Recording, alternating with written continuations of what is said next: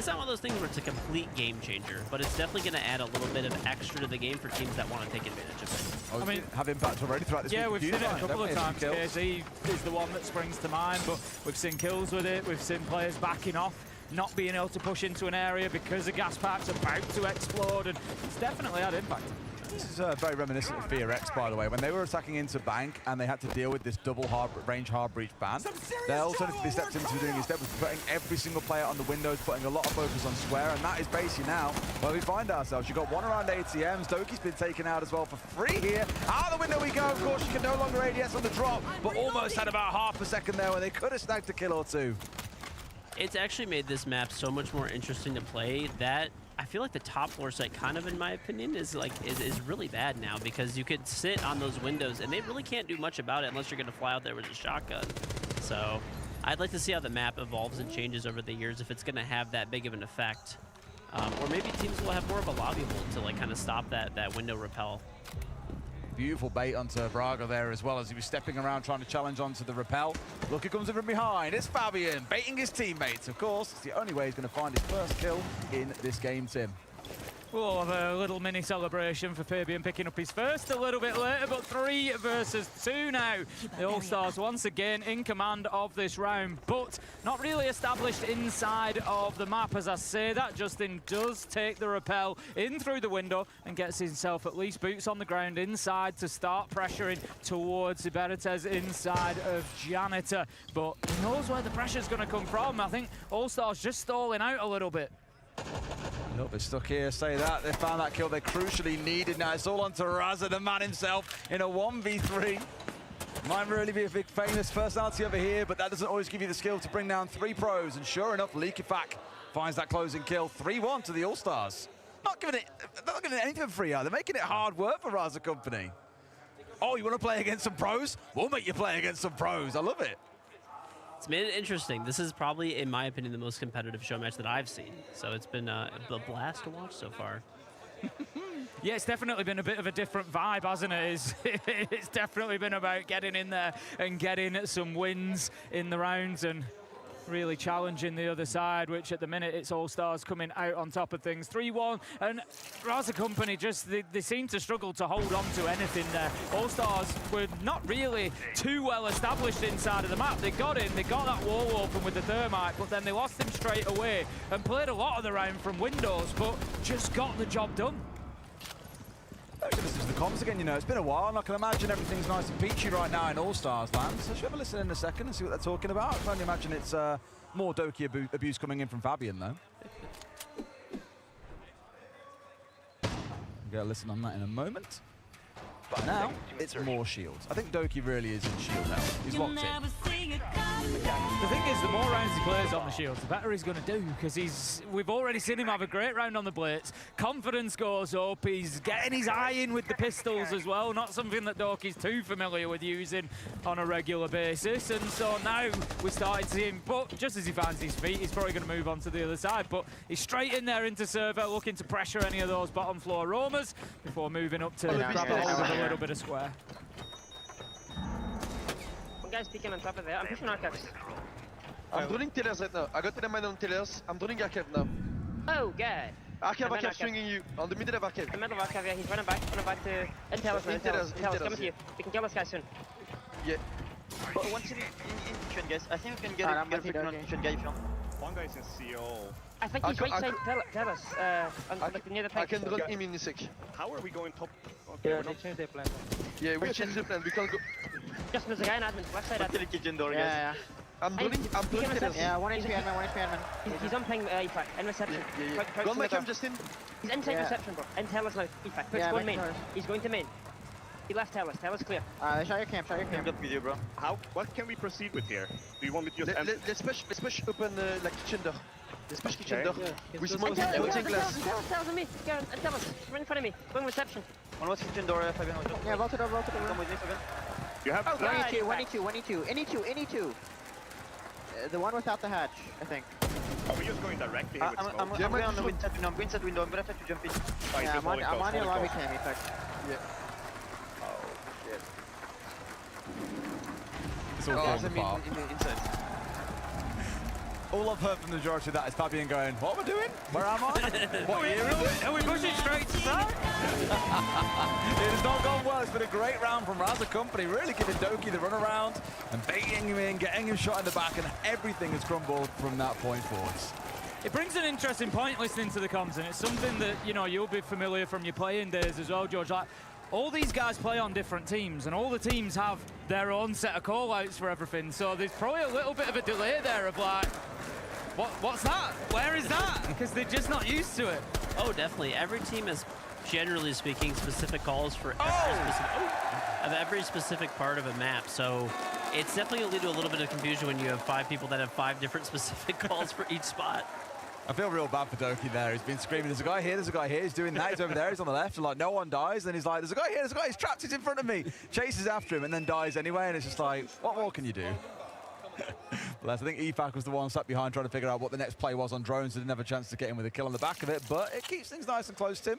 Raza Company up to 2 rounds, 3-2. Yeah, I think Raza Company starting to find their feet a little bit more now. We almost thought that it could be a case of the All-Stars coming in and struggling because, you know, they play with each other maybe a little bit less often and they just kind of being thrown together. But, you know, the Raza Company guys, of course, know each other and maybe a little bit more prepared. But so far, it's been them that's taken a little bit of time to find their feet. But find them they have. Got themselves 2 round. Honestly, I think if Raza Company come away with a 3-3 here, it's a real steal. They've got away with it.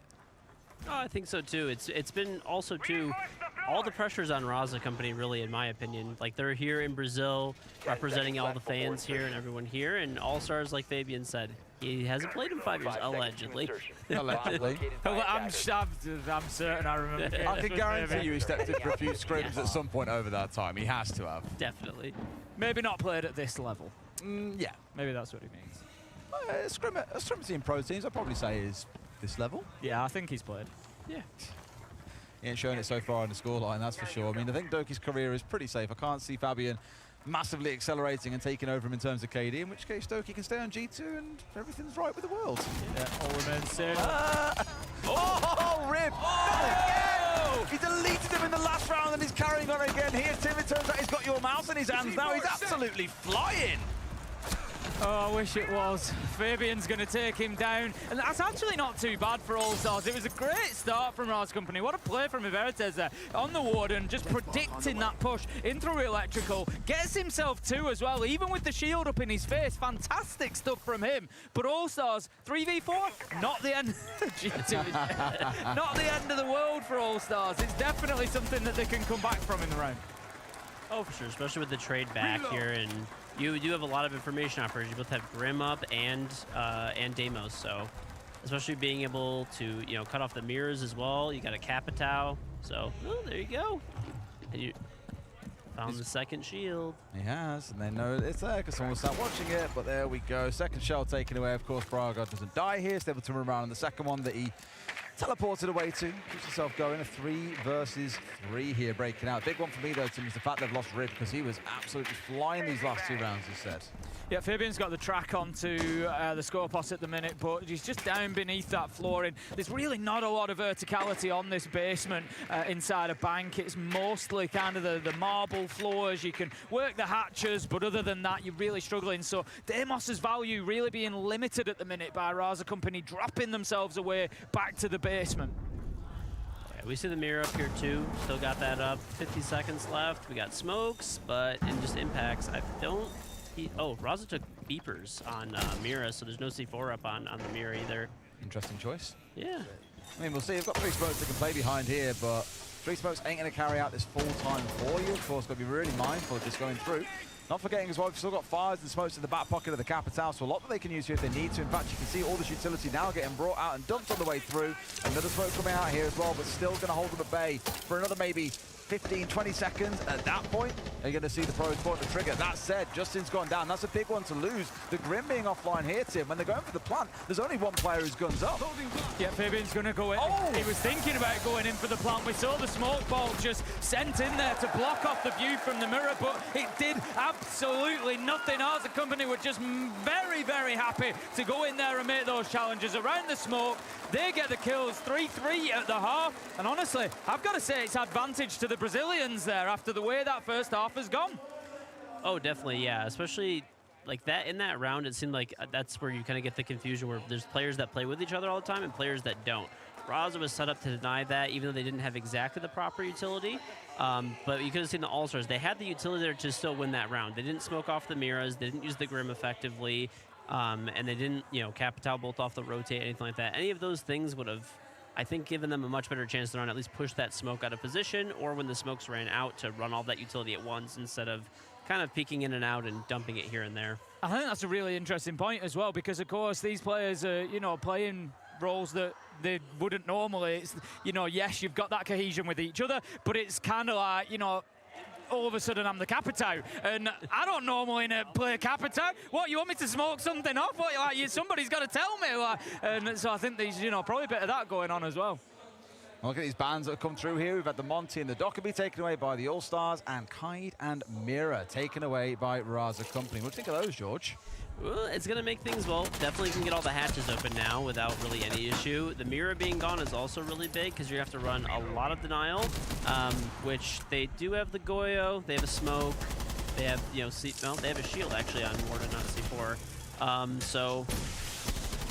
I would say, like, the way that these operators are set up, it's much more advantage. They're probably doing a server take here with this Osa and the Blackbeard taking quick control. They have a Glaz to cover off the plant, Ace to open the wall. They're swapping operators here, so they definitely kind of see these operators that they have up, and they're going to do a server take. Not being able to hold the hatches, not being able to have a mirror up there, and not being able to have a ton of denial. I mean, the Goyo will obviously bring you a bit, but if you could just take open a hatch, you could shoot all of those Goyo canisters. So looks like they'll probably do a split open dirt take. We'll see what they end up doing, though. I mean, for me, Tim, I'm looking at that lineup and it just screams pre-arranged strategy. We spoke about how this team plays together, that they know each other really well. They've had a chance to run around for a long time now. This is where you're going to feel there's a good bit of coordination in the execution. Well, straight away, Kamikaze and Iberites have gone towards the, as you said, George, quite right, just using that utility to get in there. They're going to have to wait for that gas pipe to burn out, as we've already spoke about. Just a couple of seconds. It's not like a full Vulcan canister or anything, but it just slows the pace down. And look at the damage that the Blackbeard has taken. So now, straight away, where you were looking to get those two shield operators with Osa and the Blackbeard into server, you're having to back off a little bit now. You're having to say this isn't, working. Let's take a listen to All-Stars and see what's going on. I'm rotating. Yeah, all that I'm going to help. Yeah. Is he in garage? Yeah, garage. He's behind the star. He's swinging out. He's in a smoke, He's... Oh, bad. I get one Oh, guy. gosh. You're fine with garage, just Also garage. Or in dirt, sorry. Do you need help, Fabian? No, I'm okay. One is above me, guys. I'm hearing him. I don't know who. Might try to push you, Ducky. I can't hit the drone. I'm holding main stairs right now. You tell me if you need help. Yeah, I can. Well, they're nading me away. Okay. They have several. I'm going to help you. Fabian, You're on the bomb? again, yeah? Yeah, I'm on the bomb. Yeah. They have also healed. Okay. We have Goyo still. The wall is soft, so I think it's boiling. Oh, God! I'm running back here. Yeah. They have Blackbeard as well. Yeah, can someone open the side Ash? Yeah, I'm doing it now. I'm opening it now. Run up die, but We haven't reinforced with the fall wall, so they have long angles They now. have Ace anyway. I can smoke. Top 7 says. Do you have C for Fabian? No, I don't. I've used my Okay, shield. I have one Goyo and I can smoke. let's go the edge, guys. It's heavy on this side. Blackbeard server, and line was We out still there. have Goyo, guys. I popped by mistake. Oh, never mind. I didn't pop by mistake. That was all. Line dead above. Nice. Let's go the defense, guys. Happening. Okay, That's Eagles. that. Go fucking run! Oh no, don't run anymore. It's also behind you. I love that call from Leakerpack. That was a full, right, let's just troll, go and kill, and then as soon as one of them died, no, back off. Cancel. I think we've seen that moment for a few teams already this week, Tim. Yeah. Fabian actually had a really good round there. 1 minute 40 he managed to waste inside of the server, kept himself alive, dropped back to behind bomb, dropped even deeper when the pressure mounted again. Accidentally got a kill with his Vulcan canister, which we heard from him. But yeah, just really good stuff from Fabian. Yeah, I was, I mean, to be honest, from the All-Stars there, it looked like they forgot, primary reinforcements and we're even talking about that, but hey. When he was shotgun in the hatch, I was like, huh? I was like, oh, yeah. we okay? Are we good? Sometimes, you know, people thrive in chaos, and I guess that's where we are right now. Oh, absolutely we are. I mean, the last 2 rounds across that site have been a little bit mental, round 6 and round 7, but that's all the dust has settled. It's All-Stars back in the lead, Tim, up to 4-3, and now it's on Raza Company again, who I think started out with the right intentions there, just couldn't quite pull off the execute they were looking for. No, it was tough right from the off. As George quite rightly predicted, they were looking to get themselves in through dirt, establishing server with the 2 shields, and that's why I pick up Fabian's play. In stopping that happening, he'd half won the round for them because that was the plan from the Brazilian side, and it just didn't work out. They had to back off because of all the damage that was done to the Blackbeard, and then all of a sudden they're on the back foot. They've got to go to plan B. Ooh. How about that? Baby Shark manages to find Braga on the rappel, and that's going to be a great start from the Vigil. We saw some great Vigil plays out of him on Wildcard, of course, yesterday, and just continuing that now at bank. Seeing how much he was moving his mouse, then I was just like, bro, lay off the Red Bulls. You got to calm down. It was intense. One of those really high sense players as well that just makes me dizzy to watch. Oh, I got a little bit of that, actually, that last round as we were watching what was happening in the game through the camera on our screen here, and I was just like, this is giving me a headache watching this. It was so weird to decipher. I think on that last round too is actually this was the thing we were talking about, the gas pipes and stuff like that. A lot of the damage that Blackbeard took was actually from the gas pipe, so it's a whole nother thing you can kind of stop if people kind of forget about, hey, there's a gas pipe there it is. You know, if someone pops it while you're rushing through, gas pipe MVP. Oh! Yep. See, he's getting a little bit too Red Bulled up here, I think, Baby Shark. Down he goes. Kamikaze getting the trade back. One thing worth noting in this round, by the way, 3 bulletproofs on side for All-Stars, leaning very heavily into that, and of course there's a Nook in Kamikaze's hands. Just need to get that first kill, can definitely look to try and find some more. As Doki's getting pressured here. He loves playing these spots, he was saying to me yesterday, loves being in these power positions where he's expected to pop off, and right now he's got to do just that. There's 3 players coming around him, and he does not pop off. He was certainly trying, he was dancing back and forward, but no, cut down. And it just continues here as the Brazilians sweep across that top floor. Kamikaze hitting one, Ibertes with the last. And that's going to be Raza Company just managing to level things up again. And that was a very different attacking round than the one we saw in the round before.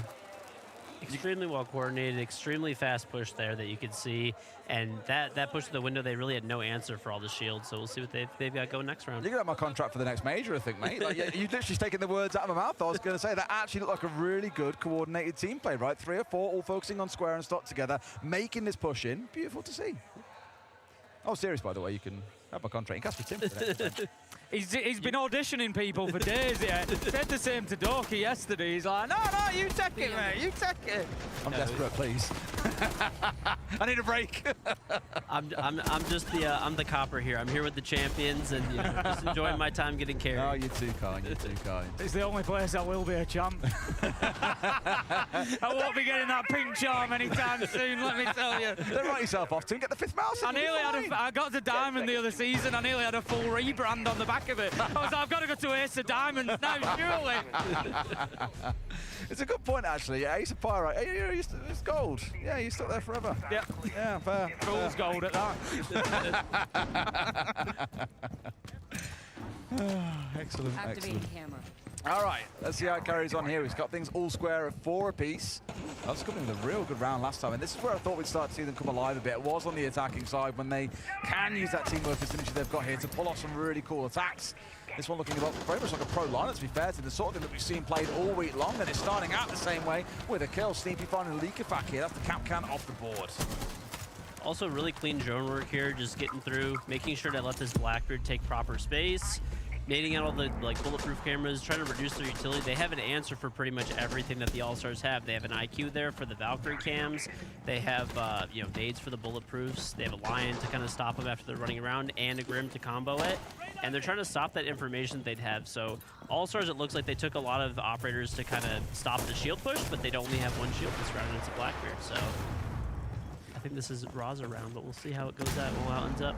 Nitro gets sent out there, does not manage to connect. That's 2 that the All-Stars have tried to find some feet with, but just not been able to. Continue to see Braga on the IQ there, just going across, clearing out more and more utility ahead of his team. This is really good progress quickly from Raza Academy as well. Only a minute 20 into the round. They've got the opening kill, they've cleared out a ton of utility, and it feels like it's that point. I know both teams have been taking this pretty serious throughout, but I asked you earlier, Judge, is there a point where it just really kicks in? And I feel like we're starting to see that point where it's really kicked in. Braga managing to find two. Gorky Justin taken down, another for free in the round. Can he find the last? It's all up to Baby Shark. There's 1v5. Really warming into this, and he might try his best with the shield up in his face, and two players pushing him. The team play is looking fantastic from Raza Company these last 2 rounds, and I tell you what, the pros have got to wake up to him. They're getting outclassed. Oh, absolutely. Right now, like, that drone work was beautiful. They took it almost like a top CEO take, and then they just ran drones through, pinged every single gadget, had the IQ running at the same time as the drones to ping both, all the cap cans, the bulletproof cams. I've seen that look on Leakyback's face before. I've seen that. Not I think again. when his team were around us, he's getting flashbacks from earlier this week. Oh, yeah, you're spot on as well, George. Absolutely, it's one of those now where I'm thinking you've really cooked up here. They've woke up, especially between Braga and Rib. They've really stepped up into this as well. Kamikaze, we've seen have a couple of good rounds earlier too. But now you've got 3 players especially really starting to pop off. I'm nervous for All Stars and who's going to do the same for them. Yeah, exactly. I really like, we're just having the replays there, but when we come back in, you'll see the bans that have come out. And Raza Company have actually made this way more difficult. Again, this is like a real difficulty ramp for the All Stars. They've taken away their Valkyrie, and the All Stars were using that to try and control the map effectively. Get those black eye cameras out there, get as much intel as you can, know what you're going to be facing, where they're coming from, where the pushers are, and straight away get rid of that Valkyrie. And now All Stars are going to have to come up with a new method. They're going to have to pick a new way to try and control this map and try and control the position of Raza Company. Trying to do it with shields here, with the barbed wire they're bringing along as well. Look, the whole comp just screams turtle, except for Justin, who no doubt is off and about around the map now for fun. But for everyone else, it does look like a very, very dug-in defense, trying to slow Raza Company down because they know what's coming here. Without all that information on side, you're probably going to see them start to get ready to execute with quite a lot of time left. And just to make sure they can do it, look at the amount of anti-roam setup they've got on the go here. Almost a little bit of a mismatch. I would have loved to have seen a Brava getting brought along here to deal with those evil eyes. Deal with the evil eyes. Oh, definitely. Yeah, that, and you could see as well, too, it's like All-Stars actually land the Blackberry, which has been huge for Raza coming in to quickly clear the map. They've been pretty much having drones running out, and some of them have been pre-placed, and they've been clearing like the whole top floor of the map within 20 to 30 seconds, which is going to probably slow down a little bit now, but I think they're realizing that they have a turtle. Oh, freebie! No! Doki! You should be used to this one, man. You played enough Bank in your career. You've seen Almago crouch walking around before on a nook, and they paid the price. A second one. Great bit of team play as well as they forced Baby Shark down from that top floor in the elevators and collected for free. It's a 5 versus 3, Tim. Yeah, Baby Shark, he dropped the impact nade onto the hatch, and the sound comm was there then for the player underneath to know that he was going to be pushed. 4 versus 3, and we're barely a minute into the round. Raza Company now can just take their foot off the gas a little bit, get back onto those drones, as you've said. 8 left, George. They're playing this intel game absolutely brilliantly, and they can continue to do that now. They're going to have a completely crystal clear picture of what's going on inside a site before they go anywhere near it. Oh, absolutely, too. And then also, if you notice, they actually only have 2 hard breach gadgets, so I'm curious. Oh. Well, you don't need it when you're doing that. And now they've gone in and just dominated what's going on here. Look, Fabian's getting 3v1 here as well. The team play is on another level. The pros are getting run over here. Leaking back, try as he might, will get rid of at least one more, but there's someone coming on the backside as well. Spins for one more. Is this Leaking back's moment in the sun? It's looking like it could be. Out comes the smoke, and Tim, we've still got 60 seconds to go. This could be absolutely massive. Kamikaze's on really low health. He can't back off enough. Leaking back on low health, and he knows if he stands up to move away quickly, he's gonna get cut down. Very little option for him. Raza Company move up on to match point. Should we have a listen to the comms and see how they're feeling right now? Because it's looking a bit ropey. Again, like same thing, just pushing past them. Anyone else want to play the warden on the stairs? No, not Ella. What am I doing? I'm in Tracy. I'm taking Azami. I go from one gun to the other one. Ella's good, bro. Yeah, Yeah, she's good, but do you think I can control the recoil, brother? Apparently not. No, exactly. Leakifak ain't smiling. He's locked in. fuming! Well, at least some people are having fun on that team. Yeah, I love how at least Fabian knows what he's good at and what he's not, and controlling recoil apparently is the thing he's not that good at. Oh, bless his soul. I was interested to see whether we might get a tactical timeout coming in and Dark maybe trying to, you know, interject a little bit and steady the ship, but no, for the moment, they're just going to be continuing on, try and get these rounds won. Absolutely Great beautiful shot. shot from Sneepy. I love those where you just look through and you're like, is that a head? Yeah, that's a head. Oh, Free? love those kills. I will not play the SMG again, absolutely. The SMG-12 is a tough one to control. Yeah, Baby Shark's onto those duties now. Fabian's over onto the Maestro, so running around with that Alder. And Doki said, I've had enough now. I was asking him yesterday, what is your favourite operator these days? And he said, on defence, it's definitely still his army. And he's like, right, we need to make something happen here. I'm getting onto my favourite. We can carry this, guys. It's okay. What about yourself, George? Favourite operators at the minute? Who's your go-to? Well, I like the classic old school operators. I like Rook and Sledge. Okay. I thought I was going to say Jaeger Ash then, as soon as you said the classic. No. For me, I've always, well, my most played operator is actually Thermite. I still like. Yeah, it Oh, is. yeah. Yep. Tim plays 2 operators only. Thermite and Ace, and he doesn't pick an operator for the defense. So true. They're great. Like, I feel like a lot of teams in ranked, they will not even take a hard breacher. But if you have at least a hard breacher, your chances go up a lot of wins. Almost guaranteed when Tim's in the stack. Well, the thing, I actually played a lot of Buck a couple of seasons ago because he was so self-sufficient. Soft breach, hard breach, everything. Obviously, they've taken his hard breach off him now, which I think needed to happen because he was just too good on his own. You could just go out there and survive completely solo. And Ace kind of falls into a similar bracket there, can go and do an awful lot on their own. Oh, definitely, yeah. The versatility of like Ace as well is just so good. You know, he's the one operator where you have like the least amount of risk to hard breach. So I love him as well too. But I think the full giant holes for Thermite are, yeah. If you're doing exterior breach, at least are great. So I really thought for a second that Baby Shark was going to get a little bit too impatient on those blue stars and just spring his head up and pay the price for it. Still waiting for the breach to get open, the thing outside on that hatch. If that does get like blown open, then of course it's his indication to swing, and this might be the bait that they need. They've had 2 or 3 players watching this angle, waiting for him to step out, and I think he's also aware of that himself. Isn't going to bother for now. They know that he's still here. We saw Fabi in this spot last time round, so you've got 3v1. So Raza Company, no slouches at punishing a player holding blue stairs. Yeah, Baby Shark's not going to overextend here. Anybody who plays on blue stairs knows you don't need to go near that door until it's like, you know, last gasp situation. Just keep yourself on the stairs. You're burning time. Doki manages to pick up Sneepy. We just see there he's got that support inside a server, so Baby Shark knows it is all about staying alive. Beautiful use of the asphyxiation arrow from Raza though. Takes him down, and that now puts Baby Shark in a difficult position. He's pushed from both sides. Raza Company Academy clearing blue stairs absolutely clinically. They're all over this. They look large and in charge. I mean, it's going to be hard to slow them down. A 3v3 will give them something, and there's almost no time left. Leakifak gets one more. Forced to run through smoke is never going to help out. Fabian gets one before getting traded away, and then Justin's there for the support from the hatch. The pros hang on. Baby Shark and Doki doing a great job there to waste so much time inside a server. If you're thinking about playing on those blue stairs yourself at home, George, how important is that server player for you? oh, definitely, yeah.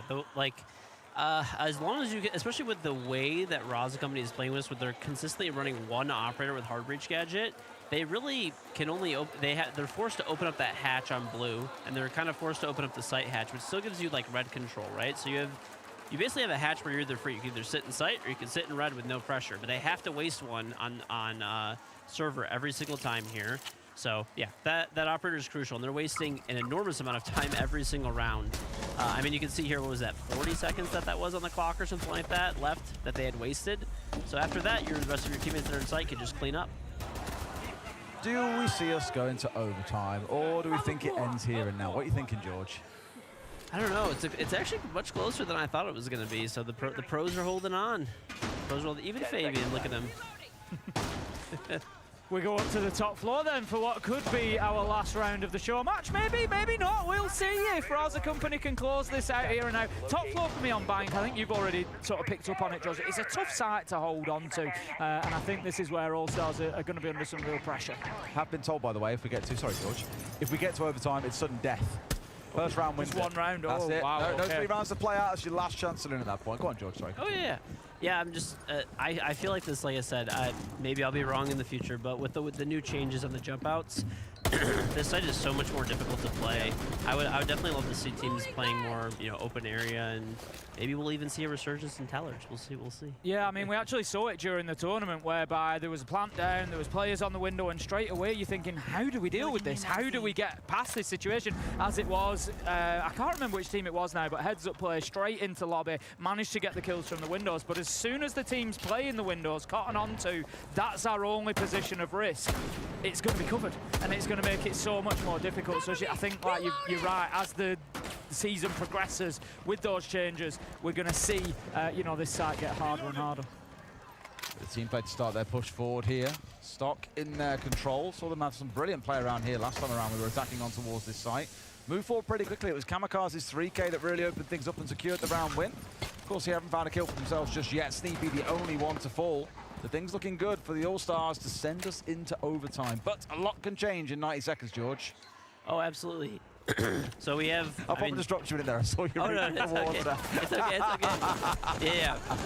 Timing, here we go. Kamikaze gets one back. Doki on for a double in the round. He really is trying to take this serious. Raza and Bra are also down at the same time, so it really is Kamikaze to have to get all 5 kills to close it out here and now. Otherwise, it is going to be sudden death in overtime. Yeah, exactly that on the Twitch. DMR just looking to see if he could get a nice cheap one to kick things off for him. There's plenty of time. He can use that. In this 1vx situation, it's something you can take away for your own edge. You don't have to be rushing in, trying to find those fights every 2 seconds. Sometimes use 20, 25 seconds, let them come to you. See if you can get an easy pickup or two. As it is, Justin is going to take down Braga after he's been picked up. Kamikaze manages to find him, but Baby Shark is there for the trade, and that's going to be the All-Stars taking us into overtime, Des. Final round. So there it is, right from the host. Winner takes all, best of 1. Who's on which side? All-Stars are going to be on the defend. Yeah, that you'd say it favors them, but of course we've had 3-3 halves, so yep, it's line either way. But we do have a reset, and I feel like All-Stars has been playing really well downstairs since they figured out their blue hold. Yes. So we'll see. Although in this round, no Warden being brought along. Probably leaning his head in towards the smoke to play on there, realizing, okay, they're not running things like Ying. We'll be okay. We don't need to play Warden. If Raza Company read into that, this could be painful. Big if, though. Instead, what we're seeing them hover over, at least at the minute, is the Bravo. I'm not surprised at all, because those Evils from Maestro make a return once more as these replays play out for you from that last round. I mentioned Doki on the Azami team. He really is trying to make sure they can get this one done. Yeah, it's that point where the players really lock in here and say, right, we've got even adaptation coming along, right? I'd struggle with the Evil Eyes, get the Brava, the teams are really thinking about how they can get this win now. They know that it's one round, it's one and done, and we will see exactly where it ends up. Down in the basement, it's All-Stars defending to try and take the title and try and get this 1-1. All right, then, let's see if we can get it done. George, you're seeing these lineups now. Any immediate thoughts? Have Raza Company got the tools that they need to get the job done? They definitely do. The only thing that kind of confused me is they hopped off of the Brava that you were really happy to see, and they hopped onto an IQ instead, which there's not really that much to counter with IQ, but maybe they're afraid of potential Kapkan traps or something, because they are running the shield again. Instead of the Blackbeard, though, they obviously, which is banned now, we have with the new ban system, we have the Blitz, so they're able to quickly clear everything, pre-place the drones, and maybe just want to make sure that that's clear for him with all the pre-placed. No, they're not rushing lobby, right? Right? I mean, not fully, because as you can see the lines off in the distance, but there are a couple of them hanging around here. That It's going to be an instant drop.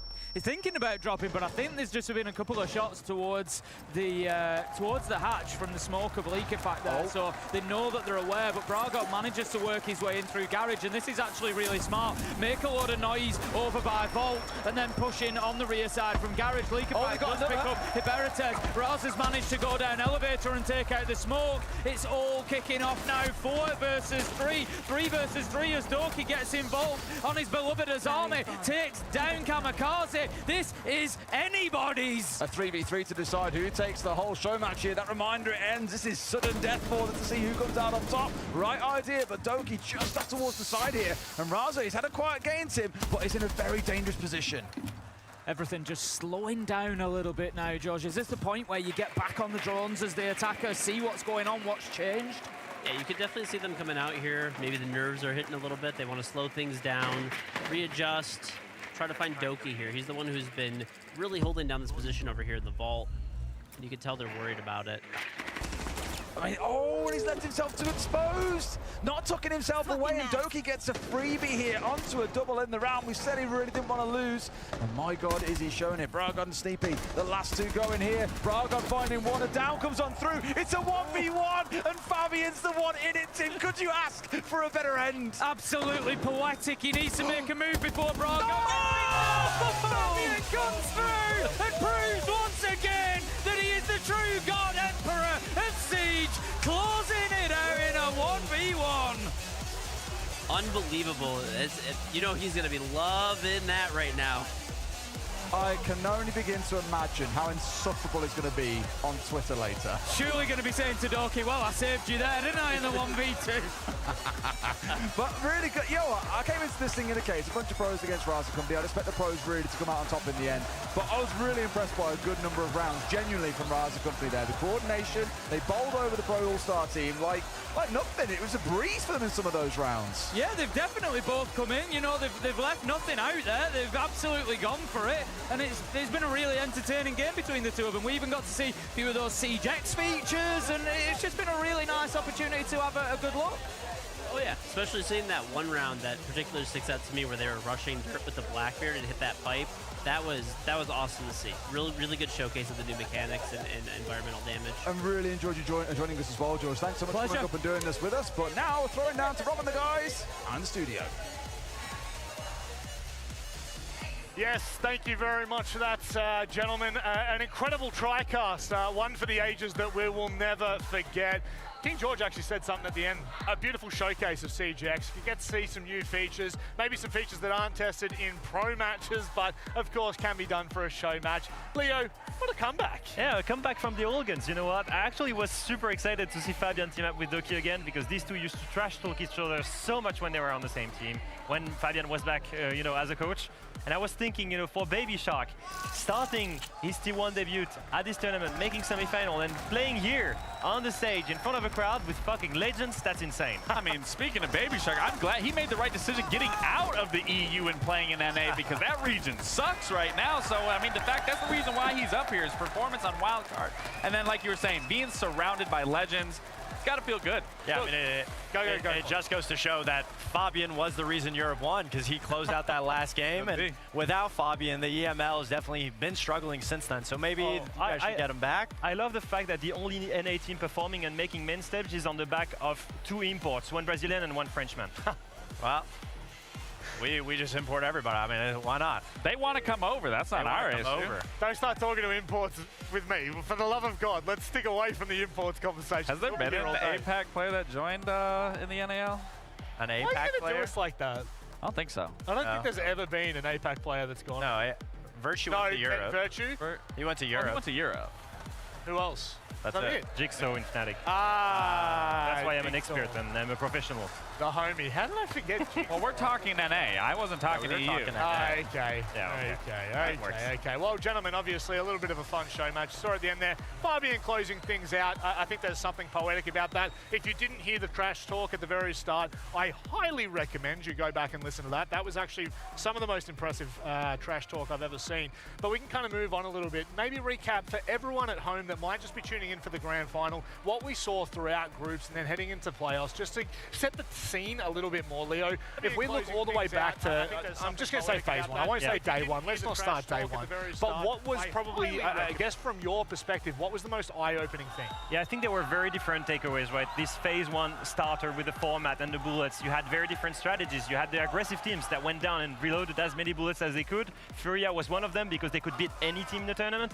And you had teams like BDS that came into this tournament to try and learn with a new roster, play against as many international teams as possible, reloading a minimum amount of bullets. Now in the end, you saw some big missing teams here in this main stage, right? Yeah. We've seen M80, we've seen Dark Zero, you know, teams that were supposed to be here in NA that didn't make it. Yeah, I think that's the biggest takeaway is obviously the new look of teams that we saw on this main stage, and honestly the resurgence of APAC finally making it to the main stage, you know, besides Rob. Obviously, it's really nice to see when every single region is able to compete. The new looks on CJX, there's so many new changes that we got to be able to see and teams be able to abuse. The ban system was the biggest thing, I think, for me to take away, because the creativity between all the teams, what ideology they're going for, are they just target banning? Are they banning things based off strategy, based on just the map that's going on? I think that was the biggest takeaway. Yeah, I mean, my biggest takeaway was just the format and how you reload bullets and what that can look like, because we saw teams that didn't understand how the format was supposed to be played. Like you were saying, big teams going out early because they were just trying to play regular Siege. They were just trying to be better than the other team. But you can't do that in the format of how Reload was, which is why we even saw some teams that were unpredicted that were shooting to the top because they took that risk. Elevate, a team, for example, took that risk, put all their bullets and locked themselves loaded and secured a playoff spot, unfortunately going out very early. For one time for the cameras, Leo, can you say we need more bullets? We need more bullets. We need more bullets. No, but really, like that format, two things that I want to mention. The draft was amazing. Draft was fun. Getting Draft was a lot coaches of fun. to pick other coaches, I love that one. And the 1v1s to stay in the tournament, oh, yeah. Tell me that wasn't fun. Come on. What's your favorite 1v1? I think probably the one that PSG Talon lost, because it's the only moment that it really mattered. It's the only 1v1 that led to an actual elimination. I think the reaction of like Joker in front of it and being like, oh, we're out. We actually lost that 1v1. I think that was the best one for me. Without kind of, I guess, going in too in-depth in what we've seen in CJX, what are we excited for moving forward now that we get out of this and into stage one? This is where things change dramatically. Oh yeah, absolutely. Again, with CJX and the new environmental ingredients that they've added, it reinvents the wheel. And then you add the ban systems that you were talking about. That, again, when you get into this last phase right here, this is where the competition really ramps up, where you're really paying attention to your opponent and what you want to ban. And those bans are so pivotal that we're seeing that teams are taking advantage of, where you can't get away with just the 2 regular bans. You can really counter-strat accordingly, and you've said it 100 times now. Teams that are ready to play and ready to predict the other team and that can adapt on the fly, they're always going to be one step ahead of a team that is just trying to play it safe, especially in those ban phases. I mean, it just comes with the evolution of Siege. I mean, when we all played, you know, it was only the 2 bans, and even then teams sometimes didn't even really have strats. Now, because of that extra addition to the ban, you constantly have to be evolving as a team to be able to roll with the punches inside the server. There's never going to be a scenario that's the exact same, and that's the creativity in Siege that everyone at home loves to play. There's always new operators, there's always going to be a new layout of based on the soft destruction.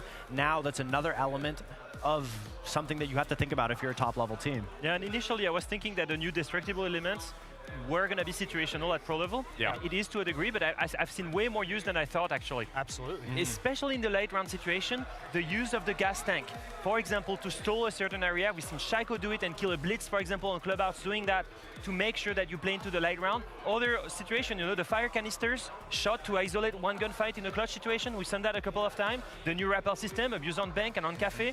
So many layers of new CJX are actually going to be useful at pro play, but in any kind of casual games as well. Well, and as a competitor, what I like when they add things and re-innovate things, it's more so the fact that it's not forced. You can use it if you want to use it, if it's there. If you want to get rid of it, it's ability to, but it's not forced. But when it's used in these moments that you're speaking of, it captures such a significant moment that we haven't been able to see in Siege. One of the things that I kind of had a chat with a few of the APAC players about, because again, I don't really speak to a lot of the EML APAC and guys NAL. speak to You don't have that network, man. I don't have that network yet. Players, if you want to come and have a chat with me, let me know. But one of the things that the APAC players were saying that they noticed the most, especially in scrims, were those environmental ingredients were actually getting destroyed at the start of rounds before people even had a chance to use it. But I will say, in this tournament, it's not been like that at all. You guys used perfect examples with telestrations to help feed into that things were were changing quite dramatically. SiegeX is going to usher in a different era. The bans are incredible to kind of, I guess, add even more complexity to it. It adds depth. It does. It does. It allows you to change things completely, Leo. And right now, I don't think we've seen that depth in the operator bans as well. I don't think they've been abused nearly enough. I think we've seen many of default bans. I don't know if you see the amount of Kaid Bandit combination bans that we've seen at the start, the amount of Blackbird, Monty, Blitz bans as well. Lots of teams are using the new ban system right now to make sure they remove any wall denial or any shields, but we've not seen enough counter bans. And I think we're going to see more of that as the teams get used to that operator ban system and develop it during the stage. We need a little bit more time for the teams to get situated, have their own inter-regional leagues, because absolutely, I mean, the meta going into this tournament was you take 2 shields off the board or you take the denial off. And then your third ban, we saw a lot of teams that under the panic of maybe losing rounds, they would just ban something that was not working for them. You know, we saw yesterday with Wildcard banning the Buck, and it didn't look like a confident ban. So it's going to take a little bit more time for teams to be able to dive deep into what specifically teams are going to be bringing on SiegeX to be able to abuse it. Yeah, and one of the things that you talked about yesterday, we saw a Brava and Twitch ban, right? And that impacted an entire round. Maestro was being played the entire round. Yeah, like we just haven't been able to see that in previous games. We haven't had that depth of it. But I guess now that we start to move forward a little bit more, we've got the panel coming up, gentlemen. Now, we've seen many panels over our time. I want to get not predictions, but I want to get what you'd love to see change in the game. Well, what I've seen on Twitter already is we saw Clash. So I really want to see what that rework is going to be, because it is going to change the game, in my opinion, how you're going to approach Clash, where we saw. So I am very curious to see what that Siege panel is going to bring, but every Siege panel, I think, so far that we've seen today and today's day and age has been great.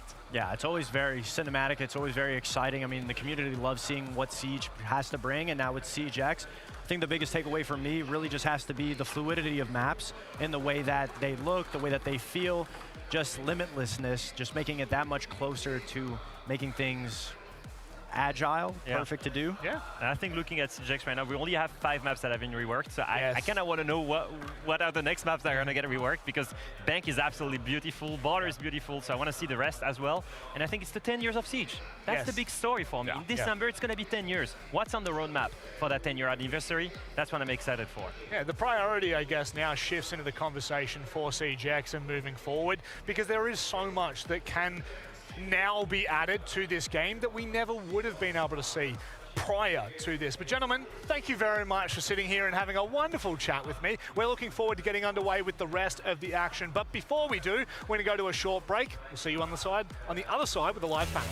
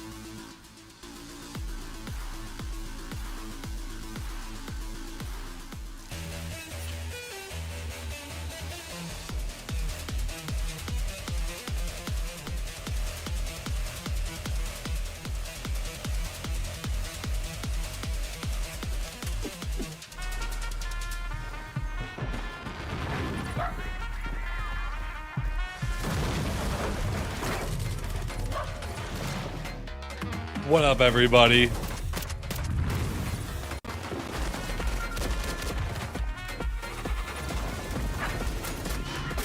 Finals right after the reveal. It's a rolling schedule, so like they'll give you a time, but like it may not be exactly the time.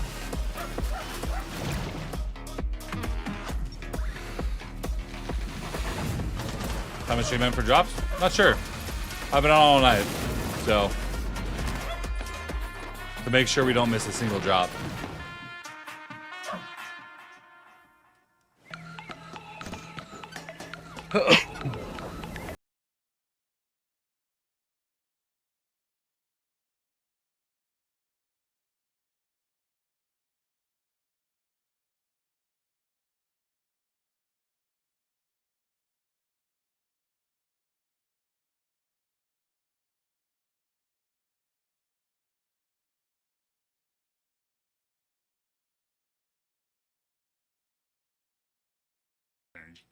Energy.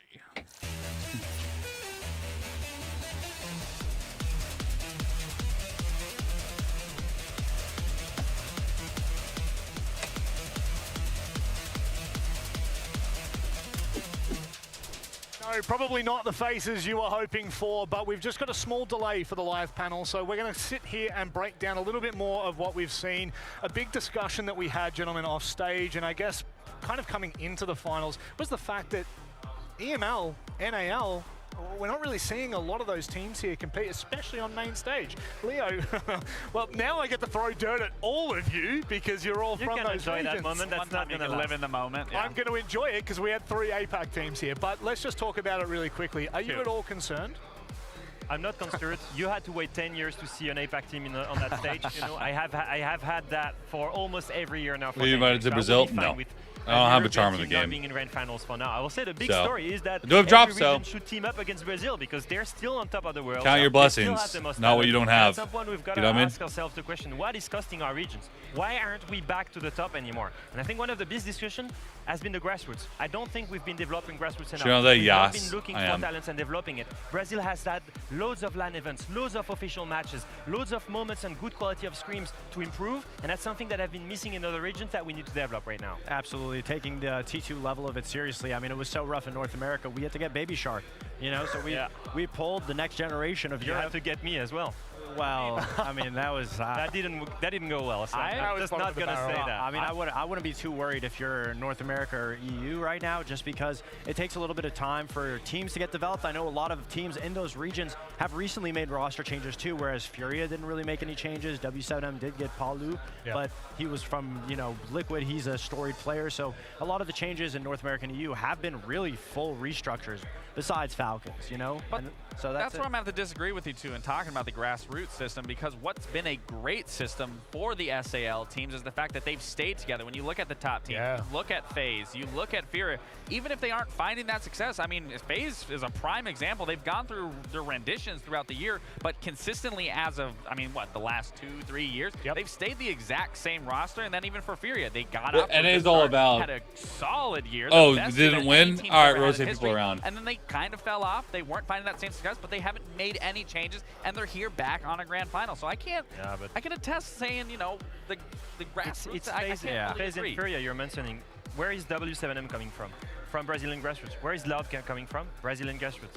Once again, they have so much talent that they've developed, and that's why they've got such a big variety of style. And it's because they've got that variety of huge and great teams that they can get such a good scrim quality and get consistently better than the others. Absolutely. I mean, that was the biggest issue with APAC, was the fact that there wasn't really much practice. There weren't many teams for you to get better, so all of their preparation came from practicing in tournaments, and they use that as a learning experience. And hey, 10 years later, we finally got a team to be able on the main stage. I think that's something to say for it. Now, as for NA and EU, I mean, you can't be worried. I do agree with Lax to a certain extent of longevity in rosters. I feel like in North America, you play one bad event, or purely because you get somebody on your team the wrong way, and instantly, you're gone. Dropped. We don't want to deal with you. So a lot of teams just don't like working with players. Instead, they would just rather make a brand new switch. But at the same time, at the same time, what happened after the when he said that? I just like it just ringed in my ear. Like we looked at a player, we got rid of him. Fox comments. So wild card, brand new roster, pretty much. I mean, Box drop sometimes Blacksy, changes that's do make teams better. why but he's At the laughing. end of the day, working through your issues, understanding the level of the issue. Is it the player? Is it just some type of strategy, teamwork? You know, I think effort goes a long way, and one thing that the SAL does the best is the effort. You can feel the atmosphere with all the Brazilian teams. And how about the international events that we've got coming up? Munich, Paris, we're going back to Europe. We're feeling the love from a home country. Oh no, Lax, go. I saw how excited you were. Hey, I was going to say great memories, especially in Germany. I mean, one, I visited Gamescom super early on. I actually beat you guys. Didn't we play you guys? I think. No, we played. We didn't play you guys. But anyways, was in Gamescom. No, Cologne. We were in Cologne for Gamescom, and then we were in Berlin. I got dropped there, but it was still a good experience. I still enjoyed all of Germany, and the fact we're going to be back there again in Munich, I'm excited for it personally. Who took that decision, by the way, after Berlin? To drop Laxing? Putting you in the spot here. Who made the decision to drop Lax? I mean, it was a team decision at the end of the day. I see how he does it. We had to run the numbers a little bit. What happens if something else happens in Munich? You know what? What I'm going to say is we actually have a clip from a very, very long time ago. Maybe not that long ago. Do you remember when you used to play, Fox? Because I'm pretty sure the production does. No. Yeah, look at this. Look at this. Look, a completely different game. It's not even the same. We're not even looking at the same thing anymore. Oh, that's you beating the Grand Finals team right now. Yeah, that was us beating Cyclops. How'd you go there? What was that Australian talk? Oh wait, we actually get to see yeah. you. You haven't changed at all, unfortunately. I can't even take the piss. No, definitely a better haircut. I think so. Oh, can we actually cut back? Can you just go on the side? Like literally, all it is just a mullet. That doesn't look like. Oh wow. Turn to the side for us. Turn to the side. We want to see it. Yeah, Lax looks kind of different in that video. No, I mean, that was a great event, though. That was SI 23. That was, we got third. Just after replacing you, we got top 3. That was definitely a moment. We were like, oh, yeah, we're going to be so good. And then we didn't make an event for the rest of the year. I'm going to be honest. I was praying on their downfall. And realistically, they didn't place any higher than when we were on the team because we placed 3rd, 4th back in, what, 2019? 2019, yeah. 2019. So I was, trust me, at home, I was sitting there like, lose. Every time they were getting closer. Right. Leo, when's the last time you made main stage? I think it was really major 2019 in August. And how high did you get? I think it was top 8. I lost to 4s. Nice. Yeah, that was rough. That hurts. That hurts a lot. What and about of course, hey, they're adding Siege Cup, you know. I'm going to have a dig somewhere. I tell you what, you probably don't want to see me compete whatsoever. It's a little bit terrifying, but obviously SI coming up over in Paris, your beautiful hometown. You've got to stop to try to speak French. Okay, I'm going to stop. You know what? How about we all stop? Aside in Paris. If you want to pronounce it, usually you start by not choking on yourself. Okay. You don't go Paris, you go Paris. Paris. No, but then it doesn't make sense. Right? Yeah, Paris. Paris. We're going to Paris. Paris. Say a little croissant. Paris, croissant. That's how I would say Coming back to Paris events, going back to French events for Rainbow Six Siege. I don't know if you guys remember the Paris Major. Oh, shit. The crowd was crazy. We jumped right into it. Whoa. It's going to be amazing. It certainly is, but no more amazing than what we've got coming up next. It is the live panel. It is time for the reveal of Year 11 for Siege. And the next season, Siege X, all that fun stuff. Let's go! Oh God, the timer!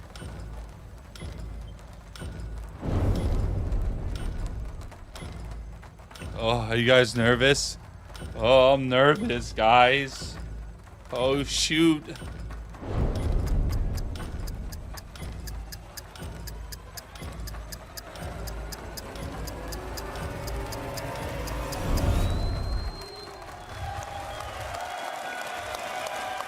Let's go.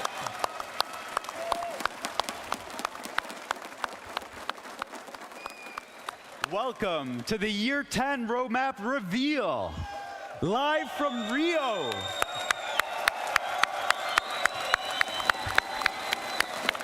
Brasil, muito obrigado por nos receber.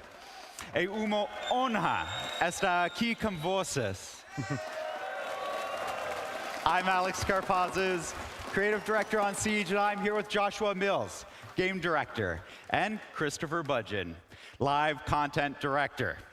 Today is a big moment for Siege, as we're weeks away from a new era evolving the game we all love. I'm scared, guys. The past few days, we watched the first ever SiegeX esports competition, and it's been exciting for the whole team to watch the changes I'll come practice to that life. probably for a while. Yeah, and normally watching this pro scene keeps us on the edge of our seats. But this time, it hits a little different. Seeing all the hard work the team's been putting into SiegeX live on stage makes this an incredible moment. Now, I'm not about to get all emotional again, but this does mark a defining moment for the game. We've set ourselves up for the next 10 years of Siege. My God. We've done this all while staying true to what makes Siege unique. Today, we're here to look ahead beyond the launch of SiegeX. The Year 10 roadmap lays out what's next. Seasons of updates, new features, and of course, our promise of long-term support for this game and the Siege community. Zara didn't know. And it's that same community that knows what makes Siege so special isn't just how it plays, it's how it keeps changing. We're going to show you how that continues across Year 10 with updates built for longtime veterans, returning players, and those jumping into Siege for the first time. And it all starts with Season 2, launching with SiegeX on June 10th. That's right, Christopher. And the launch is also about reinforcing our commitment to creating a competitive, fair, and fun environment for everyone. With SiegeX and R6 Shield Guard, we're reinforcing our commitment to a fair and competitive environment. It is a constant effort and one where we're gaining ground every day. To walk you through the updates and give you a clear look at what R6 Shield Guard will mean in Year 10, here's Adrian Fress. Okay, let's see. Oh, new cinematic? With R6 Shield Guard, we're stepping into SiegeX fully prepared. Over the past year, we've put systems in place that reshape the fight against cheating, making Siege fairer and safer for everyone. Some of those tools are visible, like cheater match cancellation. Others work quietly in the background. Security upgrades, gameplay-based detections, data-driven bans. Together, they're making a real difference. And players are noticing. Cheat reports are trending down. With Year 10 Season 1, we introduce a new hardening tech, boosting security without impacting performance. We've also cracked down on lag abuse exploit on PC and console. Thanks to Shield Guard and BattleEye working in sync, we're not only banning more cheaters, we're also banning them faster. With Season 2 and the launch of SiegeX, we're raising the bar for game security. We've also introduced new tampering detections, building on the tech upgrades for Season 1, while digging deep to patch key vulnerabilities. The result? A major security update, dropping right at launch.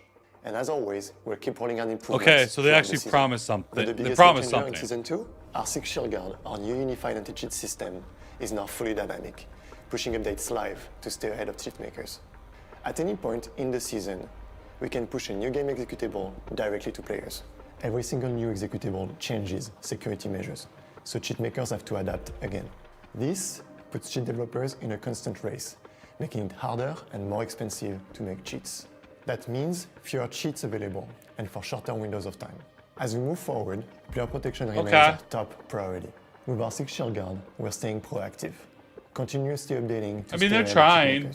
For the rest of Year 10, we'll keep delivering security. I think we know why this season's been so bad for cheaters is because they've been spending so much time on working for the next season to stop them. Such as AI detection, gameplay violation, and the next evolution of Monstra. Some things we can't reveal just yet, but notice, we are in it for the long haul and we are not going anywhere.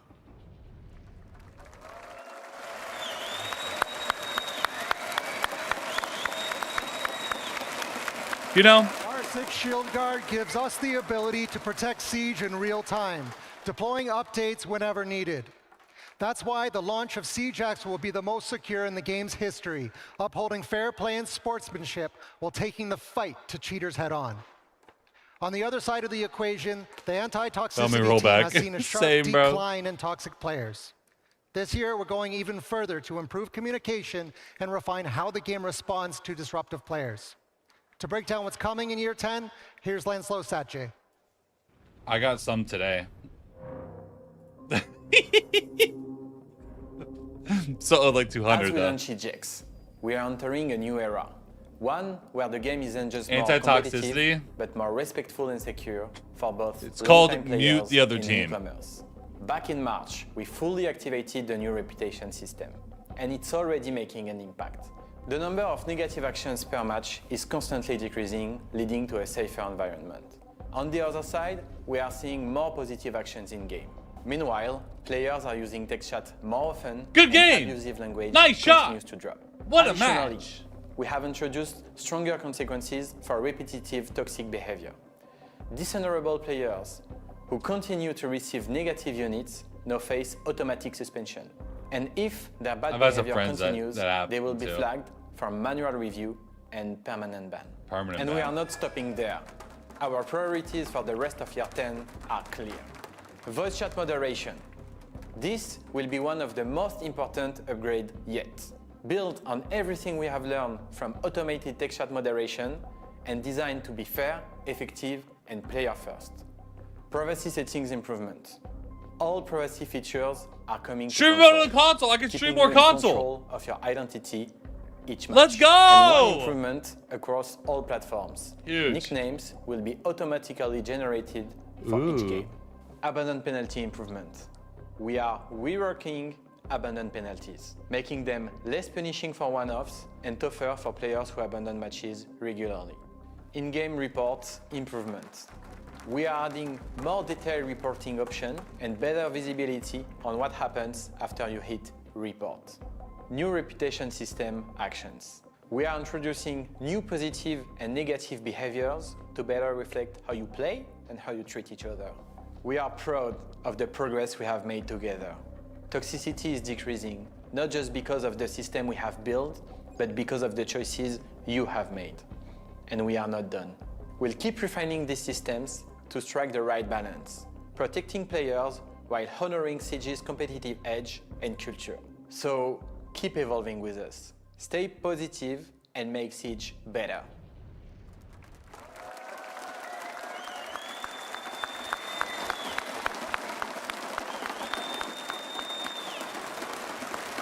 So far, nothing crazy that We've I talked about haven't how known. R6 Shield Guard and anti-toxicity are helping us shape a better So. Siege for everyone. And we'll continue our consistent, transparent updates every 2 months through blog posts and our panels. But now it's time to shift gears and talk about the rest of the updates for Year 10. In Season 1, Operation Prep Phase, you had the chance to change the flow of engagements with our newest attacker, Aurora. While you were doing that, the team was behind the scenes in the dark preparing everything for this next era of Siege. And now, we're stepping into the light with Season 2, Operation Daybreak, starting with a recap of what we shared at our SiegeX showcase. SiegeX is the biggest evolution we've ever made for the game, and we've already shared a lot of the details from our showcase last March.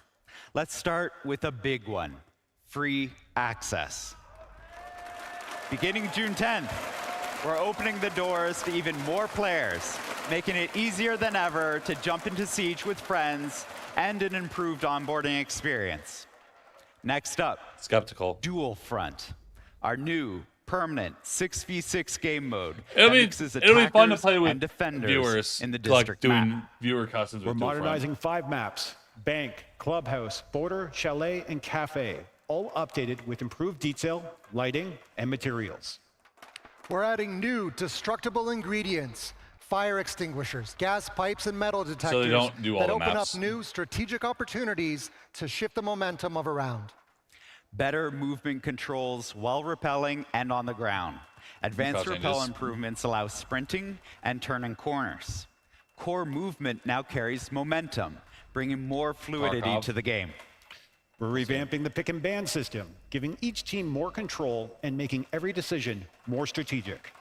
For quicker callouts, new communication wheel Communication wheel's enables pretty big for a solo queue. accessible communication for everyone. Also, it's time we brought a much requested feature to the game, Weapon Inspect. To let you flex your Thumbnails. favorite skins and charms at any time, whether it's mid-match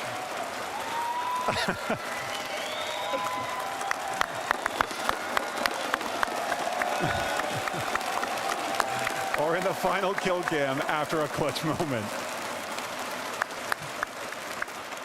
And while we're welcoming new players, we haven't forgotten about those who have been with us from the start. That's why we're introducing veteran rewards as a special way to celebrate your time in Siege.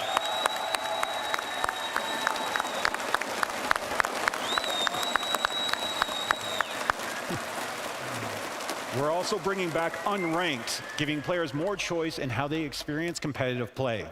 Which is just To round it all rewording out, standard. We're overhauling the audio system, making it more precise, more immersive, and more reliable.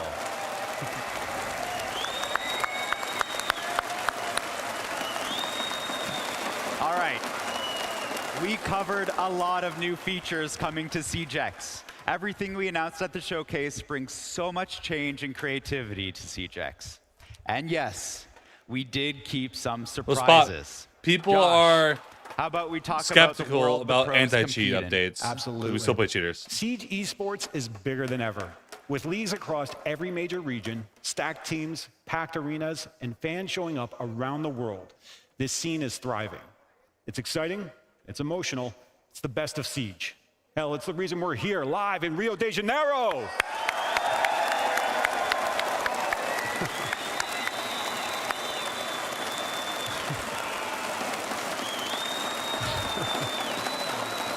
We wanted to bring that passion and energy closer to every player. For the first time ever, esports has a home inside the game. I'm merciful. The new esports tab will be your way to Zach stay Clash? up to date on the scene right from your main menu. Oh!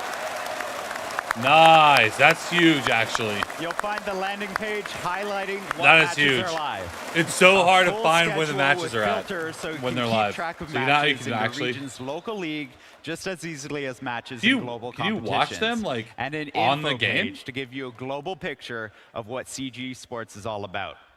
But Oh, the you can. pros It all does send you started there. somewhere, which is Interesting. why we've made major changes for new players That's jumping cool. into the game. Christopher, what's the plan?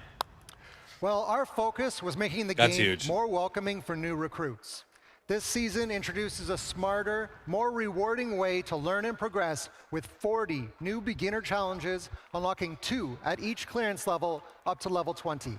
This will help new players focus on what matters as they level up. Leveling your clearance level now feels more rewarding. You'll earn 1,000 renown with every level, an alpha pack every 10 levels, and new players will unlock modes and operators as they progress. Do I get everything if I'm level 600, though? We've completely revamped the clearance Do I get level everything up to progression. 600? If you're Or- level 100 or higher, your clearance level will be adjusted to a new XP curve, meaning you'll level up faster and more often. And as for training, we've replaced the beginner versus AI with a new enlisted playlist, featuring a smaller pool of maps and operators for a smoother learning curve. Returning players will also have access to a new field training playlist, where you can customize your training experience, choosing your map and settings. And these aren't basic bots. Our AI is trained using real player behaviors, giving you the chance to practice with updated gadgets and real Siege scenarios. And one more note. If you're coming back to ranked after some time away, we've added skill decay, which lowers your skill rating after 90 days of being away from the game. It's all about easing you back in to the competitive ranked experience. There's never been a better time than to jump into Siege right now. And when you jump into Siege X, you'll notice immediately we've rebuilt the entire UI. All of it is faster, cleaner, and designed to help you get to where you want to go without friction. And visually, it's aligned with the new Siege X look, modern and bold. Josh, how about you show us what that looks like? Of course. You can see with the core dual front tabs, the new hub system is dynamic and modular, allowing us to customize each one seasonally and show relevant information directly in them. This system can scale and adjust as needed. Like, for example, if we really wanted to bring back a fan favorite event in Season 2, we would simply have to activate the new event tab. With that, dust off your cowboy hats and get ready to step back into Let's the 350 go. action because Showdown is Let's back. go! The best event in Siege! W! Showdown won't be the only event in Season 2, because starting now, every season will feature 2 limited time events.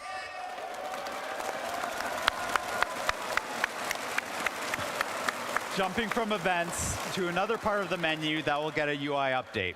The Battle Pass navigation system has been redesigned to be more intuitive. The map-like progression menu can be panned and zoomed with your mouse, which lets you focus on the path you want to take to the rewards you want to unlock. And if you're chasing cosmetics, 2 new animated rewards are waiting for you in this season's Battle Pass.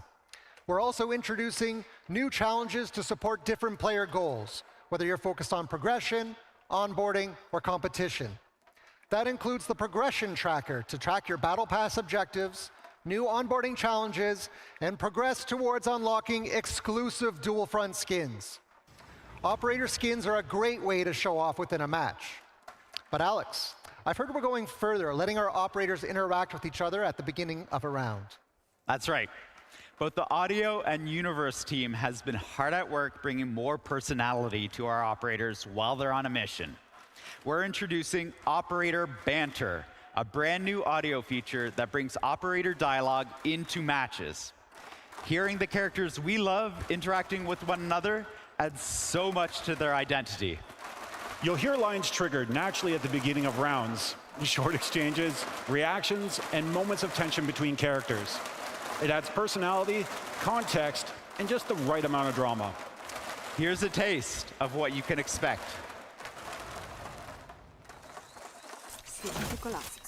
Don't worry about the shells, Doc. I'm their physician. Good. I don't think I'd be able to find a vein anyway. Your mission is to locate and defuse a bomb. I gave you an easy out. All you needed to do was stay asleep. I don't give up, and I never will.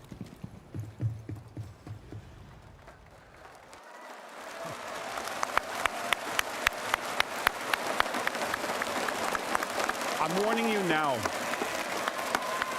With some of the stuff Demos says to Team Can I Rainbow, mute that dude becomes even more punchable. You'll start to hear more variations across different operators within future updates.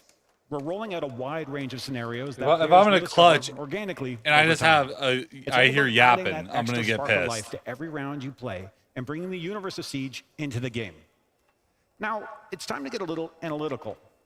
Stats are essential to learn and grow in Siege. And the career tab has been missing something that can help with that. Like, I get it, it's kind of cool, but if I hear that every round, I'm going to go nuts. The personal performance menu, fully integrated into the career tab.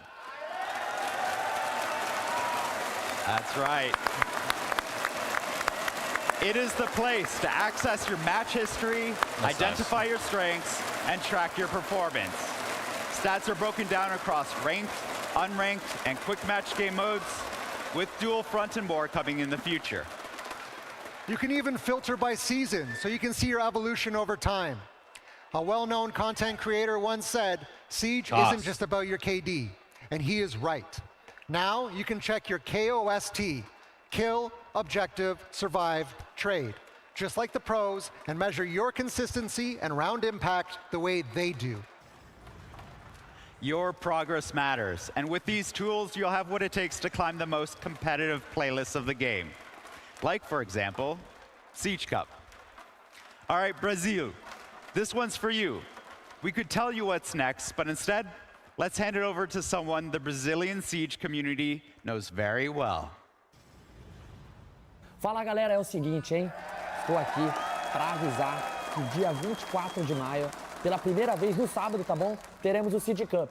E eu vou montar um squad, né? Temos que montar. Peraí, mano, mas tá muito difícil, mano, descarregar, mano. Papo reto, meu. Tá nômade já não funciona mais.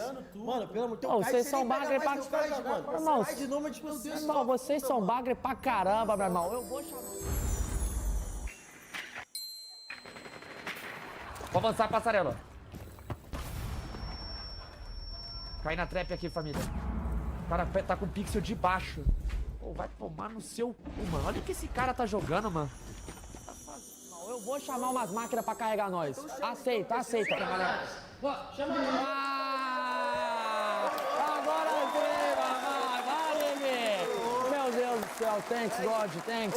Esse time aqui tá muito forte, cara. Agora sim. Agora tá bom. Finalmente temos um time, tá bom? Boa noite a todos e até a próxima.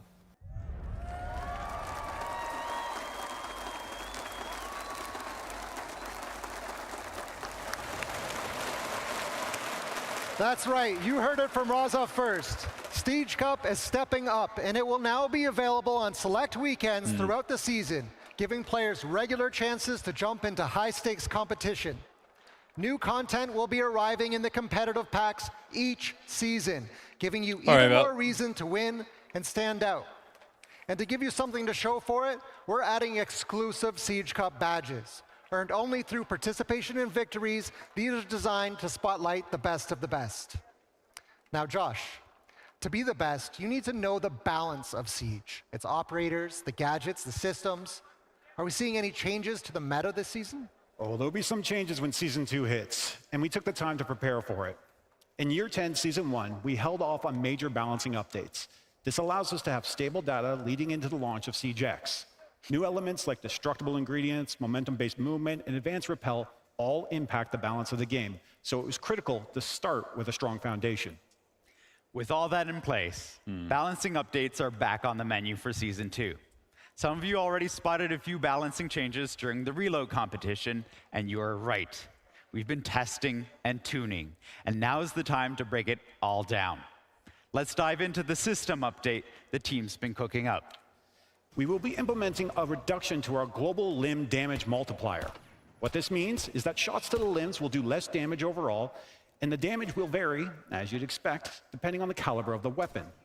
This adjustment will reward those with high mechanical skills that consistently land their center of mass and headshots. Electricity is also becoming a neutral element. Like fire, electricity will no longer differentiate which side of the fight you're on. It will now happily destroy any electronic gadget that touches it. Here's how it works. If you're vaulting, rappelling, standing on any electrified surface, or placing a gadget on one, you will be shocked. When shocked, operators are slowed and shout out in pain, but no damage will be dealt. Clashes no damage. If you are not doing any of these things, you'll be fine. Mute jammers Clashes can no be safely damage. placed next to electrified walls, and mechanical gadgets like Mirror's Black Mirror will not be destroyed when placed on them. All right, that's enough systems talk. Alex, Chris, how Just about like a some walking operator Malusi. updates? We'll be tuning our ballistic shields going into Season 2. Aiming down sights will now be canceled during the vaulting animation for shield users. This That's will good. bring down their lethality and force them to think twice before making Hopping in a riskier, window as aggressive Blackbeard while on movements. ADS is Specifically crazy. for Blackbeard, we'll be making more changes. The sound effects of the glass panel moving up and down on the hull adaptive shield have been enhanced in order to provide more clarity of his shield's state. The glass itself has been tinted to make it easier to see when the shield is down or still extended. A big shout out to the community for this suggestion. And since we're speaking of operators, let's list a few more updates coming to some of them. To reduce frustration when facing off against Jackal, we've introduced some changes. Footprints will immediately be removed after a scan, and the operator detected will be revealed with only one hunter mark. This makes it more interesting for Jackal to hunt his prey instead of revealing them. Jaeger's active defense system will now be able to detect and destroy Capitão's bolts and Gridlock's track stingers. Thunderbird's Kona stations will no longer heal enemies, unless hawked by Brava, of course. And Sledge? Well, Sledge will now be able to use his hammer to knock a shield user on their ass if they decide to challenge him.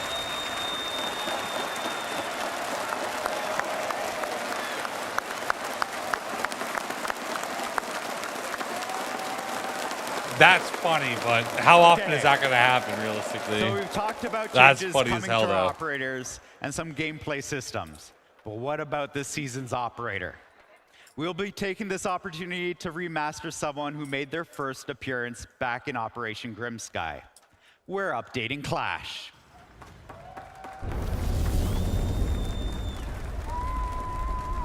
Clash Remaster.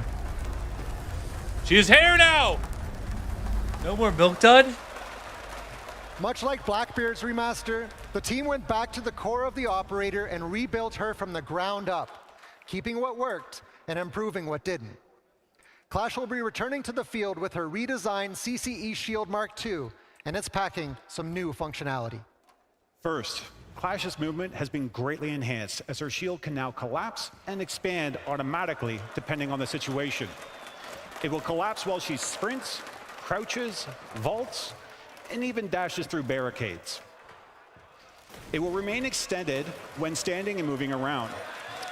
She now has access to the free look feature similar to that of our other shield users, allowing her to have better situational awareness. The taser on her shield will no longer do damage because of our electricity update, but will still shock and slow opponents when activated. The biggest change comes with how she can now deploy and anchor her riot shield in the ground. I like that. This means Clash not only can play off her own shield, but she also gets the added benefit of moving faster because she's no longer carrying it. If you find her shield deployed in the field, don't underestimate it, because a new trick Clash has is the ability to activate the taser remotely, springing a trap on unsuspecting opponents. Interesting. To counter this, it's important to know that when the shield is deployed, it is vulnerable to explosives and anyone who can get close enough to it and bash through it. We look forward to seeing how you reintroduce Clash into your lineups. We've spent all Definitely this time not covering broken, the but huge changes to Siege with Operation Daybreak. And Season 2 is the best time to jump into the game. But now, it's time to look further ahead with a first look at the Year 10 roadmap and what's coming next. Roadmap time. Let's take a moment to dive into Season 3.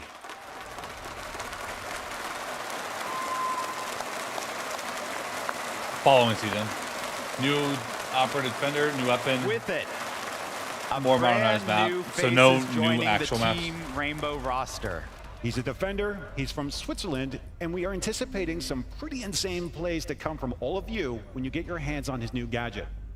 He may be in the shadows now, but in Season 3, he's going to unlock your creativity with the way you defend. I really love what this gadget brings to defense. But our Season 3 operator will also bring a little extra hardware to their loadout. We know how everyone loves a new weapon added to the arsenal of tools at your disposal, and this one fits so well with the destructive nature of Siege. You'll be able to use this new weapon when our Swiss operator launches in Season 3, and we can promise this, it packs a punch. The new operator will bring fresh developments to the story of Siege, something you'll be able to play with an update to Dual Front. A new neutral sector assignment will introduce unique mechanics tied to lore-driven objectives that can swing the outcome of a match in Dual Front. The team is already hard at work on this, and they wanted to share some concept art that sets the tone for the next chapter. Take a look. New seasonal assignments bring a lot to Dual Front. In addition, each season features 2 seasonal operator rotations, shifting the meta and introducing new exclusive cosmetics through monthly challenges. We'll be monitoring it all closely while delivering balancing updates tailored specifically for Dual Front. But Dual Front isn't the only map that's getting updated in Season 3. Alex, which maps are we modernizing next? Oh, whoa, hold on. We'll get to that. As a reminder, one of the biggest goals for SiegeX is to bring every part of the game up to the standards players expect. Season 3 continues to push the modernized iconic maps with improved lighting and new destructible ingredients, all while preserving what makes them special. That's right. But that's all we're saying with the new modernized maps today, right? Yeah, that was the plan, but come on, we gotta show them a little something. Who wants to see more?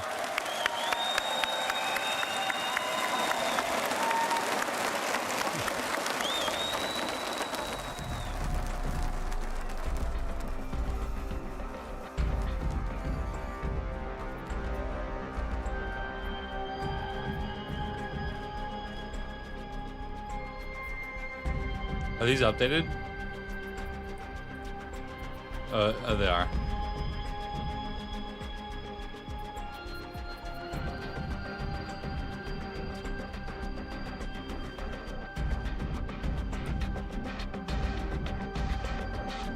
Some of it looks updated.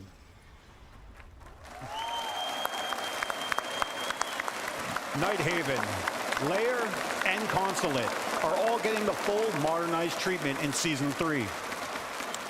As you know, these maps are part of the competitive pool and will have an impact on playlists like Siege Cup. That's right. Season 3 will also bring new improvements in our plans for Siege Cup. Inspect Squad Stats now allows you to inspect your opponent's team before the match even begins. Everything from the ops played to KOST, it'll be your chance to plan smarter, counter better, and make every round count. We also wanted to give you more opportunities to play Siege Cup. Starting in Season 3, Siege Cup will be available every weekend.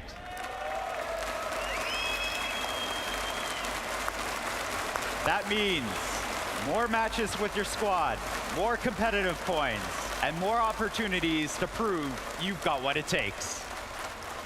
Scouting your enemies, playing every weekend, with over 14,000 winning teams so far, Season 3 is turning Siege Cup into a true proving ground. While Siege Cup is where you'll bring your A game, the esports tab helps you follow the pros at the highest level. That experience will keep evolving in Season 3, with a focus on making competitive Siege easier to follow for everyone. Each Tier 1 competition will have its own dedicated page, so you can follow every league, every region, and every match with ease. We're also giving key events their own spotlight. You'll find dedicated pages for every major, and of course, the 6 Invitational. And to tie it all together, we're adding a new page for global standings. So now you can see exactly how teams are performing across the season, who's climbing the rankings towards SI qualification. The most competitive tier of Siege keeps on growing, and now the esports tab is ready to grow with it. And we said, to be the best, you need to know the balance of Siege. Hey, Josh, it's coming to balancing in Season 3. Season 3 balancing will be well, Siege Cup, you play against people around your rank. CJX, as well as listening so to you all could of be a gold and play against other We're golds. still going to deliver additional updates. We will be diversifying a number of loadouts this season by reissuing one of our newer There's different weapons tiers to of Siege multiple Cup. operators. Every time I've done Siege Cup, The I'm goal tier is to S give though. you more control over how you play your which is favorite the highest operators tier. and allow more access to If you're like, weapons that let's say were a gold or once silver, you might be like exclusive B or to a C single tier or operator. something. There's more on the horizon, a recruit update, and plans to explore magnified scopes on defense. Before we wrap up Season 3, this Halloween, the horrors found a new home. Some of you might recognize this fan favorite map, but something still feels cursed. And don't worry, the bathroom is not haunted in Doctor's Curse this year. The bathroom trap. Where you can hide in the bathroom. I like the little tidbit. The bathroom, all the traps on the door, so they have to walk through the door. This season, we will be bringing another operator remaster focused on one of our Pathfinder attackers, who will receive a full update, refreshing their gameplay and enhancing their role in the Siege experience of today. The goal with this remaster is to raise the skill ceiling with this operator and unlock more thoughtful, creative strategies throughout the entire round. Along with remastered operator, we're bringing some new firepower that will enhance some operators' loadouts. What's the plan, Josh? Similar to how we're redistributing one of our newer weapons in Season 3, we're introducing something slightly different in Season 4. A new weapon available for multiple operators when it's released. This allows us to open up new potential playstyles for the receiving ops and even influence squad lineups. Those new squad lineups will be headed into a few more modernized maps in Season 4. Chris, where are we going? 2 more maps are being modernized in Season 4, Theme Park and Skyscraper. Here's a first look at Skyscraper, now rebuilt with enhanced lighting, new destructible ingredients, and sharper visual clarity across the board. It's a bold update. Sorry, I just hate both. I hate both these maps. And on top of those 2, we are delivering a full map rework. That means completely reworking and modernizing a map that isn't in our current competitive pool. This map will be elevated directly into the ranked pool. Favela? Joining the highest level of Siege play. Favela. Other destinations for players to visit are the training tools the team have been hard at work on. And reports are coming in that the Carries Legion are invading the target. Favela, I feel like, is a very blanket map We've where heard they wanted could more fix than it. just static dummies to train against. So now what else would they you'll upgrade? clear moving, Carries Legion targets, positioned just like real defenders, navigating key rooms so you can learn the map layout, giving you the instincts you need for live matches. And if you want to know the location of stairs, cameras, and I like how the destructible dummies are ingredients, like you wearing can toggle dark the skins guidance versus on or like the off bright yellow anytime. stuff. We're also adding AI allies Well, yacht to both can't be enlisted fixed. and field training Fortress, to maybe. give players Maybe the real Fortress. squad experience. On top of So this, not go bad. we'll be testing out a new tool, introducing the mini-map Come on, in our Jinxie, let's training go. playlists. It's time. That's right. This new perspective will help players navigate faster and gain that crucial map knowledge. And that's not all. Season 4 will bring more updates across the board. We have improvements to ranked matchmaking, a new assignment. But in why are dual we talking front, about Jinxie right now? What continued work happened? on balancing, like revamping our EMP and jamming systems, even shaking up our hard breacher balancing. Additionally, we will have updates to the esports tab. And Siege Cup will continue to be available every Rematch. weekend, giving players even more chances to compete. Well, We're rematch. also introducing a new playlist called Testing Grounds, available directly in-game, built to explore new ideas, gather your feedback, and shape the future of Siege together. Our first Testing Grounds topic, speed and armor. There's a lot more coming, and we'll be sharing those details soon. To see it all together, here it is, the complete Year 10 roadmap. 4 seasons, 4 major steps forward for damn. Siege, with new content, more I'll hide my events, camera and for a second. impactful features. Improving the experience Yeah, of the I see game that this. you love with even more to come. This is the new foundation for the next 10 years of Siege.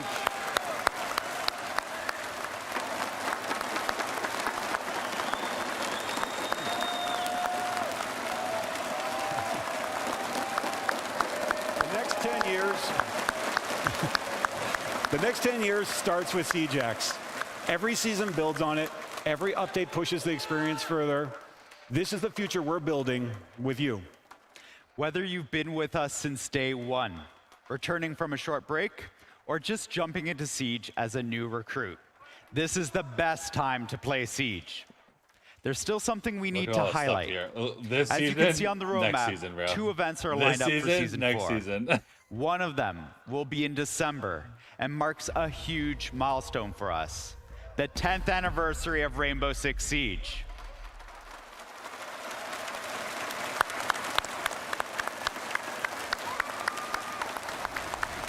That's 10 years of clutch plays, unforgettable moments, and a community that's still here, still pushing Siege forward. For a moment like this, we're planning something special. The 10-year anniversary in-game event will highlight moments that celebrate Siege and this incredible community. 10 years of Siege, and we're just getting started. We can't wait for you to get your hands on what's coming. Well, that's starting not with the launch necessarily of true. SiegeX. The test server will be available on PC in 2 days, starting on May 20th. So jump in, test the new content, and help us shape the May future 20th. of Siege. What, Tuesday?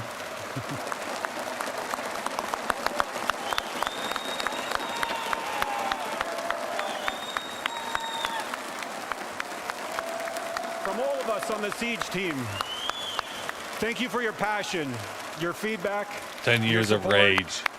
and your love for this game. SiegeX launches June 10th, where the next chapter starts with all of you. Thank you. Obrigado.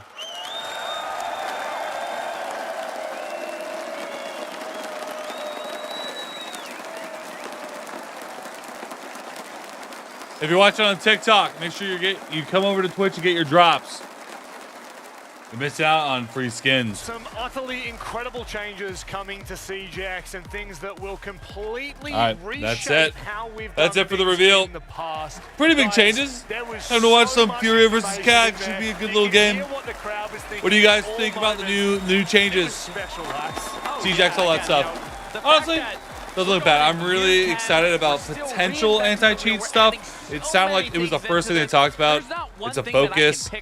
We'll see what happens. We'll see what happens. But anyways, make sure to subscribe, drop a comment, leave a like down below for more if you're watching this on YouTube. Peace out until next time. Always going to be something that everyone looks to at home. Obviously, That was for Siege is YouTube. so committed to making sure that cheaters have no Sorry, I place didn't in record Siege. it. And How to seeing record them it. constantly updated, I think goes to show how much Siege is cared about from the dev team. Absolutely. And I want to mention the fact that for so long, for 10 years of Siege, it's been really hard for new players to try and learn this game. The learning curve is really hard. This game is very complex, and that's what makes the beauty of Siege. It's chess, but in shooters. And for this, the new enlistment system, the fact that you're getting rewarded as you grind your first level, the first clearance levels as well. For me, this is a really good add-on. And then the esports panel is, the esports tab is so good. What I love the most, he's talking about new players coming to it, the free access. That is bringing it to 100%. everybody. And a big thing for me is some people don't have $10, $15 to spend on the game. Now you have access to it. That is going to be a big thing. And then to add on what you were saying, you can learn it in a far better rate, at a far faster rate any of them before. It's big because, I mean, you know, from watching the casual community get involved and having, I'm sure all of you personal friends that try to get involved in Siege, now that it's more accessible, this is something that I think will fundamentally change the approach to Siege moving forward. But you I said don't a think big it's a one thing there about that I want to go back to friends not being the able to afford it. esports tab. Let's go. You can now follow every single match. Esports tab is big. It'll One increase the click view and get count directly to for see the match that's going live. Pro League, You can for check sure. every region, you can check every team, you can buy skins. for Leave your it with the favorite prime. team. What up, All of baby? this stuff is amazing No! for us. Obviously, we're former pro players. We were dreaming of this. I was going to say, how long have we been asking for something like this? And now it's here. Yeah, absolutely. And then seeing the SI standings too, the little leaderboard, that was so cool. That was so cool to be able to follow it. As a player, sometimes I would be like, I don't even know how many SI points I have, but now it's all in one tab. I don't think when I played, I ever paid attention to how much we had. It was like, if we're there, we're there. We're going to keep trying. It also keeps, I guess, kind of more of like a central topic for who the best team in the world is at that point. I think that that's exciting as well because the regions are so split, because you don't have an opportunity. I mean, unless you stay up 24 hours a day to watch every game that we have, it's hard to keep track. Well, yeah, I know some of us it might, but not everyone at home. So it's incredible to see how we keep track of this. I think that ultimately CJax is ushering in a new era for this game, for this community, and we are so excited to bring that to you. But it is time for us to start to get underway with the grand final on the other side of this short 16 break. months, holy hell. Yeah, I mean, that's lemur. When maps are modernized at launch, it sounded like 5 comp go-tos. That it doesn't sound, the maps that they said didn't sound bad. You know how they say. Alright, I got us up to TikTok and we need flagged. I'm gonna need flagged on TikToky. And the journey of 1,000 miles begins with a single step. And you know what? They're right.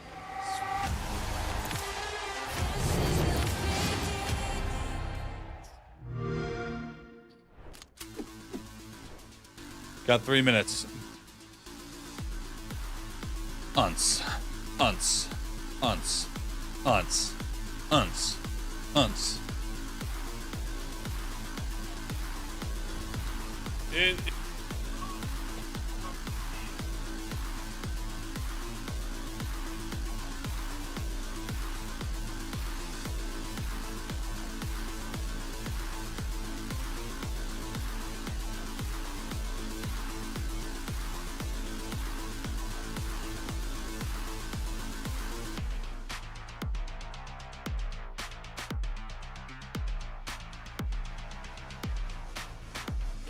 I have to listen to the video I just made and put little tabs. I should have been doing that while I was live, but I'm a dumbass.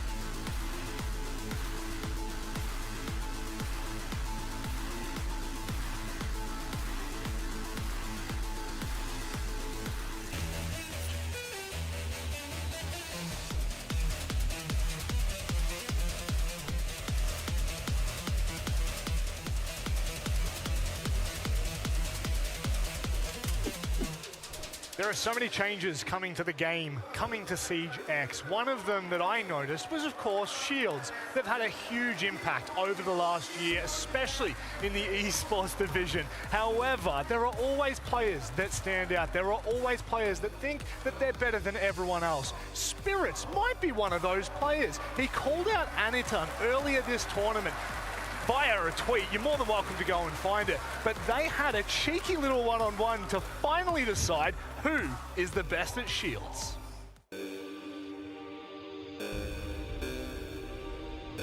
A question for the ages, Tim, and it will get answered here today. Who is the better shield player, Aniton or Spirit? The only question that truly matters in Siege surely is Aniton the greatest of all time, as we expect. I love that we've got them to sit down in a little 1v1 sort of shield off between the two of them. It is a best of 5, so first to 3 wins. I'll take it in terms you can see here in this first round. While Aniton's on the attack, Tim, I see more of a Monty player than a Blitz player here in Spirits. He knows how to play this operator better than most, and sure enough, wasted his time all the way down here. This looks torturous. Yeah, he's just really burning through that electricity though, and that's when Aniton's going to get the opportunity to close that gap, which he did a second ago. Spirits allows for the recharge, goes back in, but he lets Aniton get the plant down. Does he? No! He manages to find the shot underneath the shield, and it's advantage Spirits there. Aniton blaming sound. Edit. Losing that first round. And even Spirits to say, no, we're back. Please, bro, come on now, you can sort it out. It's not what is this? We were pretty sure Aniton was going to win this. Even 1-0 down, even 2-0 down, I still fully back Aniton for this one. I mean, here he's got to hold off against Spirits. He's right up in his face, using the doorway here as well. Aniton for taking a couple of shots. It's not looking good. He's going for the 180, but no. Spirits puts it in the mud again. 2-0 to Spirits. I still can't not. Tossy just reveal. I was just finishing a YouTube video for it. The Blackbeard. This is surely the play for him. Spirits is having a look on the clash. He's just going to... Operation Daybreak. He's played this really, really well, to be fair. He's usually, Pat particularly, has been fantastic to stop Aniton ever being able to close that ground between them. Aniton's just trying to use the environment, use the map to get there a little bit closer, get up in Spirits' assist. But his management at distance it doesn't hurt him. Has been phenomenal, really. Oh, it's just been the back and forth here as well. The fact that he gets up close to him will change things around, and sure enough, catches him out of the downstairs in the end after a bit of a chase sequence, I imagine. So he's fighting his way back in, Tim, but can he really do 2 more in a row? Don't think so. I think he might be able to. I'm going to back Aniton here. Spirits, as you say, only needing 1 more. Aniton's going to move on to the defense. His performance on the clash last time was a little bit poor. It wasn't, you know, Spirits closed that gap really well, got right up in Aniton's face, but Aniton, this time around, can he do anything different with the clash? He's managed to create a bit more of a gap on this one. He's been baited out by the fuse charges. Well, I love that. Plant it in, trigger it off, like use it as a chance to get some cover, as we're seeing here as well. Plant now going down. Aniton's got to now fight back into this, Tim. This is not looking good for him at all. No, he's just going to swing around. Surely he manages to find his shots. No! Aniton! Aniton even accepts it in the chat. Cold Spirit's the genius. I mean, it's there for you. The footage is there, Des. Oh, Tim. Even Aniton declares him the best. Now what you're saying? He's still the best for me.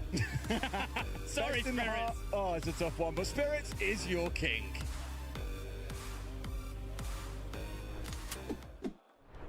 It's a little bit heartbreaking. I'm not going to lie, boys. Aniton's my boy. And they on top. Spirit literally, he theory crafted that 1v1. Yeah, he did, with the Monty. He didn't give him any chance, to be fair, and it was already eliminated. It was easy for him to theory craft, right? All I'm going to say is you can be the king of shields, but that only takes you so far, and I don't see any NA team on stage, but there is one team on stage that we're going to start talking about. It's Cyclops, the roster that has broken Operation boundaries, the Japanese Daybreak. giant that has ultimately Clash, flipped the tail rework. of APL, gentlemen. It's one of those things that Shield excites guard, me thoroughly updates, to have R6. APAC finally on a main stage. It's time for us to Weapon meet inspect CAG. R6. The land of the rising sun is shining its bright lights at Reload. CAG Osaka have put APAC on the map. Nothing can stop us from taking that shield home. In the semifinals, they truly got tested, but they showed resilience and turned the match upside down. And look at that time in that team play. Zone drops on for it. Unsure. They might go on late today. I have no idea. Stepping into the grand final. No, really be able to answer that. We can guess, but with the weight of a whole region on their shoulders and the opportunity to rewrite history, they will now try to put tears of joy on the faces this of guy's their voice is followers crazy. once again. This is where Japan's era starts. Honestly, I think Ace put it best. It is KAG's moment. This is the moment that all of APAC have been waiting for. A Japanese team has finally taken to the stage, finally made it to a grand final after over 9 years of competition. You're seeing the names there. You're already familiar with them. They have absolutely shown up here in Rio de Janeiro, Fox, and what a time to do it. Absolutely, and they've deserved it. I mean, just KAG as a whole, time and time again at events, they've always struggled. It doesn't really look like we've seen much life from them. They're not correcting mistakes, but now at Reload, we constantly see them during the group stages. If they lost a game, they corrected it. They lose a game, they corrected it. Now they make it onto the main stage. Every round, it feels like we're seeing KAG finally being the smartest team in the server at the moment, and they're constantly getting better. Now, one thing you saw there was, of course, Victor, our translator that helps the Japanese roster when they go international events. Let's score 0-0. He said before we started this matchup that he only brought one jacket for the final day because, of course, that would make sense, right? You don't usually see CAG make it all the way to a final, but there's just a spark in the air, Lax. There's a bit of romance. Is there love in the air? There's bromance. There's a bromance that's in the air, and it started a long time ago. As you can see, this is going to be BlackRay and Anderson. Anderson being that IGL coming onto this roster in June 19th of 2018, where BlackRay would then follow and start their bromance starting in June 11th. 2019. That is so long ago. These players are the dynamic duo. They have been with it through it all, but not only going through it all, like a lot of brothers and a lot of situations you go through, there's tough times, there's hard times, there's great times. Unfortunately, they have had a lot of hard times. Throughout their entire history together, they have found zero to little success in international play. All of these clips are just showing losing moments, back to back, never finding that success, never finding a footing. And like you were talking about, they just would always be knocked out. Yep. You even said it yourself, their coach only brought one coat because they were expecting to go home, and they just couldn't find any success throughout all these years of competition. It's incredible to see that finally they're finding some, but it's not without hardship. There is a reason why there is so much emotion for this team right now, Leo. Of course there is hard work. Of course there is learnings. Of course, by losing so many events, eventually you start to understand. I was thinking about using Flash for the thumbnail, but I plan on doing a video maybe tomorrow talking all about Clash's rework and just like little minute things about the new season. That was just the reveal, so probably do that tomorrow. I got a lot of YouTube ideas. I actually played for a full year with this guy. Yes. And I start writing them down. Only 2 months ago to help them perform better. It's incredible to see that they've been together for so long, but it's not just about those two players. It's about a team, Lax, and a team has made it to the main stage here in Rio. Absolutely, and these are going to be the moments that we're seeing them thrive. We're seeing them get excited, get hyped, a totally different look in how you're looking at KAG and approaching KAG as a whole. This is what Reload has been all about for these guys. They've been the words in everyone's mouth, uttering KAG, gagging for a KAG, and I think is a big one that the community has been saying.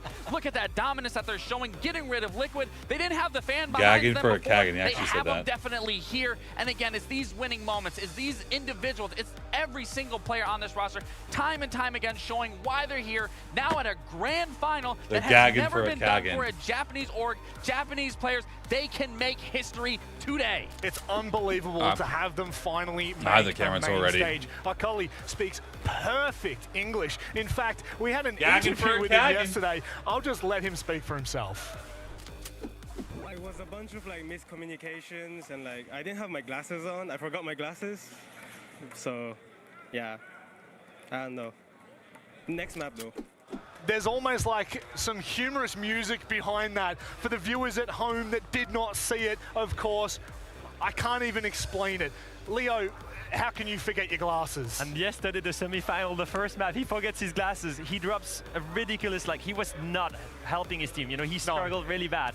Then there is the interview, and there's the moment where somebody brings his glasses for the second map. Let's take a look at the difference in stats between the two.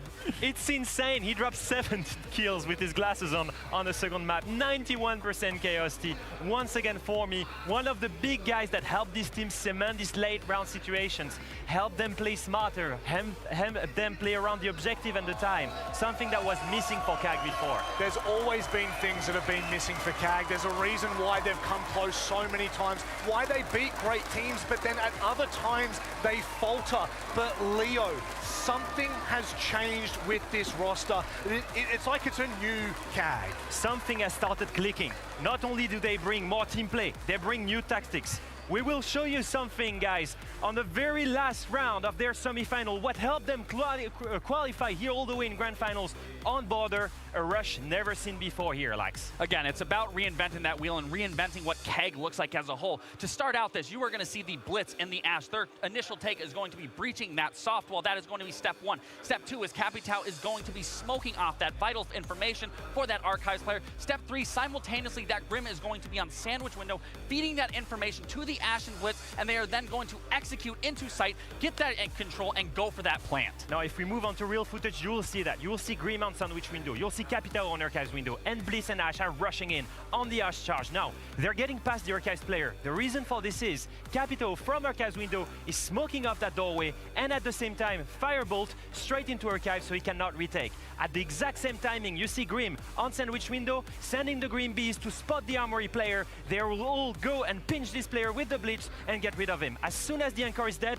everybody turns around and covers the Blitz for the plant. First kill here, and then suddenly the Ash goes to check on metal stairs. Yes, and this is exactly why we're seeing CAG here creating history and making these strides for the Japanese community and being in this grand final, because typically when you would see an Archives rush, they would start in Archives and end in Archives, and they reinvented that wheel. They start in Archive, push through Armory, take that control, and do it by force and execute it flawlessly. This is something that's completely new with CAG. Yes, there was the chaotic playstyle, but now they're bringing new tactics, new vision. Is it enough to beat the former world champions? We'll see very soon.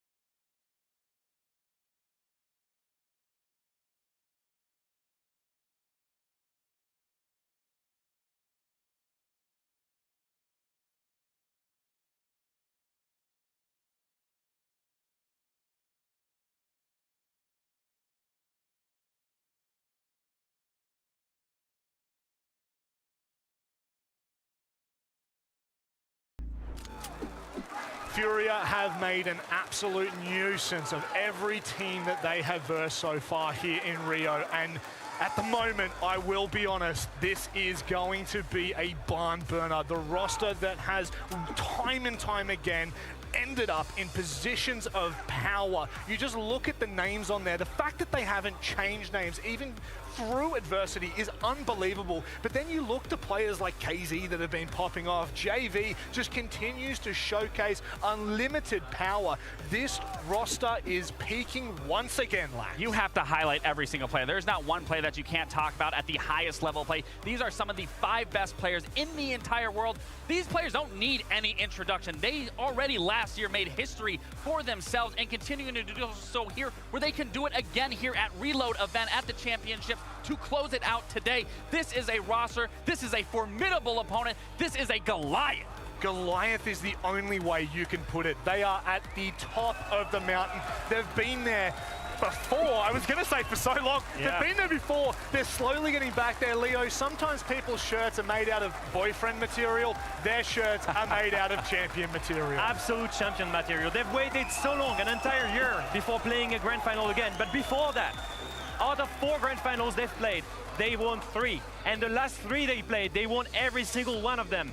They won the 6th Invitational in 2024, the Atlanta Major, the Copenhagen Major, and the only one that they lost was the 6th Invitational in 2023. They've improved dramatically. We've seen that resilience yesterday. What happened in semi-final? They were led 3-6 on the first map against W7M. They came back and they won 2-0 that semi-final. Same thing happened at SI 2024. They were down 1-6 on that very last map and they came back.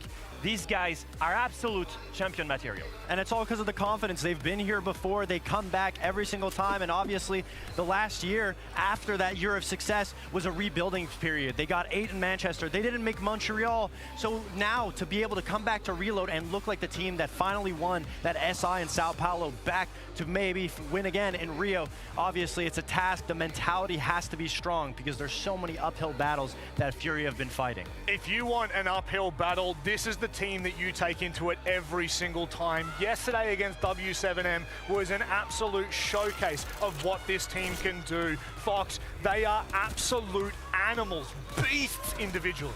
I mean, individually they're amazing, but something we're seeing at this tournament is the way that they play off of each other. Yes, amazing plays come from amazing players, but it comes from teammates being around them, being able to feed them into these positions to get those kills. And every single round was a highlight reel for Furia. Obviously, their attack and defense, they're one of the best teams in the tournament at the moment, and they're constantly getting in these positions because that is how the strategy sets up for them. Look at these positions. Every time a single player facing 1, 2, 3 players, and every single time they get away with it. And you keep thinking they can't keep getting away with it. Well, that's Furia for you. They've got amazing players that will hold strong positions with nothing and still get a triple kill. That 1v3 from KZ on Castle. Insane. That Easter's hold from Felipox. They've got so much talent, so much gunners on this team. Look, incredibly powerful as individuals, as a roster. They do so much damage individually, but what is it, Leo? What is it about this roster that's brought them back here? Siege is the team-based game in the end. Yes, you have the best gunners, but one thing that has changed drastically right now is their team play.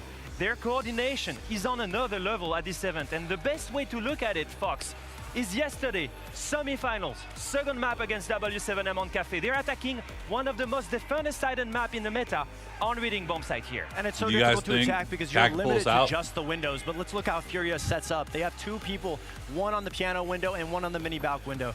Now they're gonna have another player on the window for white and one AC window also on white to be able to hold it. And the final player is outside mining balc to be able to support any single jump out that's gonna be able to affect Furia. No, in this point, you're gonna see the real footage. When we move into it, you're gonna see that Pixel player is the one that's the target. You're gonna see minibar rappel, piano rappel, Jenny holding the jump outs, and what do you see all the way there? Hertz is you just ready leave the to stream help. on. He's ready You'll to get go the drops on when you go to bed. and that's gonna be key to kill that You're Pixel good. player. I've been telling And once everybody, you're all set up, you guys the want next step every is just drop, information. just You keep gotta the stream drone, on. Make sure nobody's close to the window and identify if somebody's playing Pixel. You'll get every drop. There's no sympathy if you miss any drops today. But they don't You've been told for like a week and a half. Idea, and now they know that he's set up. Next thing, let's nade him out, and the rest of Furia is behind him. I don't to know make about sure you, that even if he escapes, but I'm definitely getting my shotgun. Do you see how Felipox goes on the window here? Only when the nade is being sent, because he's in the victim position here. He's gonna punish him directly. Hertz from bathroom and Felipox directly. Perfect crossfire. They get the kill. But now at this moment, W7M fights back and they go aggressive here. Well, W7M tries to go for a flank. They're able to take down KZ because of the information, but the player on mining balc that we were talking about, being the defender, is now going into the aggressor, making sure that he cuts off the retake, and JV92 gets another trade onto W7M. Every single time they make a move, there is a trade potential. And here, Nade with Fuse is going to make some space here onto the bomb site. He creates vertical play, gets rid of the anchor, and really good utility usage against tactics and coordination. He sends a Fuse canister to clear out anchors and get ready for the execute here. And it's going to zone the execute, and as they jump down, he's going to get taken down. But Felipox upstairs was on the flanks, and he's able to drop down immediately, getting the trade, and another trade for Furia in the round. At the exact same moment, they all go for the execute. Who do you see backstab the bomb site? Hertz. Once again, every single time Furia does something amazing, there is another player playing about it. There is always a reaction. perfect team play for Furia. At all times, yes, they are the best gunners in the world, but once again, they're an amazing team with chemistry, with coordination, with incredible team play.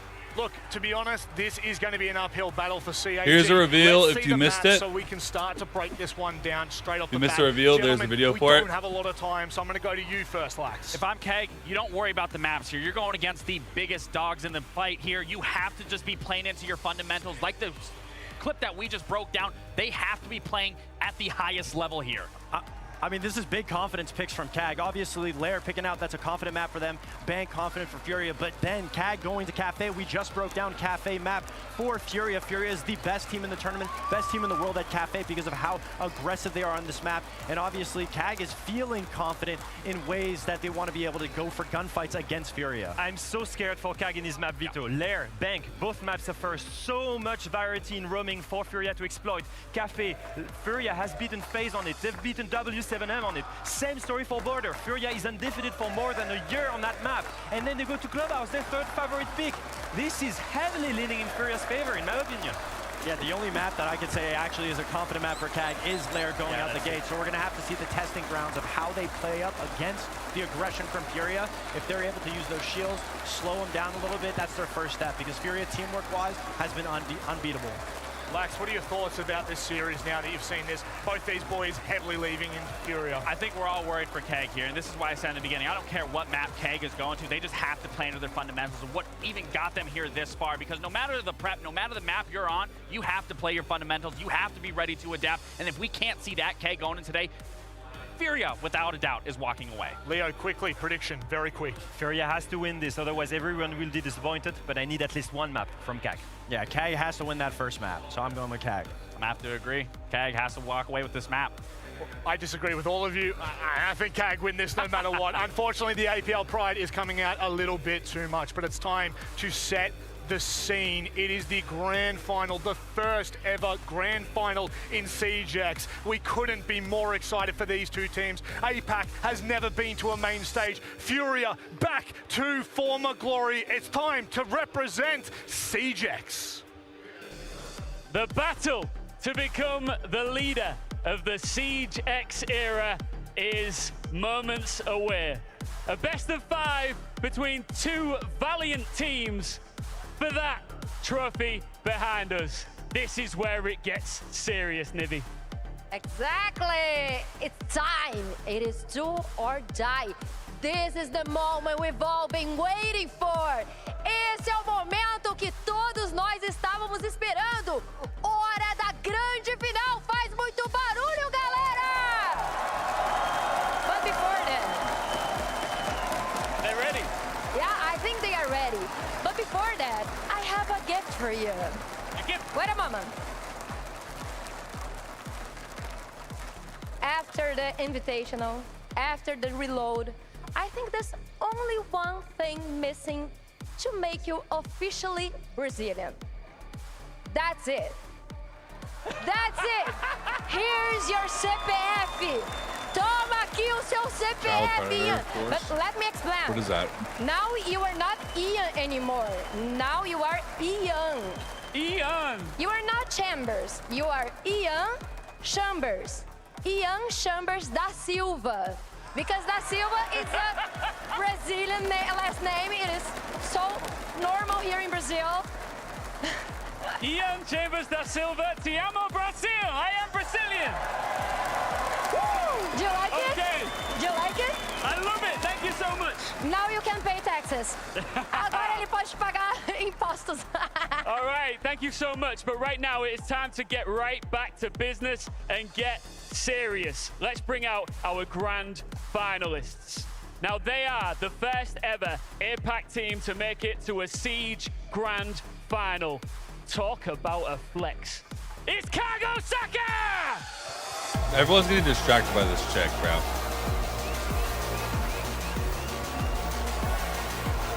You lock in, guys. Eles não têm medo de nada. Eles se autodenominaram carrascos de brasileiros, venceram a Elevate, a Liquid.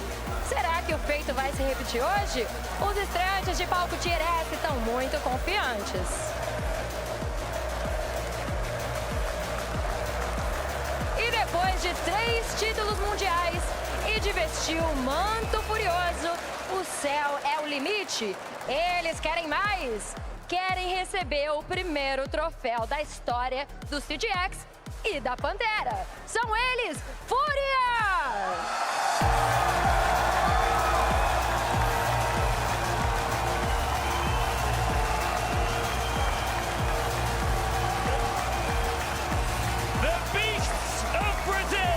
Looking for the glory of old under a brand new banner in a new era. They've done it all, but now they want to do it wearing the Furia badge.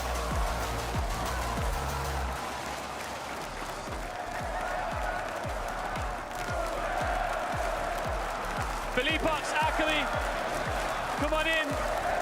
The rest of you get set up for our grand final. Philippox, Akali, these two are amped up and they are ready.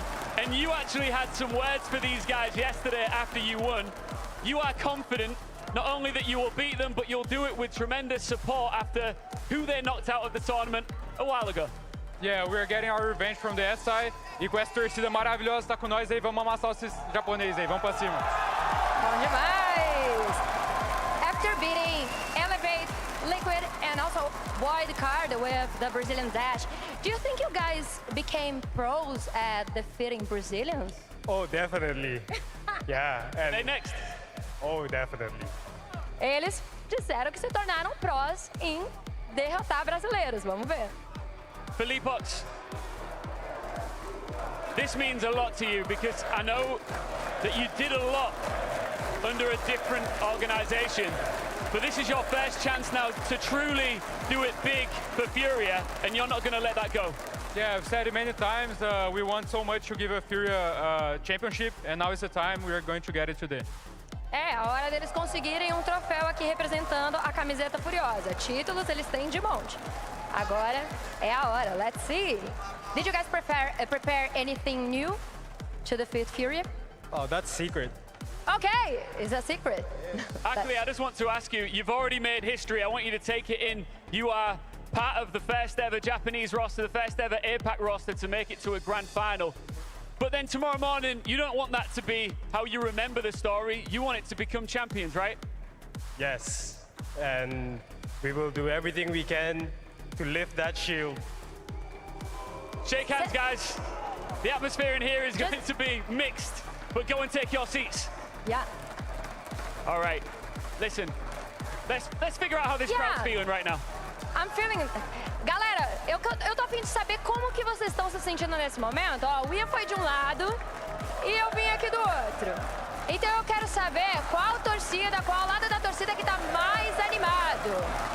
Ó, eu quero só esse lado de cá, em frente a Kagosaka, quem que vai fazer muito barulho pra poder deixar eles intimidados. Vamos lá! Vamos fazer barulho! So we're trying to find out which side is the loudest. These guys are already loud. Vamos fazer barulho!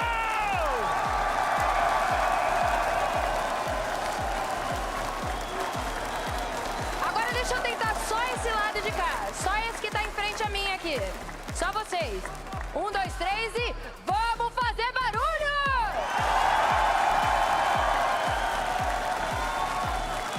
Agora só o outro lado. One more final time from this side. Should echo or I'm tweaking? I think you might be tweaking. Vamos fazer barulho!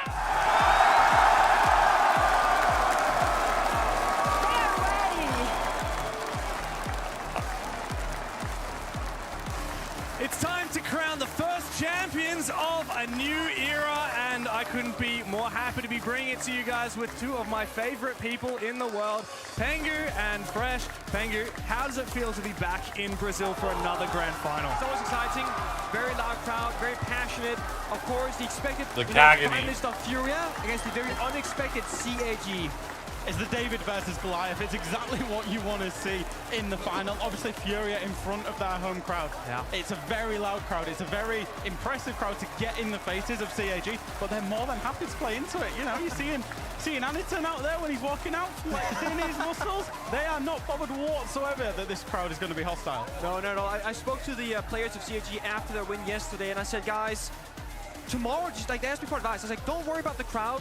Don't worry about your opponent. I Just go out tabs there open. and have fun. I've Beat been the there. expectations. You've gotten so far. You made me check all my tabs, make sure I didn't have 2 tabs open as well. So. That will also win in the grand finals if they can get all the distance. Just have fun. Believe in yourself.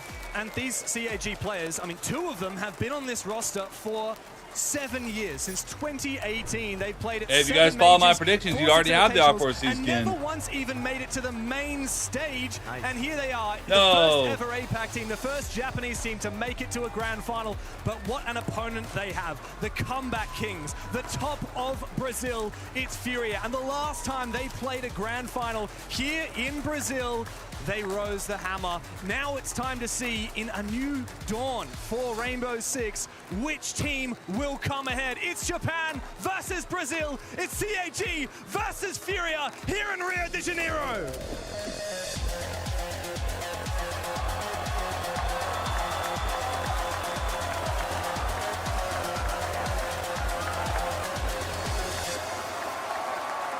CAG started this new style of playing the game back in around October of 2024. They've then went to November Major, got 18th, sent home by Chiefs. Went to SI25, got 12th, almost beating Unwanted, who finished 4th at that event. Now they're in the grand finals, and they thank their coach DD for making the strats and setting the tone for how to play the game strategically, and that's what they showed us earlier. They can play the older, slower style of the game, which they could not do before. It really feels like they've matured as a roster. You know, we've been used to seeing them time and time again come to these events and be the unpredictable team, to be the APAC team, to be the Shield team that you can't really expect. It really does, for me, feel like they've matured, especially Aniton. He's moved into the IGL role as well. And I think this is a new era of CAG that we're seeing. And as we say, it's constant improvement all the way to a grand final. Who'd have thought it, even at the very start of this tournament? Yeah. And there's something to be said for the disparity, like we've said. It's a David and Goliath matchup, but we've seen this David and Goliath matchup before. CAG and Furia have met in the server, most recently in Boston at the Six Invitational. It was in the playoffs, and Furia won 2-0. But CAG, they stood a fighting chance on that first map. It had to go 8-7. That was on Cafe, which we will see later on. Of course, here on Lair is where we kick off what is a very historic series in the age of Rainbow Six. And for Furia, they're looking to defend that title. They have not lost a match in front of the Brazilian crowd ever as this roster. That's ridiculous. I was thinking about what should CAG aim for before this matchup starts. Right now I'm thinking go on a map that's, you know, strong for defenders, start the defending side, all is good.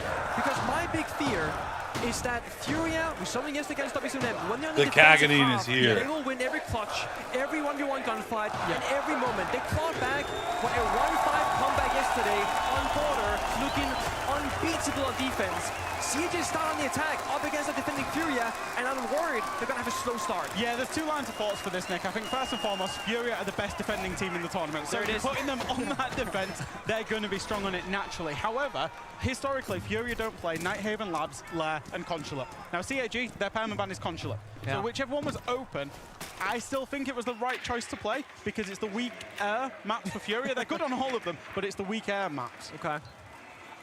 Of course, Arbiter bans, gotta mention those. Double shield ban from Furia, paying that respect or fear towards CAG and Aniton. Whereas CAG, they don't want to deal with that stalling of the Tugarao or those Asami barriers. This is gonna make the initial entry points a little bit easier for the attack, and I think for CAG, focus on that first step, don't get overzealous. And you mentioned the shield. Well, to our ban, we still have Aniton on that Blackbeard. He has to do it to us. Yeah, he's going to get on the shields. You know, he does flex off the shields from time to time, but we've seen plenty. He's a specific, he flexes all the time, but he flexes on and off the shields whenever needed. Like I said, part of that maturing for the CAG team is that they're not just focused around Aniton on the shields. They're not a shield team anymore. They're a great team with, you know, variation in strategy, and then they can throw the shields in when It's up BO5, so this could be a long match or a very short right one. now for the players of That's CAG, depressing. mentally speaking, get your first kill, you're going to be so good. There's nothing worse than going down 0-2, 0-3 in the KDA, and you're sitting there getting to your own head. here comes the first approach. Nick goes out, half the round to go. Anderton on that Blackbeard making progress in this hallway. Oh. But Fury will answer back with a C4 going wide. Anderton wants to make an entry here, caught in the dread mine. He does help flush out the top of the mezzanine. Look at it peek, and that's the first engagement of the grand final. KZ, the lion to fall to Anderton on the shield. Uh-oh. Let's see what happens next here. Attack step attempt, like a shot down, but the shotgun off Shurip on the staircase as well. Fury, they try something they did yesterday. This time, CG, they read them perfectly, unlike W7M. It's the ultimate flank watch, that shotgun, even on the attacking side. Unusual to see the Deimos bring it, but Shurip's also got that pistol. Speaking of the Deimos, here comes that Vendetta, the tracker.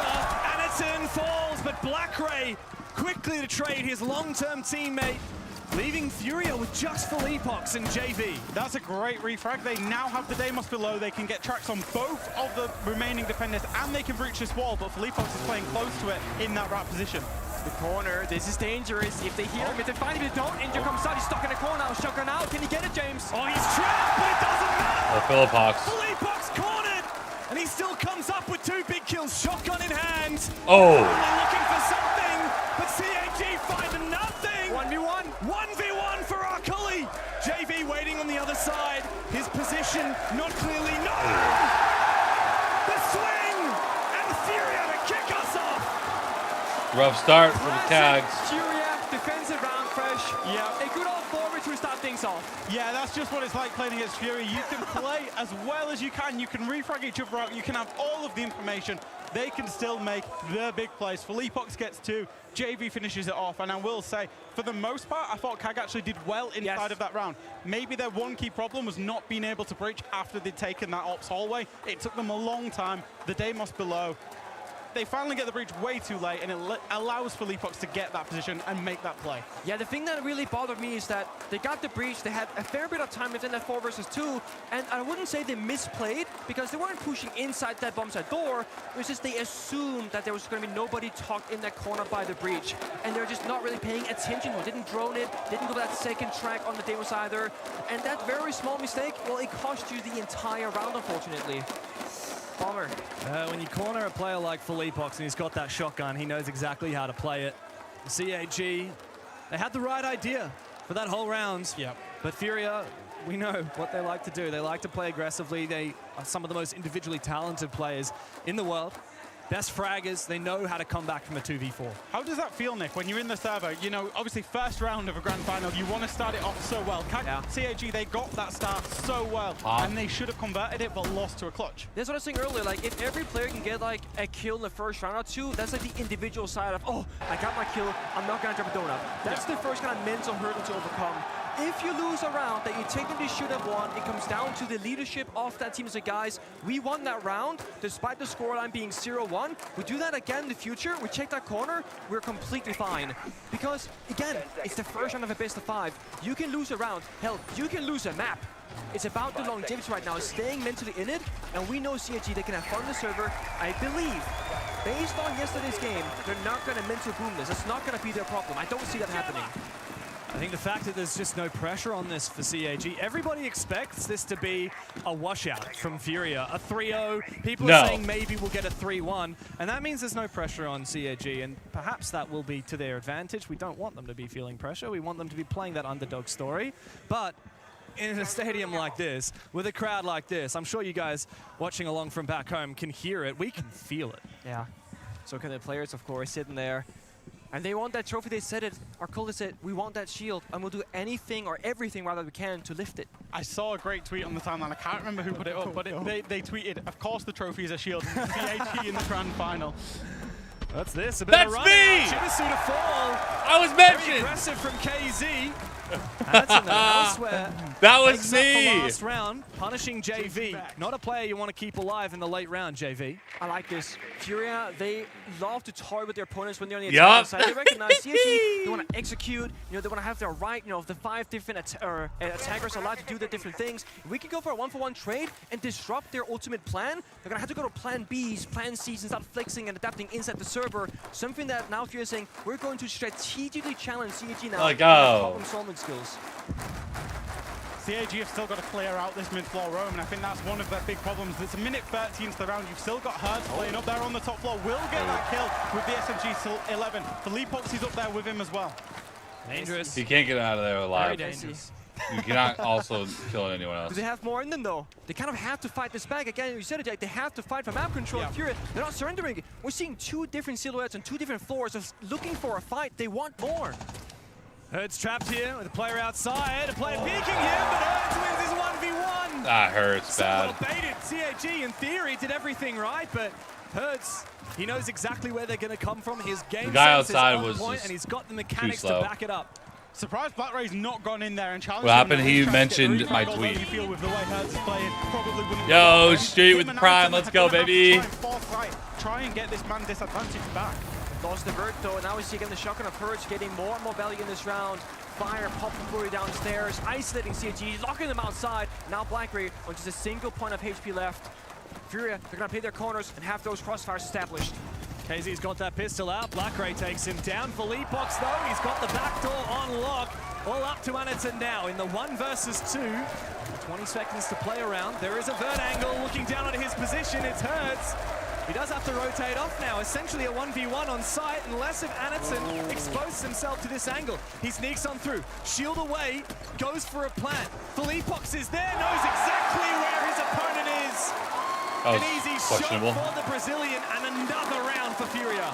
Absolutely love that round from Furia, by the way. Yeah. I love to compare and contrast Hertz and KZ.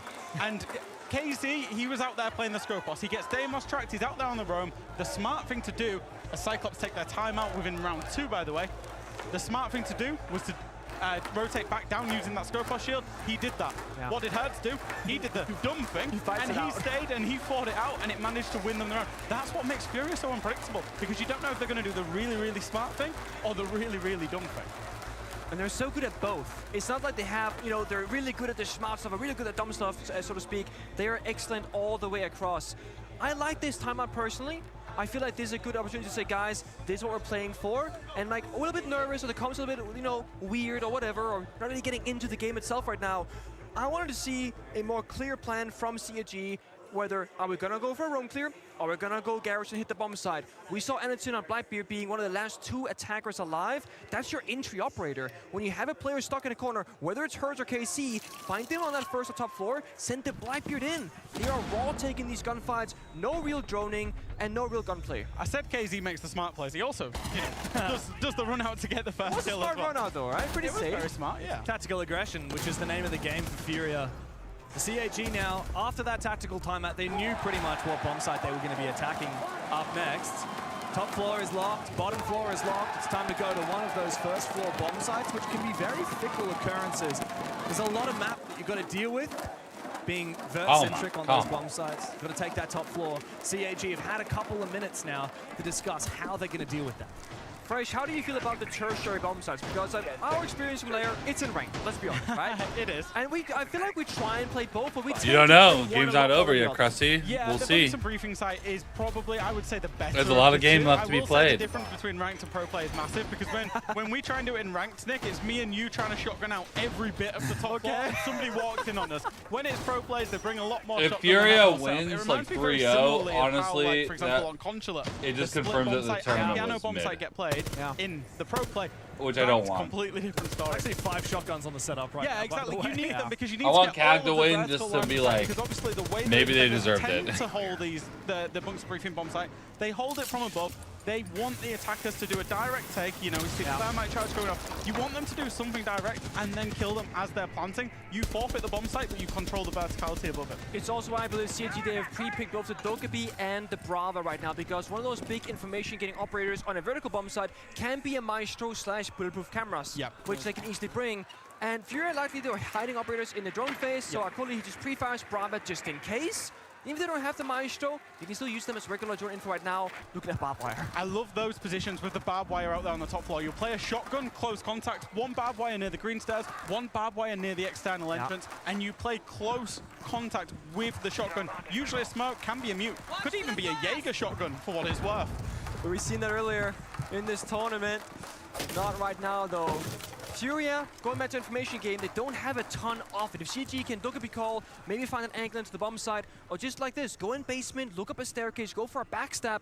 But you said it, Fresh, when you play this bomb side in pro play, it's all about covering each other's, weaknesses, the entry points for the attackers. CG shouldn't be ratting around for a gap, because there shouldn't be a gap anywhere. Feels like they're going to fall into the trap that Fury are setting by trying to surprise Fury and getting onto site, by attacking this middle floor only.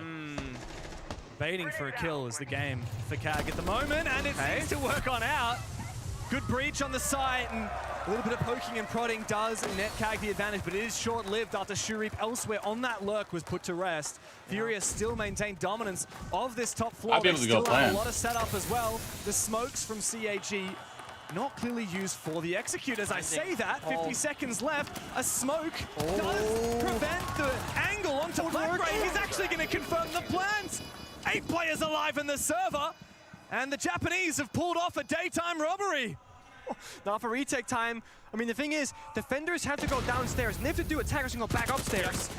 Absolutely, that's what you want to do as an attacker. You want to use the defender's holes against them now because they can't smoke off the same way you did as an attacker. But here's the moment where KZ can get onto that diffuser. Look to ninja it. It's up to his teammates to cover. Nobody from Oh. can deny it. Oh no. Oh, Fury, you've done it again. This story will likely continue because this is just how they play Rainbow Six Siege. CAG did not get that upstairs control, didn't find the vert, had to sprint through a bomb site door, and guess what? The defenders, they closed the weakness, they closed the gap, they shut down CAG. I don't know who was more surprised that that plant went down, Furia or CAG, because in the post plant, it didn't look like they knew what to do. Yeah. It's the danger, right? They went for a really deep and well-covered plant because it's easier and safer to get in there and get that diffuser down. But the problem is you've got to cover it as well, and Furia took advantage of that ill-placed diffuser. Was very, very surprised as we see these highlights come in. Very surprised that Furia didn't bring a single Warden on this lineup. Of course, you can bring the Warden with the shotgun. You can use the SMG 12. You can see through the smoke. That hurts. In the end, they managed to make it work, but it was a glaring weakness inside of that because the plant was going down in the smoke. They knew it. They were spamming the smoke, but they couldn't quite hit their shots. That's what they were in, right? Whether it's a proof cameras, they had one. Dokubi call came out. Same with Maestro. Dokubi kind of completely counters you. I would say Solus as well. Yeah, you're not gonna know, where they're planning at all times unless you activate the overclock mechanic, but you can track what is happening. Had they had a little bit of information, or just simply a defender answering the phone call immediately and hopping on that one camera on site because there was a camera, but the issue is because CAG found the opening kill, it didn't allow any of the other 4 main defenders to feel safe enough to check the cameras. You know what's crazy? The scoreline is 3-0. Yeah. But the game isn't a 3-0 game. It's not at all. It's CAG either have way. been more than competitive and maybe actually should have won 2 of the rounds that we've played out of 3 so far. I would maybe go as far as saying, in terms of control, they're controlling this game better than Furia right now. They're just not clutching it out. Furia have that clutch potential. That's the difference between a good team and a great team at the minute. Yeah. We see CAG though, they got tricks up their sleeve. Warden ban coming through and a glass immediately after. Yeah, I would say 80% right now. Shield ban, get that out of here. So again, CAG They're getting close. one-trick pony. They're showing us strategical depth, saying, yes, we got the shields, we need them, but we can also leverage other operators. It's Anderton leading that charge, and I know he's been playing a lot of Capital, a lot of Grim, a lot of shields, of course. Glass is a different beast. It's hard to entry, and your entire team has to play around this, and they only have one set of smokes to support Anderton's playstyle. Here's a peek from Herds. We know Furia, they're happy to challenge 50-50s, even perhaps unfavored gunfights. That said, this time around, Herds does fall on back up to that top floor where CAG got so close last time around and then fumbled in the 4 versus 2, thanks to some heroics from Philippox and JV. One of the problems, again, for CAG is that they're going upside across, as we've seen the initial breaching coming out there from the Ace. Again, they've got nothing to deal with the bandit batteries of the site itself, so it's potentially going to be sending that Deimos or Shurip below again to try and get the bandit, but if that happens, it's going to be in the late round. Yeah, out of nowhere, Anderton just gets that kill. Smoke goes south. 2, in fact, despite the reinforced wall is there. Has to jump in, surely, right? That's the only set of smokes for this attack. They have to find some value. It's a breach in the wall. Love this idea there with the ace, the breach, the pre-placed smoke as well. Cheeky there from Anderton. They can't get through, or we can. Okay. Is somewhat trapped as of now. Has made his way onto the staircase. Good coverage now from CAG. Where's the next step? Yeah, they're in, but where are they gonna go and how will they get there? Toxic Baits, all three spent, 2C4s in pocket, but again, it's a great shot from Hertz. Yeah, dirty one as well, another from Hertz. Holding the fort here on the bomb site, peeking these angles aggressively. Usually, the attacking side takes control of the mezzanine. This time, Hertz refuses to give it up, hungry for a little bit more. Hertz is going to be feeling very safe, comfy on this bomb site. His head spotted for a brief moment. A couple of warning shots sent his way, a few pre-fires from Black Ray. And into the site, CAG going for the servers. A great wall bang from Chibisu. He's going to worry about the crossfire he's about to walk into as well. Arkoi's lost his head. Nate's got massive on the sides. Furia to CAG right now. Does the magical trick Yeah, cool. You made it to the grand finals, huh? Well, I'm not locked in here with you. You're locked in here with me. Again, it comes down. Nade gets a big 3K. Again, another player Poor on the roster CAG. that is getting a big moment, a big multi-kill to win them the round. No. And I'm going to keep harping on about it. When you attack this top floor of Lure, you've got to breach. You've got to get that main breach off in the office at the very, very start. Whichever side you do, you've got to get it off. Yeah. They didn't twice now, CAG, and it's forced them into attacking in a plan B, plan C scenario, and that's where they're having to walk in ultimately blind into Nade. They didn't know his exact position because they weren't planning on going there originally. Yeah. And this philosophy can, of course, be taken to almost every single map of the game, maybe excluding something like a border or a coastline where hard breaching isn't as necessary. And it's about applying pressure to defenders, right? Yeah. Fury has to worry about the 3 bombs at doors. Almost there. They're like a skip and a hop away. He's able to be stood in the middle of the room because he's not being pressured from the They're really just getting out gunplayed. That's literally what it comes down to. Very simply, a bandit was in existence. Yeah. And CAG strats aren't bad. They're putting themselves in situations where it looks like they're probably going to win, but then someone on Fury just smokes the shit out of like 2 people. Ying shotgun, by the way. You are limiting yourself in the basics, right? Like getting the walls open. Anthony needs to flex more. He has more kills than everyone on CAG combined. They're playing grenades, they're playing flashbangs when they And could have Anthony needs to rip his shirt off and start doing Arnold Schwarzenegger You don't poses. get fancy with it. There's options. A lot of options. The CAG are changing their options from round to round. You know, last round they went for the vert with Deimos, or rather the first time they attacked that top floor. Power up time. Attempt, they actually completely changed their strategy. But as you've said, Someone get the oil. In the plan for CAG, but Furia, if they can hit some gnarly shots, will exploit. And that may well be the story of this game. Here's an early one for Philippot. Shurip's having a really rough game so far. 1 kill to his 5 deaths. And we saw him on the face cams before. He's looking a little bit shaken. Hertz somehow survives the attempted cut here from CAG. Back down to the basement here for most of these Brazilians. Pox, though, he's tempted. He thinks if he rats in these corners, CAG are perhaps just tilted enough, just worried enough, just overthinky enough that they will overlook him. Another kill going out. CAG, I would say pretty comfortable in the driver's seat right now. They got most of that map control. We still see Philippot roaming on that first floor. I think KZ on the Scopos still has a way back if he wishes to teleport. I absolutely love the Scopos on this site because KZ, as soon as it went to 4 versus 3, he got himself back to site so he could help out his teammates on the site. Should an execute go down, he can then teleport back up and retake onto the top floor and the middle floor to get the verticals back onto site. And he comes around, he's got his one. And a tune. The shotty drop shot. And now suddenly the round flipped on its head. It's all up to Pox, and he's going to have to drop down this Edison is here. Start CAG not seeming flexing. aware of his position. The vert attempted, comes out. Now they know where he is, and they can surely cut him to pieces. Chibisu goes for the swing. Finally, Cyclops are on the board, and they're silencing the Brazilian crowd. Very silent indeed. I was expecting some sort of roar there from the crowd, but there is none at all. Not Mika in the crowd that we saw on the cam just then. She is the one Japanese fan that they have imported here. Who wins, one Mika or thousands of Brazilians? Oh, look, she's an optimistic type. I don't imagine her spirit falling at any point in this series. And I will say it's nothing less than CAG have deserved. They deserve to be much more competitive on the scoreline. Yeah. I think it was a really, really good execute, particularly Aniton being able to make that play. I'm presuming he did it off the back of Yin Condelas. Shotgun has the double kill, really opens up the round for his team. Here we go. Yeah. Bang. Drop shot. Drop Boom, shot. bang. Yeah. Drop shot. We've got to have some Rainbow Six bingo. Getting drop shot by Aniton. Whether it's on a shield or on a shotgun, that's an inauguration for any player. He's currently the saving grace of CAG, at least from the fragging department. 8 and 3 at He's the one that's holding his own in the gunfights. Not just that, but also think he's taking the pressure on the operators that he's playing. If you're playing the shield, you're playing the glass, playing the ying, it's all down to you to execute, to find that way forward for your team. Yep. Just like last round, he's in the bomb site first. He gets the 2 kills. His teammates, they just follow in. It's clear already. I love the reaction that the CAG players had as well. A lot of teams 4-0 down, first map of a grand final, your map pick as well.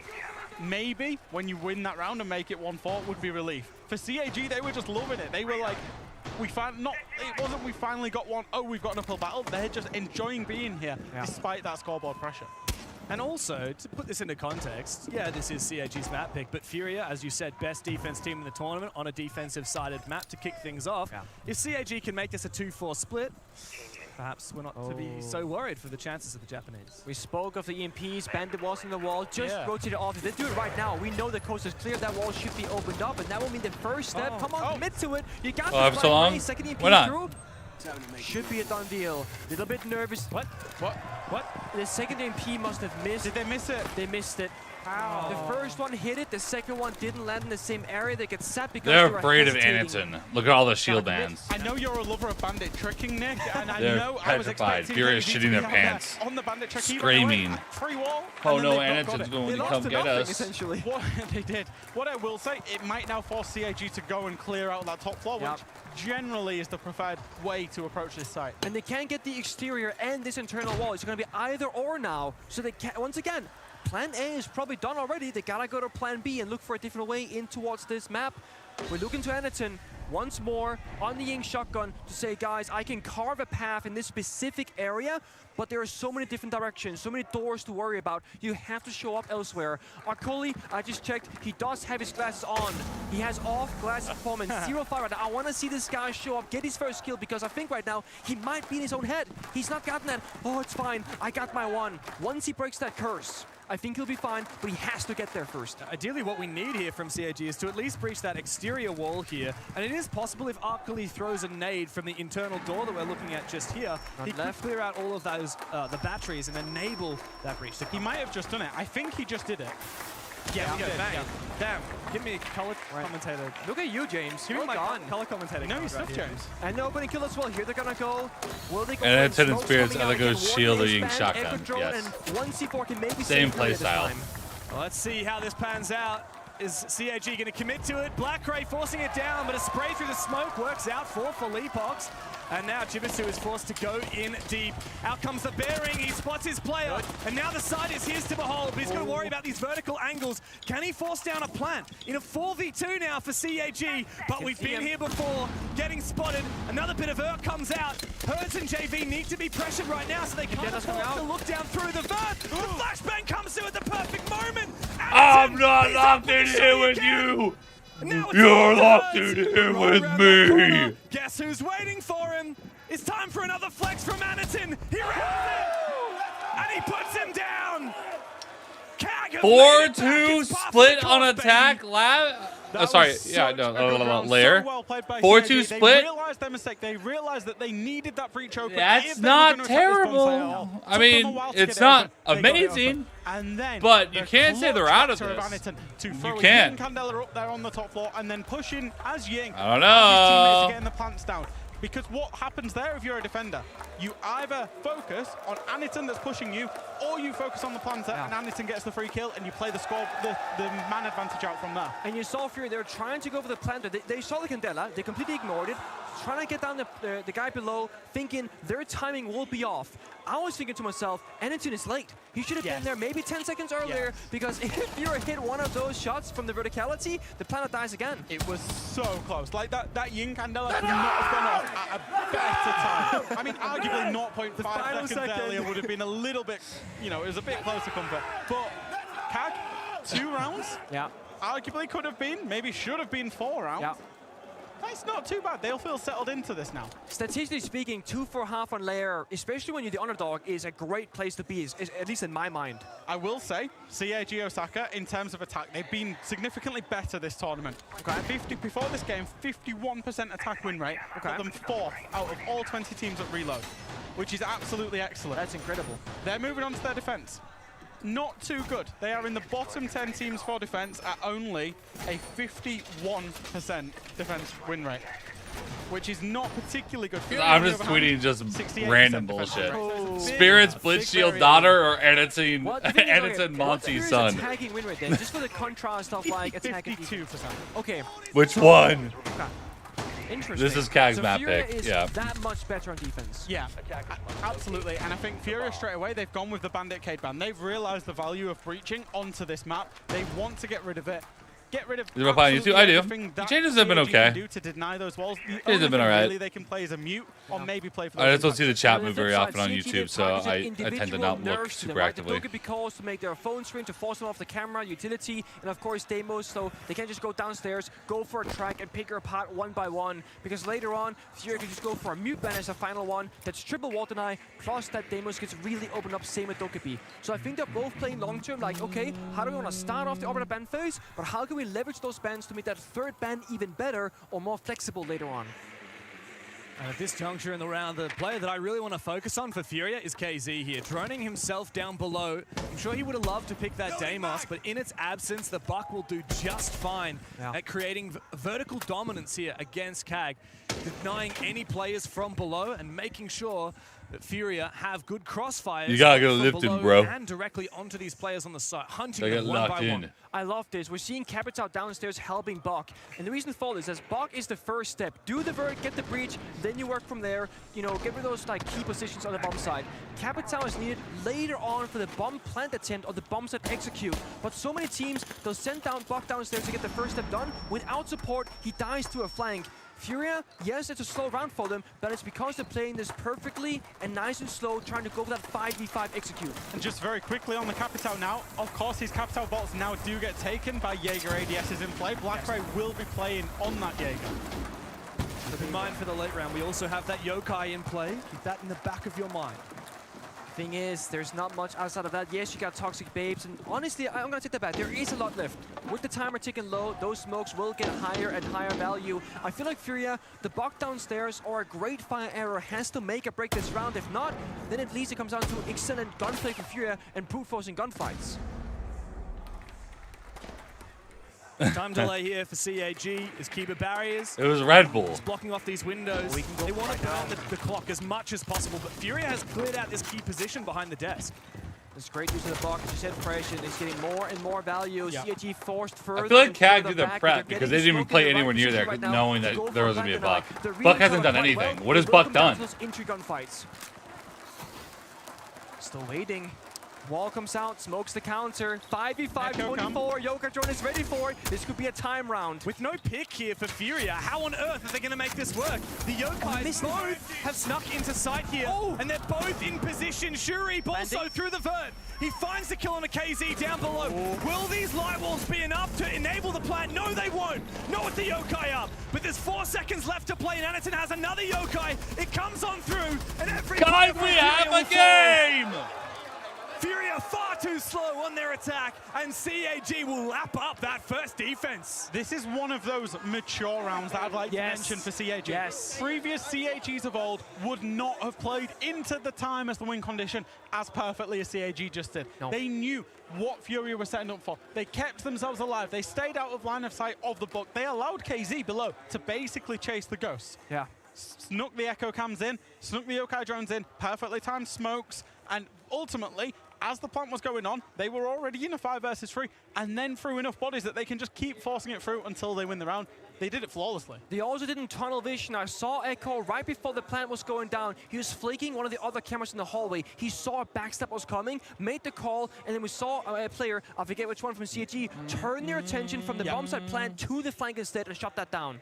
It goes to show as well the impact of that Dokkaebi ban. It wasn't just, oh, let's get rid of a fragger, let's get rid of a roam clear. It's actually, let's get rid of the counter to how we want to play, which is using that Yokai, which is using those cameras to watch for those backstabs that Furia love too much. It was kind of funny for for Furia because they must have been droning the bomb Tech site. They must have been bots. booking below the bomb site. Like, where are these guys? Can we just go for this? Yeah. And then they still took an age to do it from there. I mean, the Kagavol would have been running, peeking people, and Exactly. not realizing that, as you said before, Jack, the win condition was the timer and man advantage. So as long as CAG don't give up players, they don't need to get kills. They got the time on their side. They've got that 6th player, and at the moment it looks like feeling pressure, James. in the technical pause, Akali is getting a little bit of a back rub and having a banana.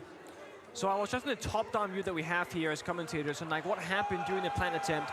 The Toxic Babe went out in the middle of the bomb side, kind of shrouding the line of sight and stopping the entries, and that's pretty much what gave CG enough space to walk in past the Buck Vert host. Buck was already past deep the first line of sight. They sprint past him. The rest is history. CG, you said earlier, Jackie Boy, they are only one round behind now, 3-4, but they could very much have been ahead 2, maybe 3 rounds at this point had those clutches not gone against them. That's incredible just to think about. Yeah, especially considering, you know, where we are. And I think CAG, they're coming into this big underdogs, don't get me wrong. Even still. Okay.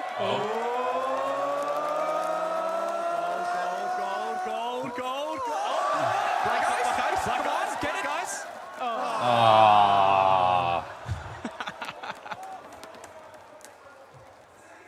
It's always like that, isn't it? It do be like that. Oh, here we go. Here we go. Oh, yeah. Hit the tricep. I gotta tell you, it's Mid-game, not often that bro. the Brazilians cheer for someone that's not Brazilian. Yeah. But they see game. They respect game when they see it. Oh, here comes the Look at thighs. the quads. Here are the quads. Oh, my God.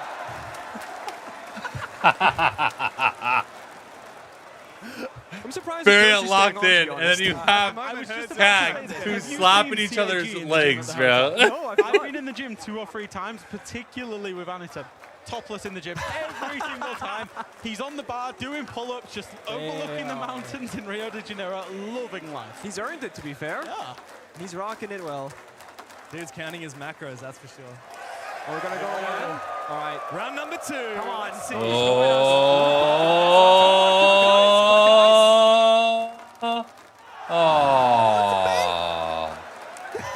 It's a bait.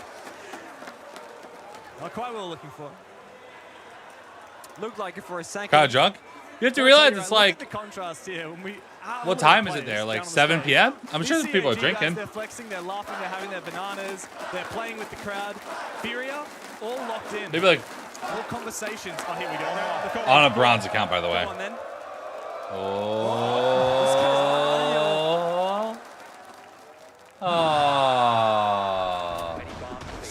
And I gotta say, I know there's been talks about the Mickey Mouse event and who cares and who doesn't care and who's really putting all into it. I saw yesterday when Furia they won and made the grand finals, sprinting to the crowd, their partners, their family, their close friends were there. There was tears. It matters so much to them. You can't tell me that these teams don't want to win. You can't tell me that winning here in front of the home crowd doesn't mean everything to Furia. A lot of these players actually live not in Rio, but in Sao Paulo or in other states here in Brazil. They all travel here. I've spoken to so many Brazilians who have traveled across the country to come to this event, to see their I think the teams that are playing are trying their absolute hardest. Come and I just think that it's a little Mickey on which teams they allowed in. cheering their name. Means what every player wants. The CAG, they've been This the up nice is there? guys, Never the been to fun an event? guys, Oh going yeah, out you early can in drink at an tournaments, and they event, find even in themselves America, still the bro. fun and nice guys, but the highest people drink all level. the time. And I know, I regardless of what saw that happens Tom here, J. they're gonna Sherlock back guy to themselves. drinking so out of a proud shoe We'll get into it once for a at second, an but I event. will say, it feels like the crowd have 2 So, favorites. yes. They want Furia to win, but their second But they favorite like is CAG. Yeah.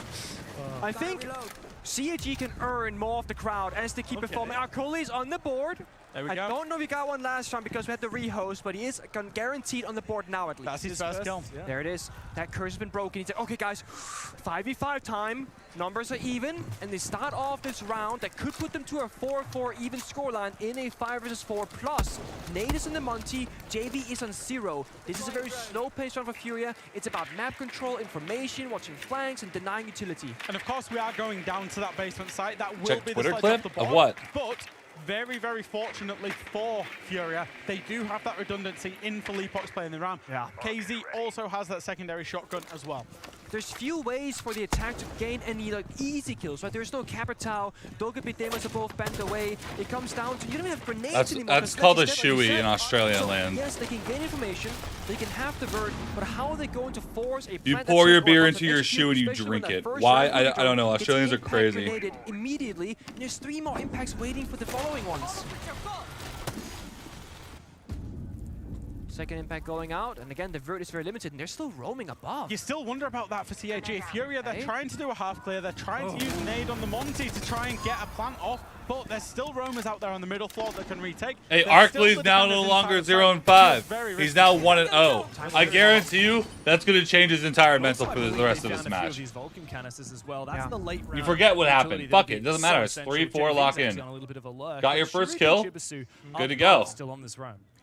Yeah, the question is timing, right? You have no real info for defense. The only one is if they hit the bomb side doors, surely Shulip has to know something's up, but for now, they are only guessing where the attackers are coming from. And they're right by those doors. Smoke goes out perfectly. That's one less smoke to deal with the Monty. Only one left in pocket. Buoy canister already used earlier as well. Furia is struggling because AZ hasn't been having a fucking crazy game. You've got that Monty if you're blind. Another smoke goes out, but Anaton is caught unawares, and Furia are able to find their entrance to the side, but Shuri finally comes to life. It's all up to JV, and this is why Furia cannot afford not to address the players on the roam, because Shuri back to bite them. Great usage of the Vulcan from JV. Nade comes in to support, and now JV, he's farming. It's all up to Shuri. He's the player above, and he's done so much damage already.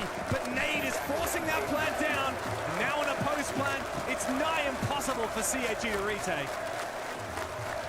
Fire is still there, just evaporated. The Monty's gonna block his path and just bother him, bully him. This is risky for Nate though. If he finds the right main and a pre-fire, he might go down. The only way to do this is to enable that guard break. Deal a little bit of damage. That's a decent amount. MP7 doesn't pack a punch. Time is ticking away, and Nate is perfectly happy to be playing this time game because he's still got JV to support him anyway. There's nothing in for it. Oh, it's a fickle attempt here from Shuri, but he's going to keep trying. They need to practice. You should have to practice this. I'm sure they probably do, but. Furia have finally got themselves back into it on the attack. And seemingly out of nothing as well. You know, it was JV making a huge play into start. It was KZ making a huge play into start. Hell no. Winning more than one Fuck game. no, that's disgusting. For the most part, CAG had the win condition. They had the best. Like, doing it out of a new shoe doesn't gross me out nearly as much as like doing it in a shoe that you've been wearing all day. Or a shoe that you've been wearing for a while. He can call him out. JV picks up that one, and then boom, 2v1 post plant. No. And I think, actually, with that Monty exhibition that we've just had, we might be seeing the shield break getting buffed a little bit more. Certainly. The Des kind of highlighted some of this on border is Leo and Gabriel Laxing saying, yes, they got good individual skill, but the teamwork, this was Furia having a duo system. Right now, Nate and JV covering each other, making that progression forward. When Monty of Nate was getting aggressive, you're getting meleeed, he stepped in behind him. We see Goyo right there dying while meleeing mid-animation, and it saves his teammate and they get the kill. Yeah, it makes you wonder for CAG, what are they going to do if they keep coming up against this Monty? Because every attempt, everything they threw at them, absolutely fruitless. Also, Furia seemed pretty comfortable at dealing with what CAG brought to the board. We mentioned the Vert game. That mirror was basically just a non-pick. Yeah, there was one in pocket. Oh, the mirror died with a mirror window. Oh, that's not great. At that point, Anaton just like literally bring Oryx, bring anything, just some kind of util, something a little bit more useful. How many rounds is that now, Nick, that we feel that CAG maybe could have, maybe should have won, right? Maybe 4?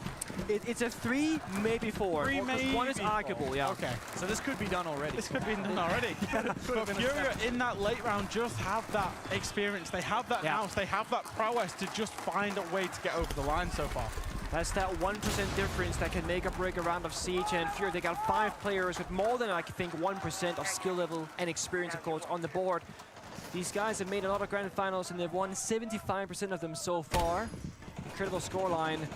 It's another early, slow start for Furia. No surprise there, because again, they're respecting CAG if anything right now. Not taking that risk. I know, he was talking to the right side of the door every time he broke his shield. Place. No. You have to earn it still, round by round. They've seen that in the last, 8 rounds of this game. Another way to interpret that stat, by the way, when Furia haven't lost the grand final in 2 years. That's also pretty insane. Honestly, when the Fenrir walked out the door, let Montaigne block him, it was over.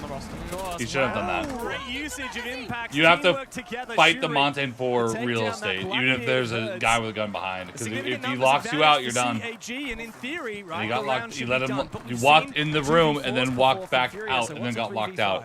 It's his own fault. Don't expose yourself to those gunfights. You have the verticality, you have the bomb site. If you're the anchor downstairs, just hide, pick a nice comfy corners and have your teammates play around you. This can still fall apart for CAG. It's a tough one for Anakin because you don't want to inhibit him. You don't want him to not make the aggressive plays because he's the one who's been fragging. But then when it's a 5 versus 3, you do want to inhibit him because you want to just win the round out.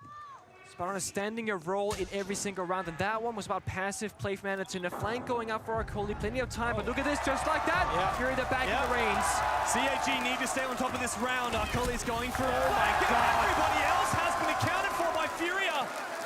Arcoli needs to come through with a big one, but he's put down before he can get back to sight. Furia, map point before you know it. You give them an inch and they take a goddamn mile. You cannot let them ever have a sniff of winning a round because they will find a way. That round, unlike the others, might be more of a tilter because there are so many ways to win that round by simply doing nothing. You're on the defense, you can have so many different conditions. Verticality, crossfires, numbers advantage, information. They had no good options to brute force anything. We didn't see a Munchie and a Capitan, a Grim and a Demos, like fancy stuff from Furia. They just walked in like they owned the place. They just won gunfights. I was kind of just wondering, what do CAG ban away here? The immediately obvious answer, I think, was the Montaigne. It allows them to play some of the bomb sites a little bit more effectively. Of course, the information provided by Nade when they were all the way down in labs in the basement were able, it was able to win Fury the round. So I'm not surprised to take that one away. Oh, yeah, tough call. That last round, though, was a bit scary. I mean, again, another round where there was such a significant lead for CAG, and it slipped away. We've had, what, 2 2v4s and a 3v5 now? We've had a lot of moments where you think, yeah, it should be over. And you even said it, the round should technically be over. And I think in a lot of matchups, it does follow that turn. You kind of know when things are done and dusted, when things can keep up. You never know with these guys. And the same thing can be said with CAG. Yesterday, in their final round to qualify for the grand finals on Border, they were up 6-3. I saw Mr. Beast meme of him trying to quote-unquote look hood, and it literally looks like all of Chris's profile photos that I've ever seen. Amazing illustration by the guys down on that one in the pre-game, I will say. I'll just point out something I've seen teased out here by Furia. What's that? Well, we know it and we love it. CAG like to bring the game, they like to bring the shotgun. But did you know that KZ is partial to it as well? I do now. Nade, you bend the Monty where you play the Blitz instead as well. Shotgun? I mean, APAC, they're the founders of being shotgun. It would be one way to take them out in the first map by using it against them. Now, Furia, for the first time, are playing for a very fast, or aggressive at least, execute style. It's about the smokes are gonna come out, the glass, the Ying, the Blitz will lead the way forward. They need to get the opening kills. The way to win this round, if you're CAG, you need to shut down that push and win that first initial gunfight. Just cheeky. Oof. Cheeky bait there. KZ with the pistol, no less. And in fairness, you wouldn't expect a player on the upside down rappel of that door. No. Very, very rare that you would see that. Very clever, the timing here from Furia, using the cover from KZ to make sure that Herds gets his Rotero drones safely in the building. Yeah, this is the thing, they're just prepping for the push. Clear the barbed wire in the right positions, get that first exterior wall inside of Ops room, and then when everyone's ready, they're just gonna send it all the way in. Oh, Herds actually might send it right now. He's just crossed on through. He does get thrown by Shuri.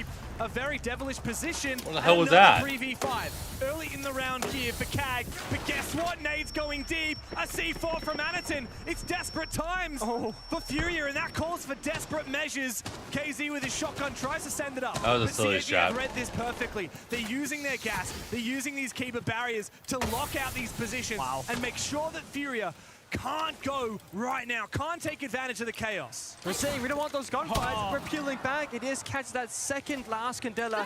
Last one in point going out. You have 1 HP. Rotates not quite good. Still can't get in. The flash is done and dusted now. Just gotta brute force the gunfight. There's no more flashbangs. Should be a done deal for CAG, but we've said that before. Low HP on KZ, but he's trying to bait at the moment for Felipox. It doesn't work out. An easy close and a flawless round for CAG. They're second deep in the trenches. of the match so far. Jesus and we can Christ. see Anaton. He says 2 more rounds. That's all we need. 2 more rounds. Feels a little Literally bit... identical to I Chris, don't know bar what for the bar. word is. A little bit risky from a Furia point of view to try such a play. Now, I don't mind making the plays. I don't mind trying to push in, if you're hurt, push into the bomb site as the breach is going off. Be a little bit unexpected. Yeah. But like we said, CAG, they're kings of the unexpected. They're kings of the Ying shotgun. They know everything that's going to happen, and they dealt with it so well, of course. Sharit was ready for it. I think there's 2 things right now. One is Furia being up 6-3. They can afford to take a round like that is highly risky, because if it doesn't work out, you're only looking at a 6-4 scoreline in your favor. And the second one is going to go back to that first top 4 defense of CAG, maturity. They once again, they play back, they play util, they're throwing issues at the problem instead of taking gunfights against the problem. Okay, so here's my problem. I don't mind that they take the risk. I don't mind necessarily that they lose the round. Problem is, they're going back down to the basement bomb site. What's the reason that they won the basement bomb site? They had the Monty. It was a little bit fortuitous that they managed to get the Goyo canister kill in the 2 versus 3. Yeah. Similar round repeats itself. It could give KAG another round because KAG actually played that round particularly well. It is true. Worst case, there is the tertiary bomb site, which is a bit of a toss-up for me in how it comes down to execution. Also, we see all the operator bans. We have the full picture. Both teams, they have probably prepared themselves for, hey, Warden open, Warden closed, Monty open, Monty closed, because there's no operators right now that are like outside the norm. Of course, these might not be the exact operators that are banned every single time. It's pretty common. Anaton's rocking the pocket mirror window again, by the way. But the thing is, I'm not sure if this was the case last round, but this round he's actually put his mirror window on the roam. I think he's just his second. So the last one is a side mirror, and the first one is a roam. But last time he forgot the roam one. Exactly. So okay. The CAG not only have they now got their roam mirror, but they also have this Valkyrie and a C4 on both Arkuli and Anaton. So I expect the idea here for the Japanese is to contest harder, prevent the vertical game that won the round for Furia last time. Yeah. And when and if you give up the vertical game, you got C4s fishing for a kill. We gotta see Hurts on IQ really paying attention to where the cameras are and keeping track of that in his mind, or telling JB with Twitch, hey JB, there's a Valkyrie camera in this room in this corner. Go Twitch drone it before we into the door, because you see right now they're a little bit wary about the vert because they know there's gonna be a flip below. This! Nade team kills! Chibisu can take credit for that one. What? He's looking for another one as well. Nade, though, peppering a lot of damage onto the Goyo. Why? He didn't know when to quit. Nade will punish, refragging his fallen teammate, but Arkuli elsewhere goes aggressive. CAG back in the advantage. That's a really nice play by Arkuli. He expected JV to go and support Nade onto Chibisu in that main lobby, ran, found the kill, and potentially can get himself back down to site. As it's turned out, 4 versus 3 man advantage, huge play. Do not give them an inch, because they will take it all, like you said. First, they need to play safe keepings right now. Blackbeard finds another 4v2 with 2 separate CAG members, low on HP, one now injured and in the grave to the cameras on fire. This can still fall apart just like before.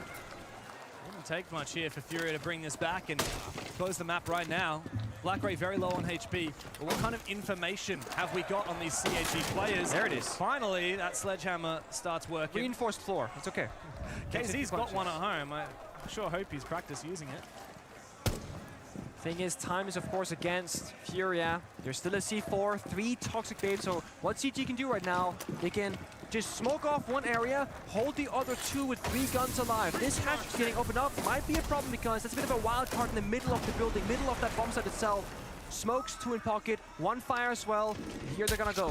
And the clock, though, is on CAG's side. KZ, his position now known. Up above, Nade sending out those smokes into the side for KZ. It's covered by Arkuli, but apparently not well enough, because Dream's gone down. The plan is also going to be confirmed.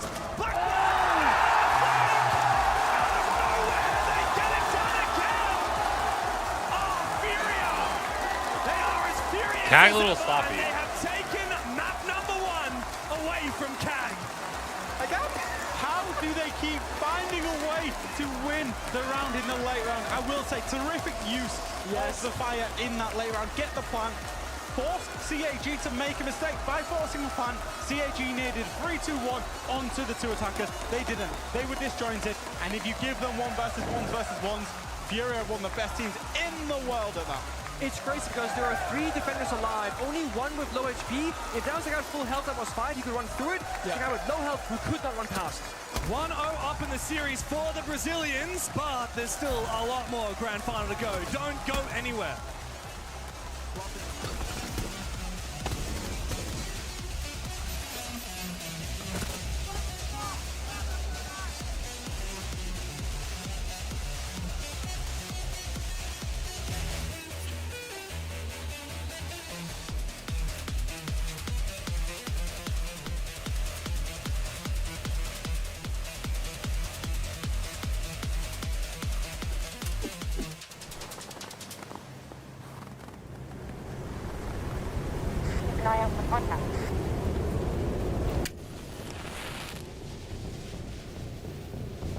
I'm at 54% with the shotgun. Will I have enough time to get it?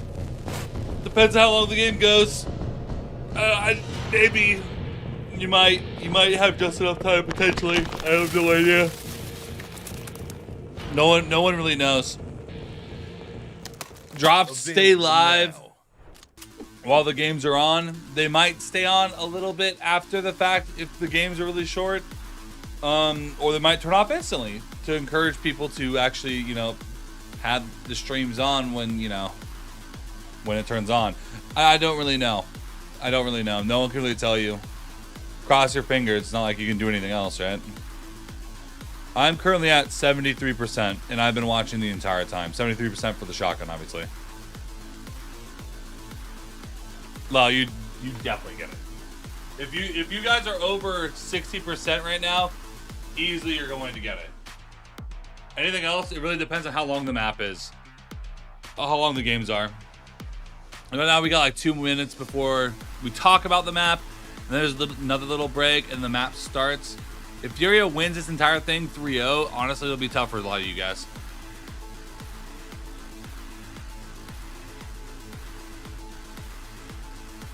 But then again, this could also be 5 more hours. You don't know. We'll see.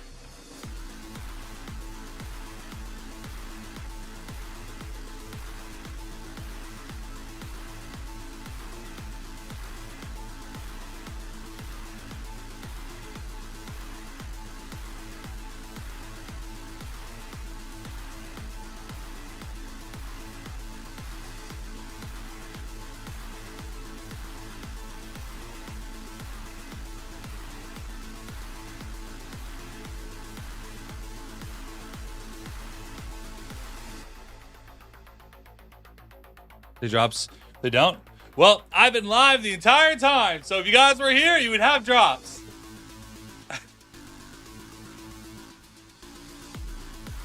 No offense, guys, but I've said this over and over.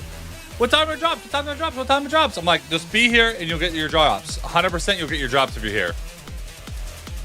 It's kind of on you guys, just saying. You know, this isn't the first time Ubi's done this with drops. This is like 8th, 9th, 10th, 11th, like tons of times. They always do this. Drop started this time specifically. It never does. Never does. It's live. Live content is always unpredictable somewhat. Always. Let's get this title. That's your first grand final. I mean, because Cam, sometimes they do actually stay on when the stream ends. Sometimes. It has not happened so far with this tournament. But sometimes they do. Yeah, I think it's the pressure from the crowd, but I'm a slow starter. 55%, you might be fine, map maybe. 2, map 3, Maybe. I'll bounce back. No matter how tough might be you close. present, sometimes it gets the best of you. There's a lot of pressure on CAG. Have you heard something didn't claim them? You get them no matter, even if you don't claim them. Don't worry about that. If you scroll at the, so if you go to your drop menu, actually, I'll just show you guys real quick. So many advantages. If you go here, yeah, it's always the same story with them. Go to drops, view details, right? In many scenarios, they You scroll down, you'll see drops, right? Whatever. Inventory. I'm in the shoes of CAG right now. Nobody Hold expects on, them to be let me further. find it There's first no so I know where I'm reason to looking. be Okay. nervous. Yeah, And if you look at inventory. this, You know, scroll the first down, 4 rounds, you'll see they how were many drops you got. problem I've got solving anything. 24. I got the one for watching the reveal. They're So back at playing together. But yet consistently, even in a matter you auto claim them once the time is up for said drop. They lose these rounds. It keeps on happening and happening. And So once you don't even again, have to press Furia the claim. exploiting the It doesn't weaknesses matter. of the lack of discipline on the side of CAG. Yeah, it's definitely a lack of discipline on Keg, and this is reminding me of what Keg used Even to aside, look like. Not the Keg that we just they haven't hyped done up that in during like the a year pre-match, though. because the Keg that we saw during the pre-match was problem solving. They were playing a fundamental Did they sound do in a it game of last speed. season, We're last here now. event, the We first are seeing eye? that even playing into the bans, you're removing certain operators and not bringing a buck to play vertical pressure that's going to help No, your Cam, team, last let alone SI, cutting corners, it not happened cornering for certain like, areas. That again, Furia is it had going like to a couple hours after. 99.9% of the It time went to going like to take 8 advantage p.m. of. EST every day, no matter what. So if the stream ended at, let's say, like 6, it went for like 2 more hours.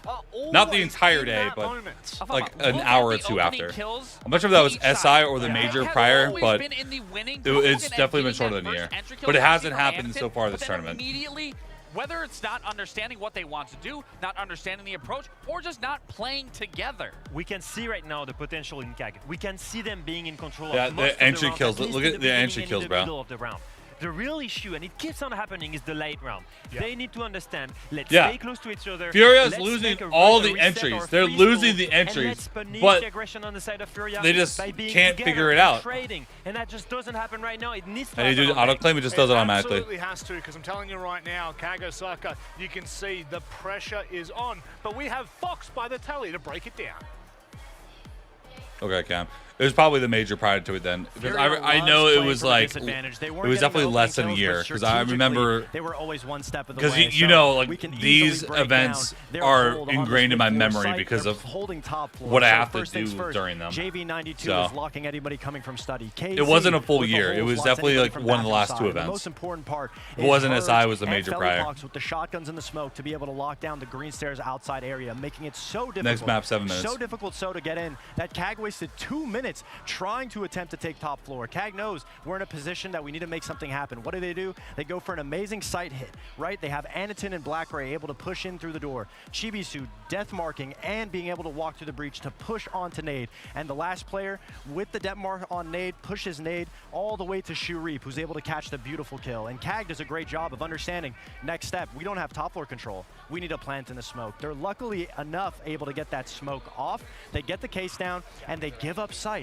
What does Furia do in this position? They understand they don't have top floor, they don't have downstairs control. Let's just retake site, and they do it off of an amazing JV92 play. Yeah, it might have been for the Montreal He's able major. to get the first pick, position behind the pillar. And There he was like stays what we were alive, talking and about this like is a so year crucial. ago. It Him was staying like a alive, full able to shut 24-hour down the thing. second person puts Like, CAG in a position where they and lost people were going like hard complete with the control over VODs and pillar, reruns, and which they weren't which is able to what do they don't anything want. once that I know I defuse haven't came been doing down. that, but like Furia I don't have honestly drops have looked when amazing the mentally event isn't and on. in game when it comes to their gun skill, and we have so much many more plays that we can get to watch after a short break.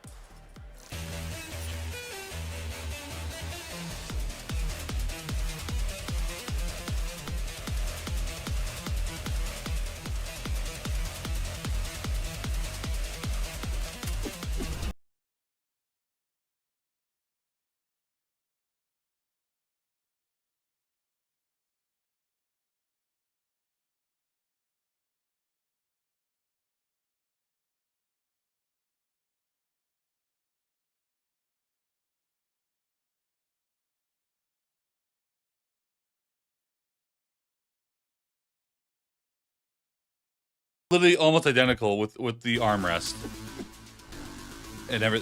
That's actually funny.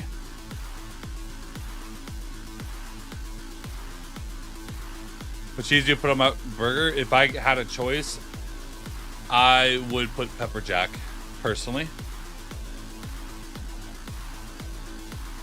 if I have a choice.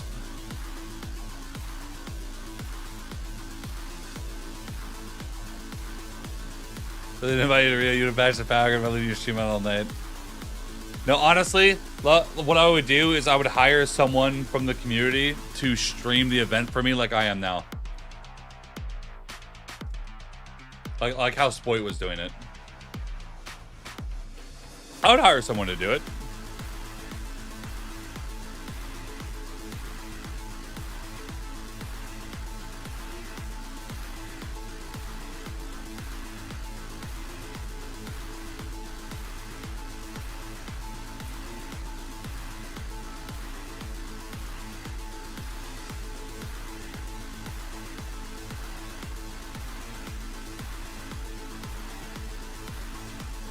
Because I can do it most of the time, and then like the end is just the last 3 or 4 days. Who you hiring? Well, I'd try to hire my brother first.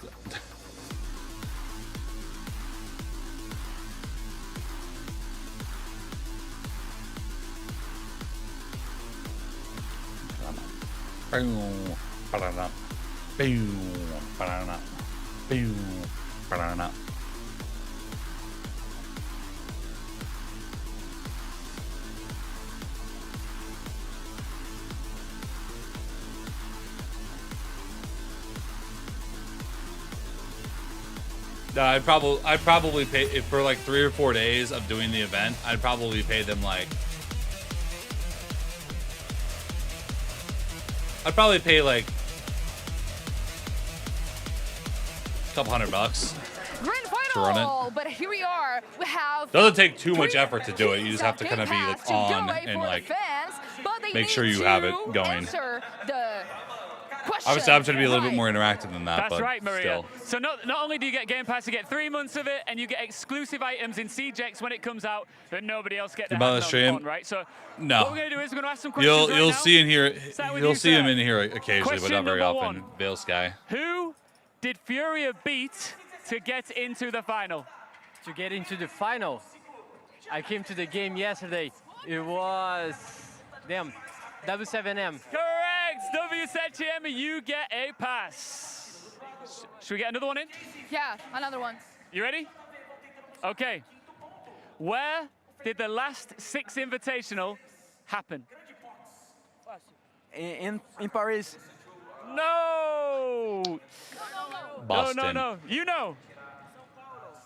Sao Paulo. Oh, it wasn't Sao Paulo. Does anybody know? The last one? The most recent one. Boston.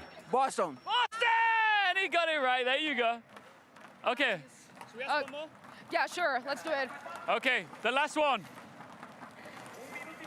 Who did W7M beat in the final in Sao Paulo of the 6th Invitational? Base.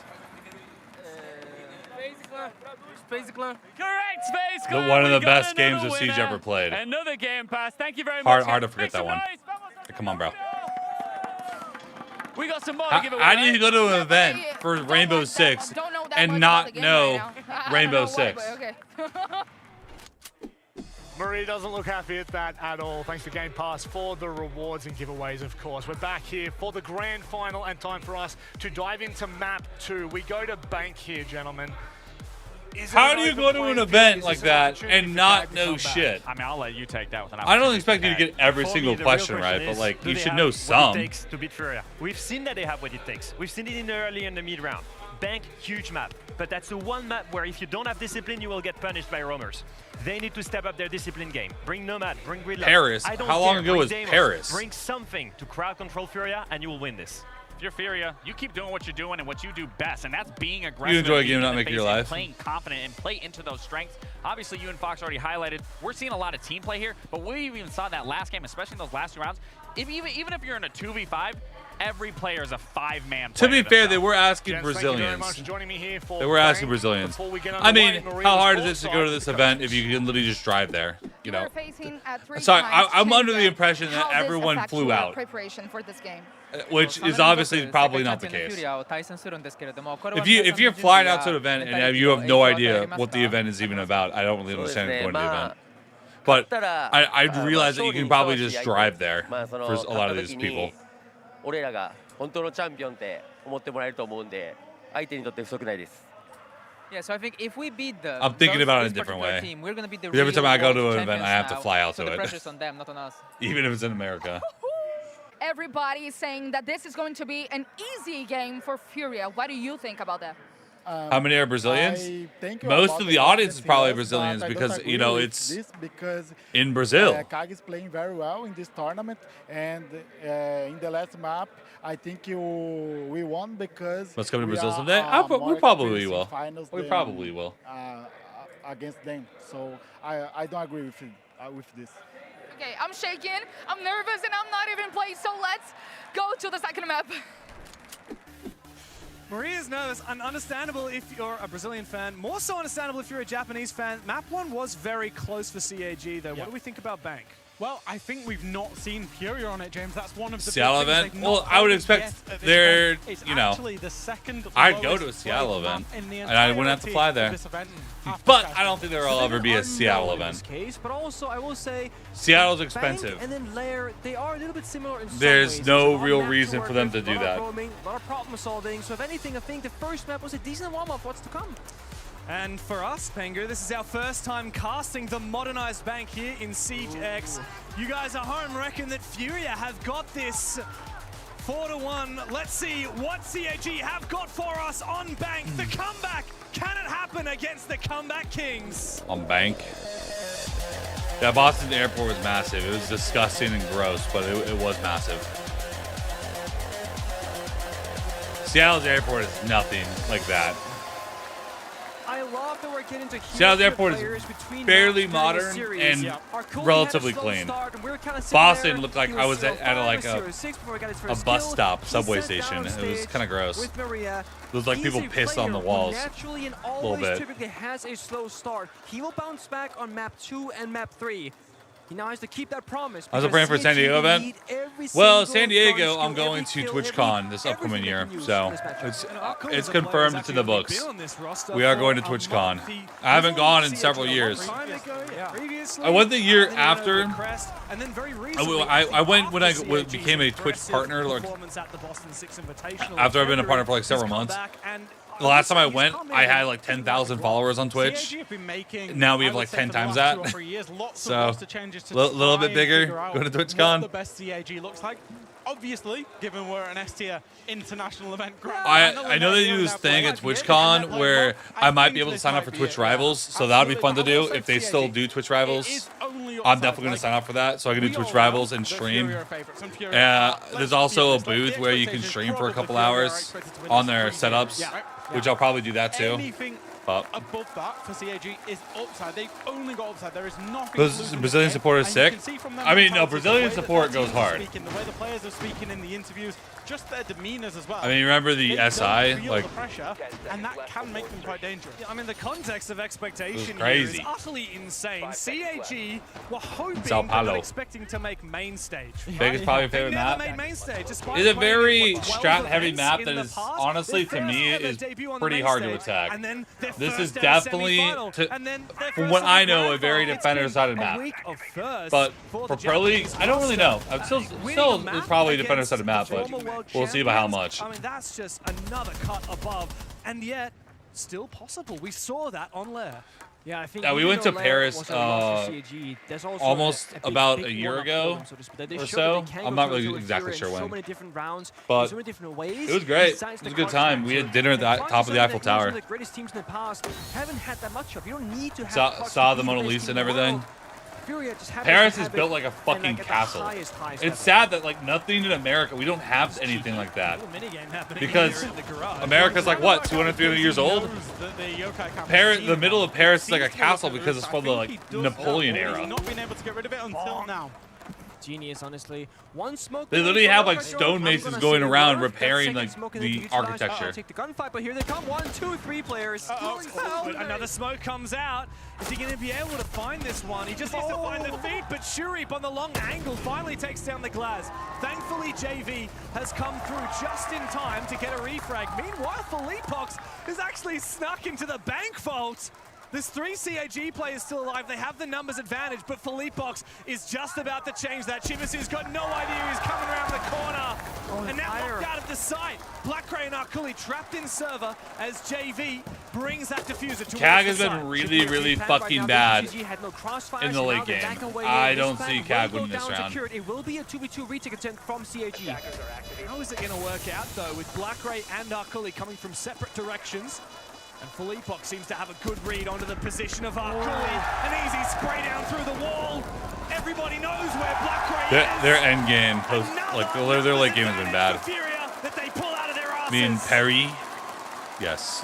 We often talk about IGLs in Siege, Nick. We often talk about San Diego. Oh, I'm going to TwitchCon. It's in San Diego. We often also at the same time And I think it's September or October. I'm not sure. Yeah. Now that was a perfect example of a shot call. Yes. KZ realized 3 of them had pushed Garage to get the kill on him. JV was supporting him and got 1 kill back. That was the trigger point. That was the them killing a Glaz in garage is free real estate for everyone else to push. That means there is maximum 2 elsewhere in and around site. They get those kills and they clean it up from there. And I will say a big pop of the Goyo canister as well for the Philippox to trap the 2 players outside of site. The thing that hurts me the most is that I think CAG made such a beautiful play using 3 players Garage, because we know some rank play as well. If you lose Garage control, there's so much bomb site pressure, that red hallway, you lose control over it. There are B bomb as well. You just can't really walk through the bomb site anymore. So sending 3 players a clear Garage, genius. That must stop using Goyo. Genius. Yeah, that was. It comes at a cost. It comes at a price. It was the right play by both teams. That's what you want in the grand final stage. Oh, we got our hotels booked and everything. We're literally at a place like right next door to the event. Great shot call and a great reaction straight away. No, because I'm not going by myself. I'm going with my girlfriend. Yeah. Like had the CAG players Air killed mattress. KZ, maybe a 1-1 trade, got themselves back to the fight. That play doesn't happen. Exactly. And the thing about that base bomb is that it's pretty safe. You got reinforced I'll walls, provide the air nets, matches. etc. When you're going top 4 on that second bomb site, you're thinking, oh, we can bring Castle, Asami, Mira. Well, 2 of those 3 operators are gone. It has been a Castle, Asami operator ban, which means the bomb site is very open with nowhere to really hide or play from. And off the rip, JV from ATM Repel. It's a classic. Gets a kill. You hate to be that guy that dies to it. It's a classic in my ranked game. Yeah, I will say. The shame as well, because Chibasu having that DMR on the Aruni, he was one of those main operators that CAG wanted alive to contest. Those long-range fights. Hang on a second. Yeah, he knows. Lurking downstairs. KZ hunting for a kill. Full information. Yeah, he's just getting only can imagine fucking that he works. mustn't have activated. So the way the BO5s work, guys, on the vigil is you ban map, and then you pick, ban, pick. A little pre-fire from So the Edmonton. first several Lucky maps that are going to be magnetized the KZ's very head. favored for the team. So Furio won CAG's most favorite map in this BO5. Big is going to be tough.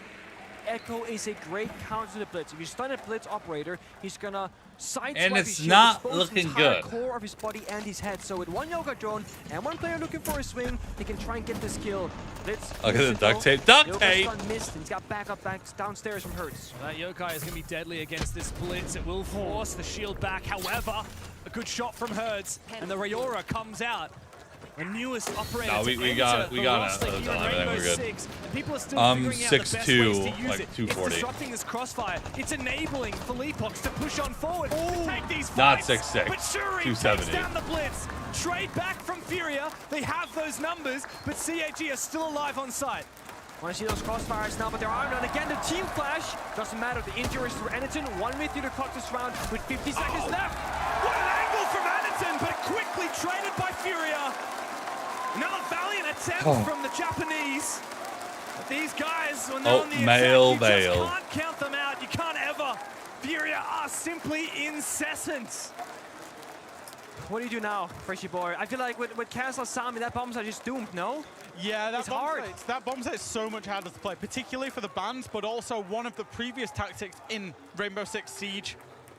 Core? Is that what we're calling it? The previous Rainbow Six? Call it core. When you could jump out of the CEO windows, you can't do it. You can still do it, but you will on ADS, and you are much more likely to lose that fight. We saw someone do it the other day. I think it was FearX. Yeah, it was got the hip fire though. Yeah, I think it was Rin on the hip fire shot. Oh, in San Diego? Yeah, I've been to TwitchCon. And it didn't work out well like whatsoever for us. 4-ish years ago, 5 years ago.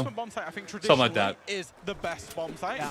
Then I think a lot of teams prefer the CEO bomb site, but maybe now it will be open area. One TwitchCon was at San Jose, I think, and then one was in San Diego. The concern, though, is as soon as that Azami ban comes through, it's much harder to play inside of Staff Room, because typically you want Oatmeal with milk, brother. on that B-bomb. Easy. Correct me, you know, this is very much from Oatmeal with water is, like, what are you doing? Teams are comfortable attacking onto Bank. What are you doing? In one of the recent seasons, I'm not sure if it's changed, but I know last year Bank It's at the San Diego Convention Center. Certainly more so with the new bans as well, and the way that you can compound them, because previously... Why would you ever make oatmeal with water? I don't get it. Of the defenders, maybe if you don't have milk and you want oatmeal, I guess. But you can ban 2 defenders as well. There's no reason ever to make it without milk if you have milk. And you can ban whatever you don't want to deal with, and it resets on the flip side, right? So you usually say, good place screw for you food. defenders, you're going to have a miserable time, and they will only be that same way if CAG, when they go to attack, will ban those exception operators. So things will change around unless you mimic the opponent, but since CAG are starting on defense, when they get on attack, they could be down. 2-4-1/2 again, backs against the wall, Fury at a bit lead, and that's where you don't want to find yourself. Fury now looking for a play, server stairs and electric door. They have such a good idea of where those defenders are playing from. Archives, tellers, by the bomb site door, Black Ray upstairs and janitors. Right now, Fury, they're applying pressure from 2 different areas right now. The bomb site is stalking off above. I mean, fair enough. Very hard to hold. Fair enough. That's another valid reason. Mine for poor Philippox, a little bit of a spray through the wall from Black Ray, but it doesn't find the blitz as of yet. No more goo mines. Especially the margaritas. Down on site. He's watching that hatch drop, which is oh so much more difficult these days, which changes to aiming down sights while falling. Meanwhile, speaking of falling, CAG have gone back. I mean, we're not gonna have a car, so we're definitely gonna go that's like really good from CAG. We talked around like a couple miles around the convention center, like maybe Uber or whatever, but on the top floor. It was getting back mostly around the convention center. So I need to do some research what's nearby. Into archives, maybe even down the basement hatches if they need to, and then flank and drop onto the attackers as they execute onto site. They're very much playing the map, but there's a block upstairs from Casey who can rip that apart and take archives. We have I have a lot of things on my to-do list. We have a Twitch party, overall general party. Last time I went, Blink-182 played at a concert. That was pretty cool.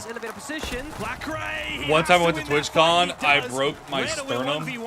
I don't know if I actually broke my sternum, but like honestly, I have a big lump where my sternum is, and it grew back weird.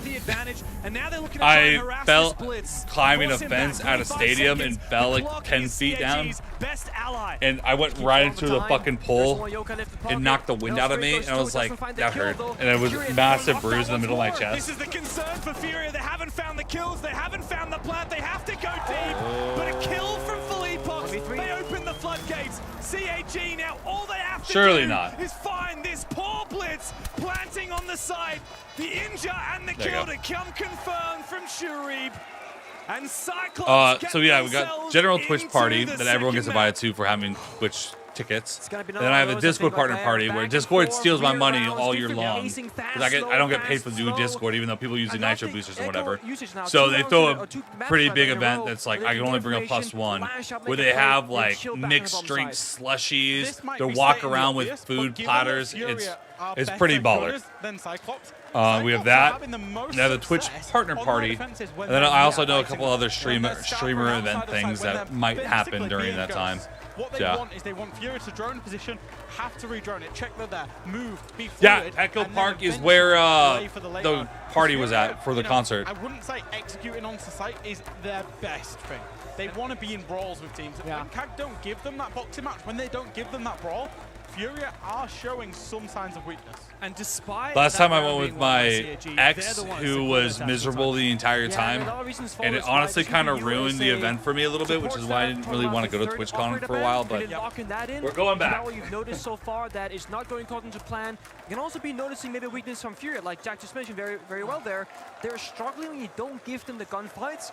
The issue is on Bank, without the castle, without the Asami, I feel like only basement and maybe open area, this can work. When you go Akram Steelers, if you want to go that 4th bomb site, when you go top 4, you cannot hide from a 5. They will find you. So 50-50 in bomb site success there. But I am curious what CAG are thinking right now. Very much so. She wanted to go and then regretted going, and literally told me about it every single hour that we were there. So I'm like, I'm here. Let me do Twitch stuff. Echo band coming out from the She was side of miserable. Furia and a Dokkaebi band from CAG. I'm not sure, Show. Had Echo survived the Arbiter ban phase, he would be even stronger because Dokkaebi would have been banned. It's a smart ban from Furia. For CAG, they clearly have already planned that Dokkaebi ban to enable the Oh my God, play, it was which so we saw miserable. quite successful on Lair. For Furia, that's a reactive ban. They've seen how good CAG are with those obs tool operators, including the Echo and like the Valkyrie, and they want to ban that out so that we won't see Anderson playing that for the remainder of this half. This is the biggest upgrade for me with this Arbiter ban system, is that you can have your first 2 bans, which is prep work, expectations. The 3rd and final ban that we just saw, it's reactive. Okay, this Echo is a problem, let's get rid of it. And on the flip side, now CAG, they need to prep more than one playstyle on this map, because they know if they ban the Echo, we have to go to option B instead. So again, But honestly, TwitchCon is probably why I broke up with my last ex. Beautiful to watch. Mainly. What is option B in this instance? It's gamer CAG, subs. They're going down to the basement bomb site. I was just thinking about it, I'm like, that was The horrible. mirror on the board, and Like that was C4s fucking awful. alongside the smoke. This screams the win Favorite players? Same old bank that we've This is seen for Pom Pom literally Juice from years. Gamer But Subs. If you were still playing when teams were attacking and defending it this way, in terms of if you get back down to the basement and then play for the plant denial with all of those on the board. As it is, there's a couple of roams going on as well, so the round could be won or lost here for CAG. Again, I'm not too sure about food. I just kind of like, I don't like planning what food place I'm going to go to. I like going to like what sounds good in the moment, how we're feeling, you know. Because at TwitchCon we're probably going to be snacking, buying food there. I have a partner lounge I can go to get little snacks throughout the day. So no idea. Back step by step, but the issue is they've only killed 2 drones in the first 60 seconds. You go for like Twitch stuff? Back mostly Yeah. all the way downstairs. I think she the main does. staircase itself. Actually looking for a re-aggress. She likes seeing me like in my little element. Up, and they're looking for this. This could be huge for them if they Like she went to the last couple Arctic events I went to. Oh, caught with his gadget out, KZ. Sit down, son. Shuri now gunning for one, but Hertz gets him and now looks to recompose. They do know that there's another player on this top floor, but Arkui So nice to be where his feet are. away over the front desk. It's like, hey, if we're feeling, actually, you as know, I say that, chicken JV in the moment, then maybe. slings But if back feeling away Mexican again. food, then maybe. Arkui You know? still not dealt with. This is good because it forces Nade to go and drone the top. I do not want to have a big ass burger and milkshakes while I'm running around doing physical It's stuff. wasted a whole minute. This is where the smoke. I do not want to feel bloated as fuck while I'm walking around. I will say though, Furia, they made a shot call very quickly saying, guys, we have to clear top of player. Some teams there will That sounds ignore, miserable. hit the bomb site when the flying blade round will be a problem. So they bought themselves time by getting that kill, but now, that C4 right there is actually could be a risky one to use. It doesn't find a kill. Now you only have 1 left for a plant deny, 1 left for a fish later on. There's still 45 seconds to go. The time is still on the attacker's side. The one thing for Fury that they've got in pocket now is they've got 4 players alive. So as CAG are trying to play, You know, she was getting back into streaming a bit, and then she started, then she like quit, and then she wanted to do TwitchCon after she quit, and hated it because she doesn't like Twitch stuff anymore. We're gonna see the U2 come out in a good old 3, 2, 1, execute down the hatch elevator, and one guy maybe dropping. It was miserable. It is going to be a rear push. Dangerous from Furia, but they have the numbers to make it work. And so down into the vault hatch, that's Nate. He's on the diffuser, he goes down. CAG have read this to perfection. They've got that camera in open area. They knew that this was a bait. They knew it was coming from the backside, and they were ready for it. But Philippe Box has found one. It doesn't matter because the clock is on Kag's side, and that diffuser is cold on the floor in vault. That's a big Good play shit. on Mesa's flank. Yes. One thing is to attempt it because you know there's enemies there. You know they have drones because you missed them earlier. I mean, I'm gonna be honest, Joe. I'm less focused about the food as I am about the events at TwitchCon. There was no Malcam. I triple checked. They raw dogged the staircase and it wins them the round. Like I don't really plan on going for like a food tour. Like we'll have food, but like it'll be more like in the moment, like we're hungry. On drones at that point. you know, All of them droning out the middle. more It more was than anything, I Mellows, want to go like staff room, to the inside events and loan like look office, I around believe, and was you the know first see if I can meet They people that had no coverage over I know Mesa. throughout the Who did they community. kill? They killed KZ on the IQ. Try to sign up for Twitch Rivals. The Valkyrie camera in the open area that knew Only they were OGs pushing remember. the elevators and the lobby side drops, and that's why they were able to position so well in the late round. ready Yeah, for these only drops. OGs remember. Yeah. Sorry, I just saw that shot from Anderson on the dying garage. Absolutely filthy. So this is how they got the perfect timings. When you're playing numbers disadvantage, you have to try and leverage. And I could never get how people get that way, knowing they're ruining it. 3-4 Yeah, it's like hatches, if you don't want to staircases, go, don't go. I'm not gonna force anyone to go to anything they don't want to go to. But like, if I want to go to something, I want to go to it. You don't have to come. That's okay. But if you go, know you don't want to go, and you make it miserable for me, I'm gonna hold a grudge in my mind. Like you effectively ruined this trip for me. So you have 3 defenders. There was so much There's drop. 7 Oh my ways. god, it was Smoke horrible. off one, hold the others. Horrible. That's why that information that 2 were going lobby side was so critical. Yeah, and you want them coming down those hatches, don't you? Because that's when they can't aim down sights while they're falling in the new Siege X update. It all comes together, James. It does. This round for me Like is the so big bad, one. I'm It's pretty the, sure we almost make broke it or up break it, so to speak, is that top while I five was defense. If you drinking get a victory here, at TwitchCon. have to start Like, unlocking I was it. so You can close. go I'm to a like, strong one after you are it's literally open area, ruining for this event example. for me, and I told you If, not to however, come. you're Like, I unsuccessful, don't the understand best why you you're can being do like is, this. of course, that 3-3 half.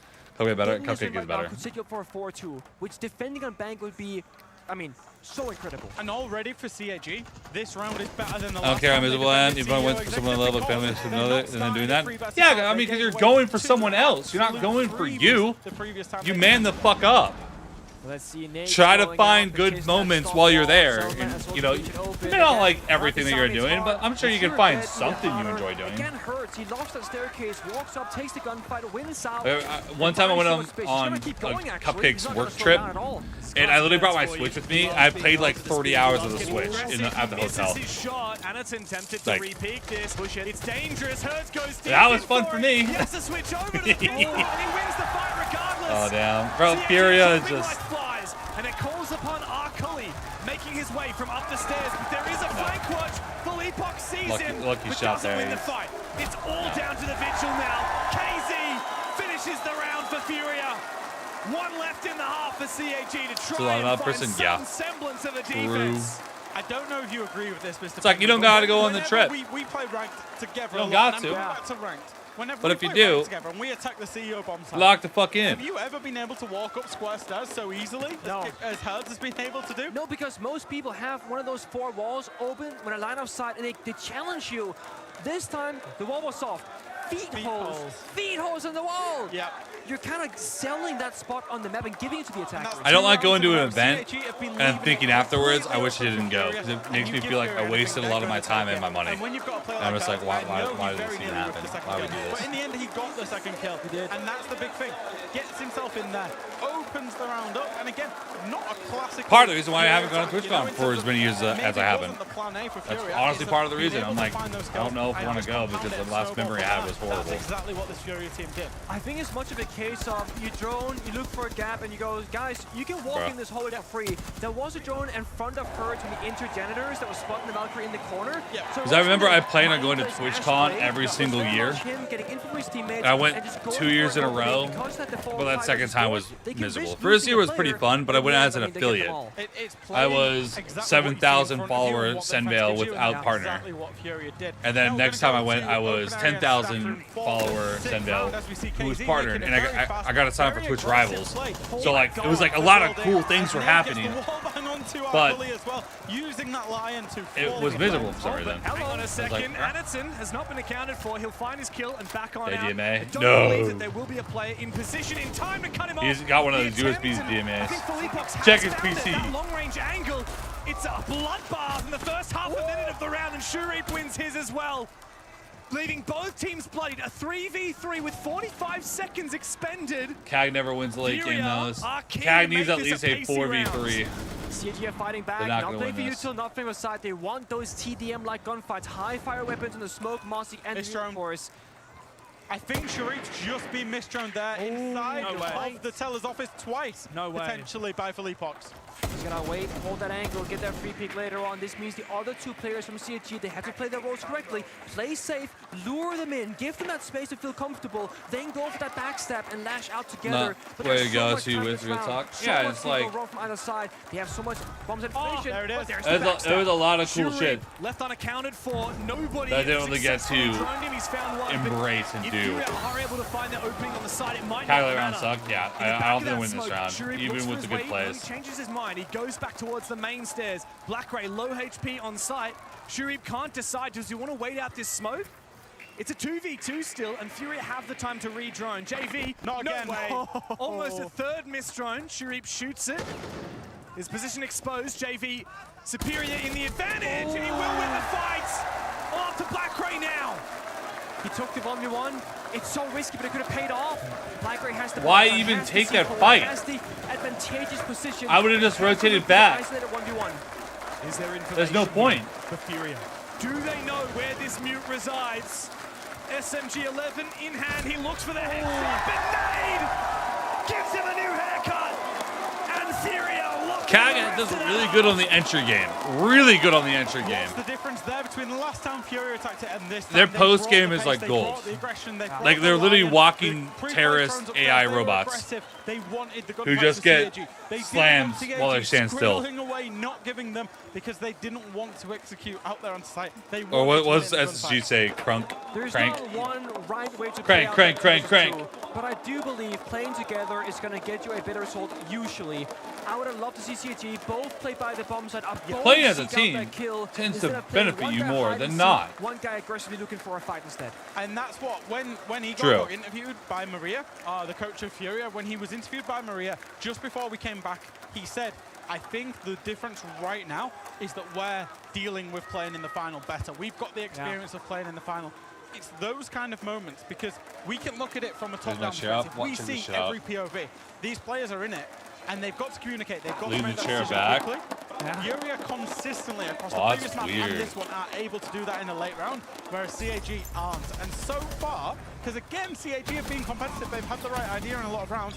So far, that's the differentiating factor. Oh, that's Players weird look feeling. at things very differently. Some players, often like the IGLs, the leaders, they can almost take themselves out of the game and look at this from a top-down perspective like we are as well. Yeah. CAG, they have recently, I said like in stage 2 of last year, October 2024, they adopted this new playstyle. That's still very recent, less than a year, changing from being very chaotic, very sporadic, all over the place, kind of in-your-face team, to playing more structured. And that comes with the inexperience of not looking top-down all the time. It was this guy's going to do that on purpose. It's a green screen.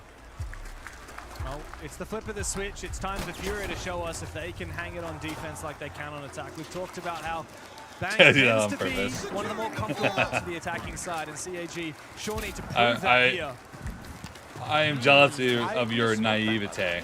I was actually going to focus on attack ban. You talk about the smoke ban first, Nick. I was going to say, I feel like banning out the smoke or the go speaks to being able to go fast, to not like have those annoying like time gators and of course plant deniers. And again, it's an operator that a lot of teams play on 2 of the bomb sites also here in Bank.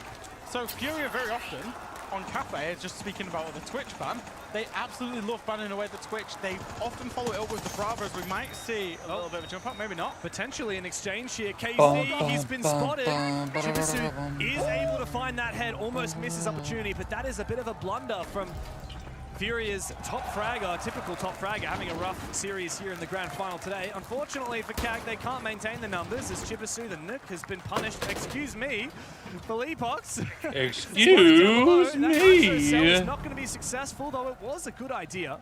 He's looking to try and make his way back towards the site. No, never mind that. He's continuing to roam. So much action in the server. It's going very fast. Do you think you can make that point you want to make, Jack, before action happens again? No, absolutely not. Okay, we're going to hold it for now. Let's talk about it after We'll get back to it. Okay. So CAG, they get a foot in the door, they get a bit of map control, they get Philippox like low on HP now, and they burn out the only C4 left in the server. This is great, especially with that smoke ban. Time is on their side. Bit of a whiff there and then Candela, but you got more in pocket. You gotta try and go again. Lesion's proving a little bit of a difficulty here for the blitz of Anaton.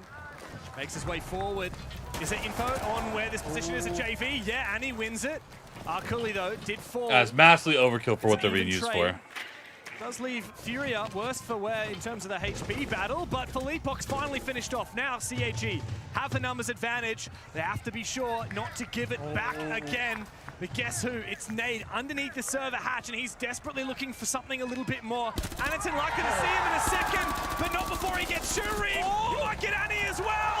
Hertz has come to support him. It's only Black-Gray left. Another numbers advantage for the Japanese that they simply cannot hold on to. And Nade has dodged both of those nades. Could have thrown that while they're pushing that guy, To the but sentry now, the striker rather, and he won't find a damn thing. He is indeed struck down by Hertz. A great kickoff for Furia on their defensive side. They're so stubborn. They are so stubborn in their positions. Yeah. They will not give up any single position on the defense without a fight. And why wouldn't you when you're Furia? Because you know that you can outgun anybody in the world. And that's exactly what happened. When we were in a 4 versus 4 scenario, 3 versus 3 scenario, it was all being played out in tellers, archives, open area, staff room. Nothing on the bomb site. Somebody could have, honestly, somebody could have waddled in from garage, from dirt, from absolutely anywhere into the bomb site. There'd have been nobody there. It'd have been a ghost town. It's tough because they had those Valkyrie cameras about that server hatch. They had the yellow ping formation. not 3 or 2, right? They did Map well. 2. They controlled the pace, they fought back, and they were really just gaining map control very quickly. And when they get to that 3 versus 2 with a blitz alive, use the blitz like a drone. Figure out what server looks like. It was hatch peeking first, then blitz down the stairs, then blitz goes to the ADS play. I don't think they realized the wall to the A bomb was actually soft and open. No. Otherwise, Anderton wouldn't have taken that gunfight. CAG had expended a lot of their drones and information on the middle floor. And obviously when they lost players and it got down to a 2v2, those drones are staying static because obviously the players are dead. There's no drone after death. Of course, not a concept that ever came in, and especially not into pro play. Siege Mobile has it actually. So does Boop. So does TJX dual front. Leaning back in my chair a little bit. Oh, good one. Okay. I was getting the name. I was On mobile, funny enough, I believe it has a battery. So it's limited how much Same you on can... dual front. Oh? I've never exhausted a battery in my life. Really? On dual front? Really? It has a battery in the one? Maybe that was an early build I played. Okay. Oh. It may or may not. I actually don't know about that. But yeah, not in the I don't know. we have. I'm not Those liking in Cag's Tessera for a short chances, moment, not in the live build, personally. However. Operators from CAG now looking a little bit unusual. I see an Amaro, a Gridlock, a Sophia, and I'm thinking they gotta cook with the strat. DD, the coach of CAG, was told to me he creates these pocket strats for the team and they execute them. There's lots of sound. Look at this. Okay, there's a lineup. There's a lineup. There's lots of sound here. The Gridlock track stingers, the Sophia for the stuns, the Doe could be called. Warden Wait for it to come online. Warden Echo, a C4 No. can drop the hatch and go below. And maybe CAG actually gonna change their approach now with this rotation. You playing But there ranked are tire 4 players Smurf? I don't know, outside CO. Zeus. We can see Furia. I don't know. Nothing's happening in the server elsewhere. Probably play a And you little only bit of have to ranked, go for these window see what plays. happens. Some kind of set piece, and the central piece will be I'll probably Shuri take the knight on this Marooney, off. but Omaru rather, he needs to have an impact, but guess what? Philippok Christ. tosses his out and finds 2. Nothing for CAG to do now. 3 versus 4 still on their windows. So the box is just about What are you to going to go do when chow, man. Furia put a dead stop on your plan like that? Sami buys so much space. The lack of operator ban working the side of Furia right now. I thought he was going to jump out for a second there, but again, with that hip fire change, not worth the risk. CAG, they spend one of their fires. They have a spare in pocket. If they want to over Capital or use those grenades on Chibisu, they could force Philippok out of the corner and perhaps get a kill back. It's a rotation. They're not sure what to do right now. They're pretty much locked out of the map. MVP for this event? Yeah, but Hold off, not gonna land. no one else, bro. Unfortunately, that castle barricade cannot be cleared now No one by else on Gag, CAG. at least. Could not get themselves in a position in time. It's going to need to come down to Anderton. Coming here from the front desk side, coming from those stairs. Aggressive peek from KZ. He loses his Anderton life. feels like That he's might be almost the as good end as a for guy on CAG, Furia. But Anderton loses Almost. his. I think that might Everyone be else the end of it for is CAG. just so Furia, far though, a couple behind. of their players bloody. They need to make sure to land these shots, and they do. Easy close. And Furia Honestly, this continue series to is march kind of their way wrapped. forward. I'm gonna be honest. It's match point. I don't see this happening. CAG barely able to find their way into bank. It's heartbreaking because it's so close and you see the vision, and yet we're so far off pulling that The off gun once skill. more. In terms strap for strap, honestly, Kag's not doing bad. But the pure gun skill, Kag does not fucking have it. You know, clearing Philipbox with the grenade afterwards. It's obvious those watching. very small mini games where CAG are losing out again. It's ultimately the difference between a good team and a great team. I think the best way to put that there, Nick, is like CAG are doing a lot of things right, but they're not doing everything right. And I think specifically the one thing that I'm loving from Fury here, Hertz did it in the previous defensive round. Whenever his teammate was making a play or having a play made on him, went and supported him from side. Here, when Philipbox is making a play, he makes a great play. Aniton tries to refrag that, and I believe it was Hertz or Arkuli that steps in, not Arkuli, sorry. I think it was Hertz that stepped in to try and cover the back. We saw Aniton get himself off that Spider-Man rappel because he was being contested. He was the best player to refrag Philipbox, couldn't. So it's all these mini little moments of aggression where Fury are doing it together and in sync, and where CAG are just falling to that. A big weakness in last round to me is just how slow they were at setting it up. You saw Fury all looking at the CEO windows. It's gonna happen, guys, because they're not in lobby, they're not in heavy, they're not in stock. Exactly. So either you gotta go fast for those pocket strats, or you need to fake it by applying pressure elsewhere, poking and prodding, and then go for your strategy. CAG on the attacking side now, when it's no longer a base and run clear, are struggling at controlling the pace. It becomes more readable for Fury because of it. Glass, a Ying, a Blackbeard. Dare I say this might be another pocket strat. There is no Warden this time. No real counterplay. Yeah, this is the end of Kag. When you gotta go for these fast strats, you need to actually go fast. They could win the next map, but they're not winning this entire series. They just don't have it in them. They could win the next map. Nearby, Archives not actually going directly But the rest of the series now, there's a is like rotate hole. There are players different looking to world make right their way now. up from the blue stairs, though. There needs to be a cutoff here. I believe that's Chibisu and Black Ray. But now it's so obvious, it's so scripted again. They know. CAG need to bait this. They need to not play to hard hold it. They need to play to bait these players. Chibisu, the one to try and cover off Philipbox on that flank. Now the exothermic charge likely to detonate here from Black Ray to breach open this wall. JV goes down, and eventually the bait is successful. However, the Blackbeard's gone down, so's Chibisu. Might not matter for CAG. They recompose with the numbers advantage. Arkuli desperately trying to deal with the player outside of stock. He takes the gamble and loses it to KZ. A punishable error here, and now Black Ray and Aniton are left with it all to do. They only just opened the wall. The exothermic charge was there for the past 60 seconds or so. Nothing happened with it. Okay, saving grace. There are Candelas in the pocket of Aniton. There are these pockets on the side of the keeper barriers, denying lines of sight. This could work in the favor of CAG if they can blind nade and run deep towards the bomb side. They have smoke grenades as well. They can still make this happen, but I don't want to see them go for a plant attempt. You gotta get at least one kill, then play the 2v1. Oh, and they know exactly where KZ is. That's some good pre-place drone work. But guess what? It enables Nate to go aggressive. The Incandela detonates at the perfect moment. Aniton, though, has he made his way inside yet? Is he able to regroup here with Black Ray? 7 years these two players have teamed together on Cyclops. All they need to do is find Nade, the lone Brazilian, holding onto the side and looking for a chance to send his team to a 2-0 lead here in the grand final. And Nade just has to wait. He sees one, but Black Ray denies it. Not today. Kag will keep fighting. Playing it slow, playing it smart. But it came down to Black Ray winning 2 separate 1v1s. There was a Not pick, today. sure, but we saw Aniton outside the building throwing Candelas as he took the fight. That determines the entire round. And again, I actually, this is probably one of the first rounds in this entire best of 5 that we've seen where I feel like Kag have got away with it. Where Furia controlled the round better, but Kag managed to win it out in the end. And I will say it was close because they clearly wanted to do something fast. That operator lineup, it was very clear. It spoke to that. And I think the good thing for CAG, they were ready for the pockets of aggression. They were ready for the flank. They were ready for Hertz pushing himself into Tellers. They dealt with it. I thought they'd thrown it away there. When Arkuli just sprinted away back to stock, don't know what he's What are you thinking? I don't know what he should get. At least have the 1v1 fight. If you have to move out of the position, have the 1v1. Black Ray was controlling top square. The only place he could die from was stock, and he showed his back to it. But in the end, and Black Ray, I actually want to speak about him a little bit because he's moved on to the firm. He's moved on to the support role. And I think for people who have been watching CAG for a long time, or say you watched Six Invitational 4 or 5 years ago, you would assume BlackRay is an entry fragger because he played on the front line for this team a long time.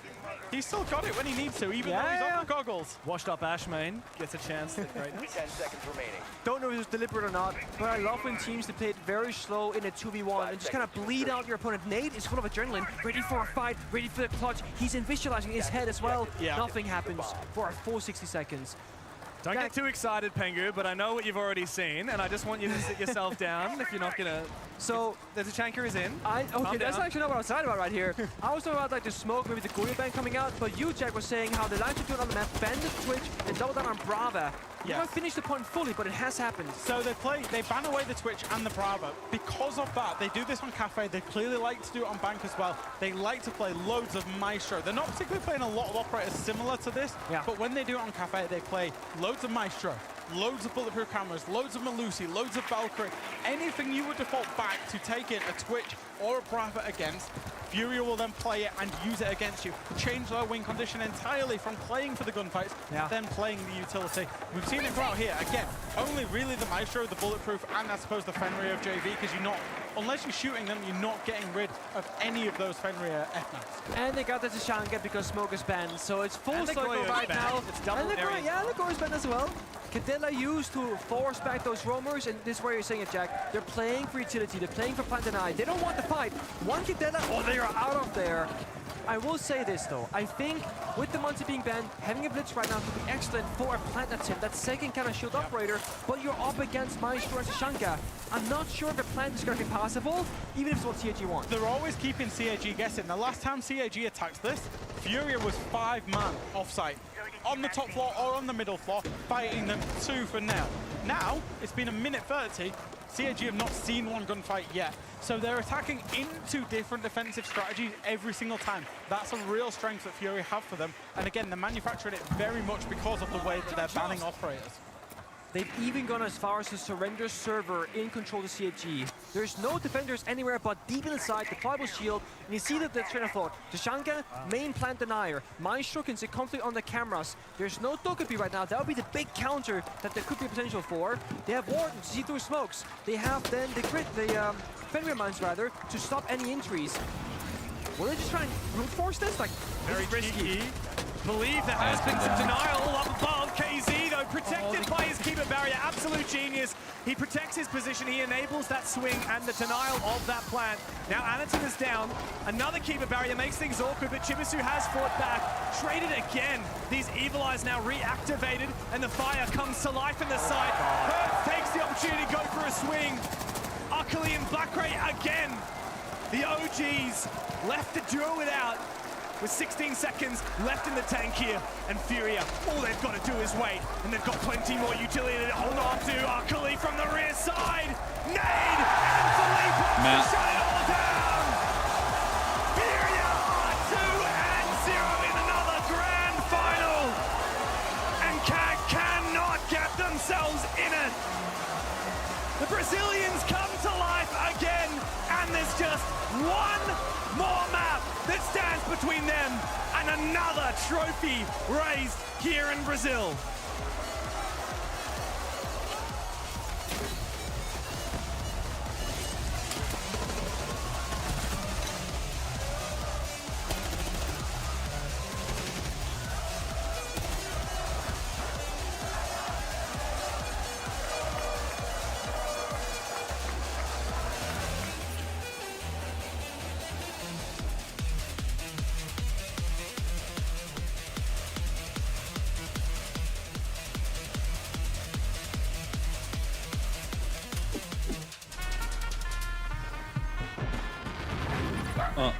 Clap, real smooth neck.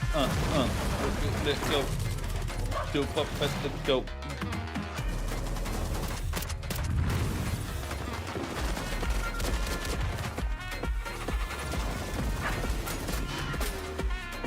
Can you feel that?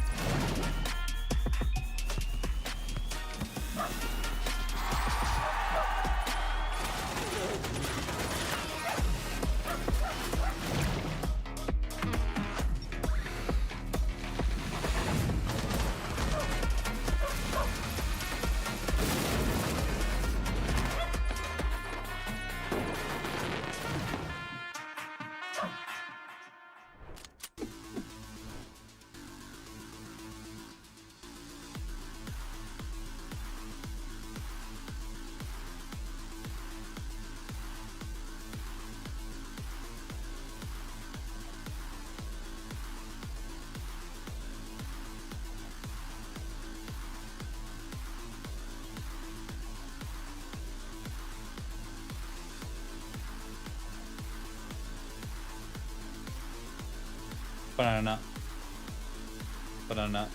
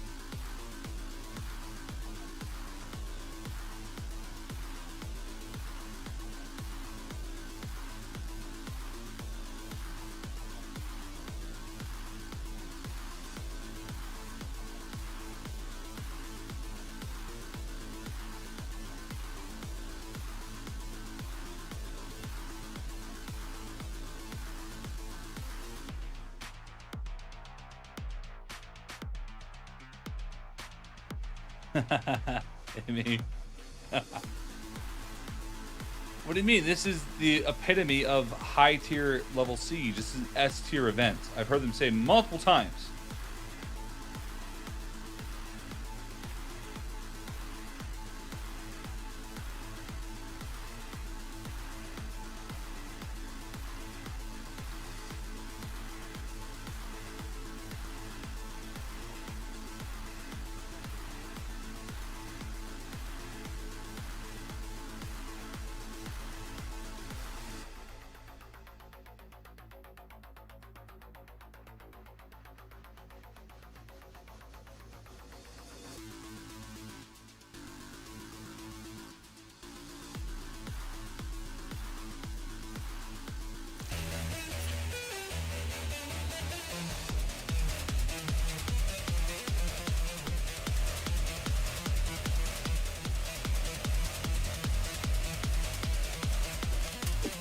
Furia is so comfortable walking around the map, picking gunfights.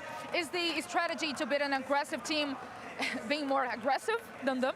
No, I don't think so. Philippox was telling us to play more slowly sometimes, but I said to him one round that I'm just going without drone, and I went there and we won the round, but the most of the rounds we were playing like sometimes not too much aggressive because we knew that they were coming to us, so we were just stopped waiting for them. But sometimes we're playing aggressive, putting our game to them to show them that we are aggressive too. We can be aggressive as they can too. Yeah. CAG was the one controlling the rhythm of the match yesterday. Hey, the bullet system took out the teams that can't counter and do basic strategy. Team, so out of all low the Brazilian key. teams, I think Furia, the aggressiveness that they have is unmatched, and we're just not like. How do you not plan? You gotta want to win right now, and I think it's very hard for us.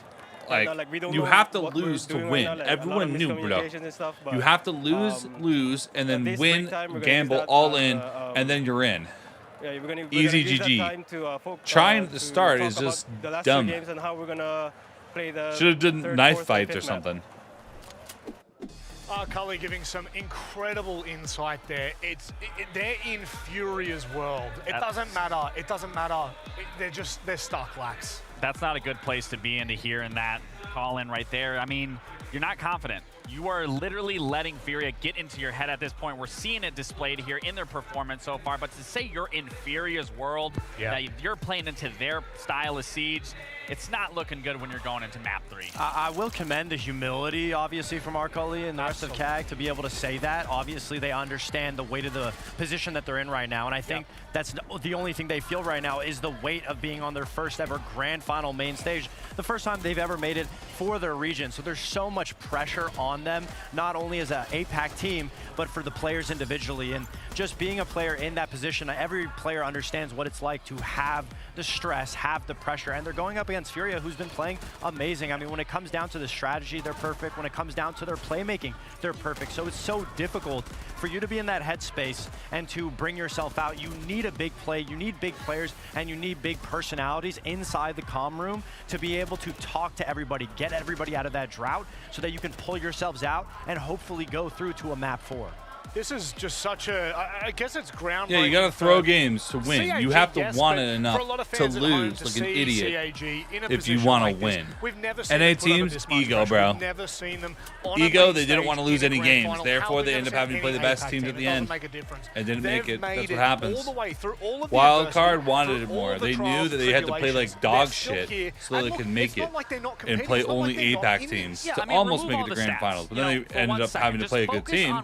But they still made it. Fundamentals that they have to play into because they are a strong team. They wild card best they team show NA, everyone around technically. The world that they can be the absolute best team here. It's just a matter of finding that. Like Fox was saying, whoever it is, whoever's going to step up into that role, doesn't have to be the IGL, doesn't have to be on Anakin. It can be wild card is the best team in North America. Bring everyone out that drought, right bring now. out that slump, and start playing together. Prove me wrong. You can't. They have better positioning based on the tournament. And they just let it crumble. Now, Bank, I think that was a little more one-sided. Yes. But this team, by all means, I feel they have so much still left in the tank. They just have to get over that mindset. Even then, they were getting opening kills. They just need to make honestly, sure that real they're closing talk, out rounds. That's their biggest issue. What teams were strategizing, bro? Like the only team that actually made sense was BDS. That's where CAG's BDS picked FaZe and W7M first 2 days. Why? To lose. It made no sense to anyone, but they did it on purpose because then they could not get matched up against them in the later rounds. Huge disadvantage. And we look at the very first round of that map, and it's exactly what will happen. They're attacking basement, and what do you notice here? KZ is completely isolated in garage. They lost instantly, or they didn't make it. I'm not really sure, but information with the echo, and they're gonna go and pretty sure they made it. One thing that they just lost instantly, though. Has actually noticed. No, they didn't make it. Has a drone on site. Never mind, they're just really bad. Players are going to go aggressive, and JV makes the call. Yeah, they didn't plan super far in advance. You end up having to at least win a game. Players go and fetch him. What do you see behind him? You have to lose the first 2 days, but then you have to win like 2 games. Nade rushing open space and dropping the hatch to get another trade potential. And what do you see later here? Or you lose the first 2 days, and you have to win at least like gunfight. And what do you 2 games in the next 3 games. A drone from gotta be smart. Our player JV feeding information, a yellow ping on that player, and again the right call. You want to be Falcons go home because CAG lost and they get the money. CAG is the best, second best team in the world right now. APAC is better than North America and EU. Prevents Black A from retaking. No more smoke here. And Exhibit A right now. Prevent anyone from retaking either. The plant is down, and what do you see these guys doing? Position themselves perfectly once again. Yeah, I really want CAG to win. I have so many shit posts ready to go in my brain. Everyone is ready to trade each other, and so whenever it's not going to happen, but gunfight position, I want it. wins it perfectly. JV wins it perfectly.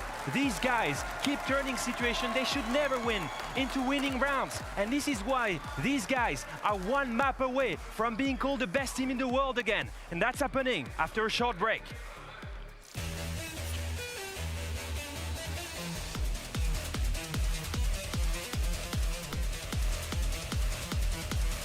To be a champion, you have to lose. You can't just try to win. You have to lose.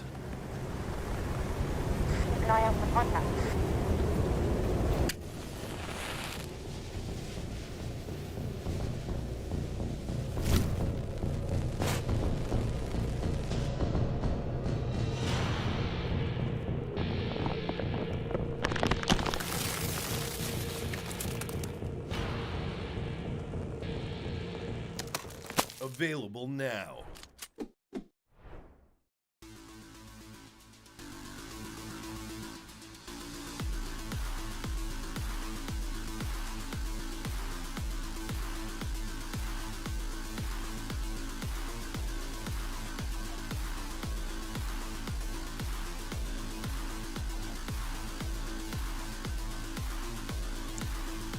To be fair, though, Furia did beat W7M, who beat Falcons to make it. So it's not like they got a free real estate walk to grand finals, you know?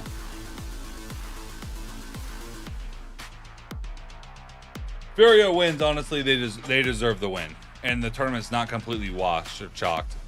If CAG wins, then the tournament's chalked.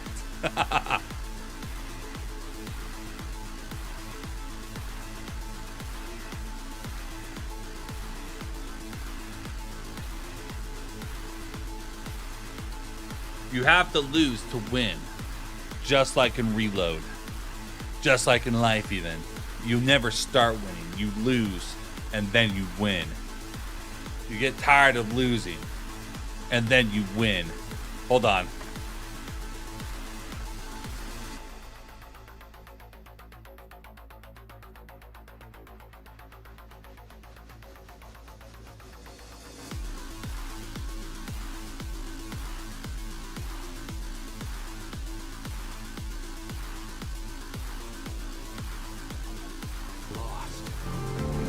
Lost and lost and lost and lost and lost and lost and lost and won and lost and lost and lost and lost and lost and won and lost and lost and lost and won and lost and lost and won and lost and won and won and won and won and won and won and 100 dragons.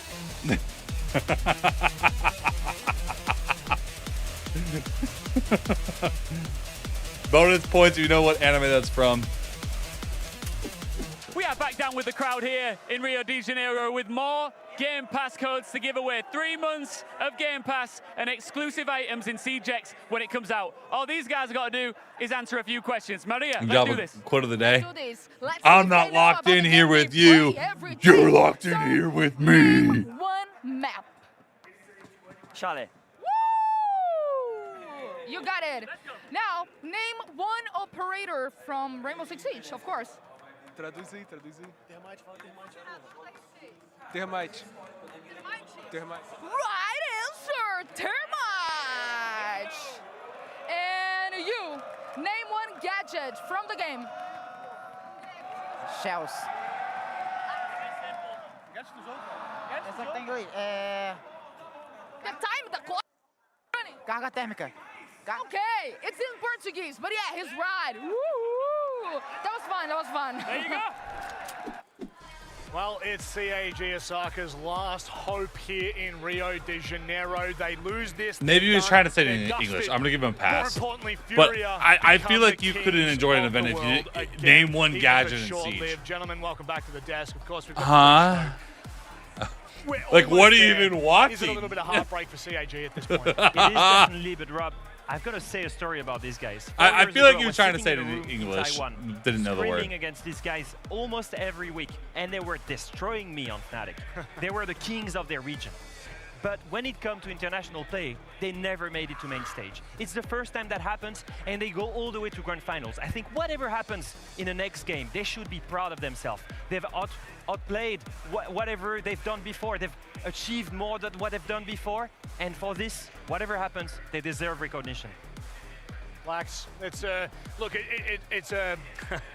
You never want to downplay it. I don't want to talk shit, Krusty, because I don't know Brazilian culture. This does mean a lot to individual players. Yeah, you know, I can't say because I am very white, finals, but and I've I been can't in some. comment. And when you find yourself in this moment, even if the crowd's with you or against you, you can feed off of it either way. So, and there's nothing you got better to say than what you want. being next to your teammates I'm that just you here. achieved it to get to this point, but then Hi. try to pull through and come back here because it's still here. They're still in it. They got a map to really find their footing, find those fundamentals, and apply them here and push it to a map 5. Fox, quickly, what does this mean for Furia? They're nearly there again. They're nearly back on top. I mean, we've obviously said a lot about CAG and what it means for them, but for Furia, I mean, to go from winning SI, then losing the whole year when you're supposed to be one of the top teams in the world, it was the and wrong obviously game. so much mental goes into I mean, maybe he doesn't rebuilding, understand English very reconstructing, well. Winning formula, it stopped working. Now you find yourself in another winning formula on the main stage, about to reclaim that title, and obviously it's unparalleled passion from the rest of the players, but it means so much to them to be able to do it again. I'm Norwegian, bro. To be able to lift Like, that trophy in front of their family. Thank you very much for joining me, gentlemen. My But it is time ancestors for us to get are underway. Vikings. Maria spoke to the They are coaches literally right as before white as can potentially be. the final match. Yeah, they're scary motherfuckers, have but no we're other really way white. but to It win real the cold next up map. there. What is the mindset for I like the cold. 次のマップは勝つしかないですね。じゃあマインドセット、メンタルは何でしょうか。まあもうここまで来たら本当にやるしかないと思っているので、チーム一丸となってもう本当に反省するところは反省して完全な CAG を見せて勝ちたいと思います。Well, every map is like something you have to win, so we want to like respond to this mentality, you know, make better what we can make better and show you like the true CAG. One more map and you become the first champion of CGX. So what is the plan for this next map to just, you know, avoid any surprises and just win the game? So continues to do the same thing. The job isn't finished, so it's a BL5 and we need the win another map to lift this trophy. Igor and the boys were the first Brazilian team to raise a Rainbow Six trophy. So you just asked the on question in soil, English and didn't and understand they what could he do was it even again being here asked. today. We're in Rio and Furia are 2-0 I see. in the grand final against Kaga Osaka, who unfortunately have only looked weaker as the series has gone forward. Sure. Yes, it's 2-0. Yes, they're winning, but it's Furia. We expect this. Now that CG done such a good job so far. And so the question is begging, Job's not will done. Furia get it done in 3, or can CAG push it the distance? How will this game affect Kobe's legacy, though? Will it change it?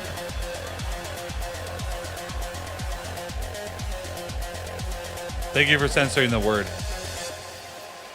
No one else censored it. The goal for CAG was not to No. make the grand finals, but yet they find themselves right here, right now.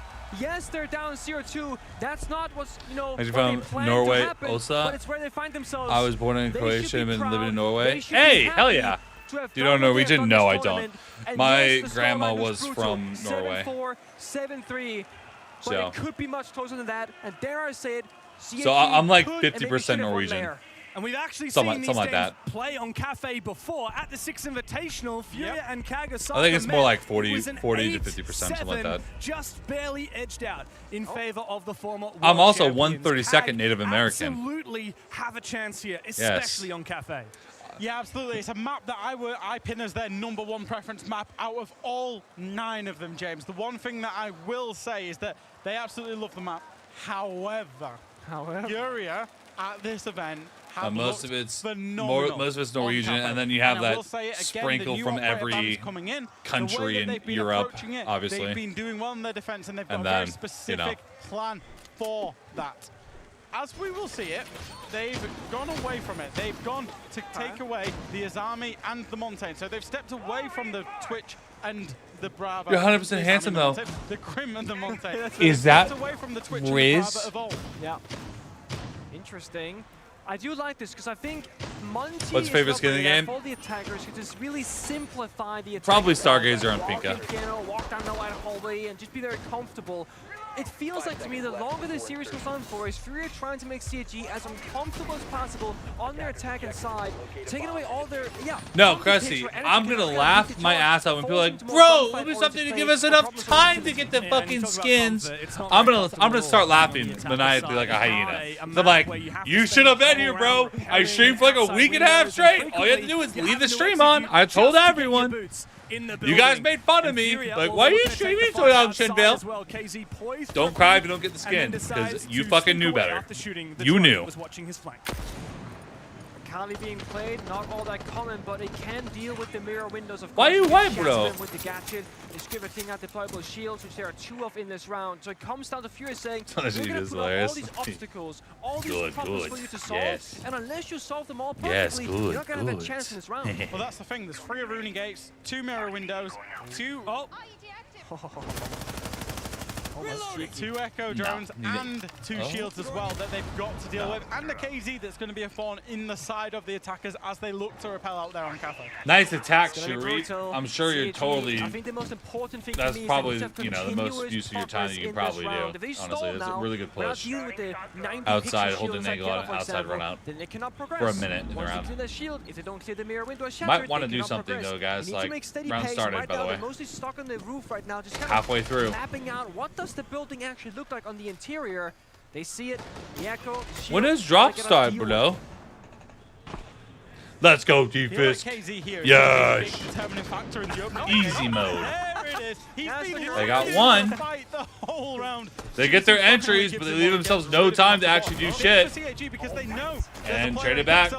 Even though they know Herds is going to take him down anyway. Incredible that he escaped with 1 HP, running through that fire on the back of that gunfight. Herds Damn, I must sit here for 2 minutes now.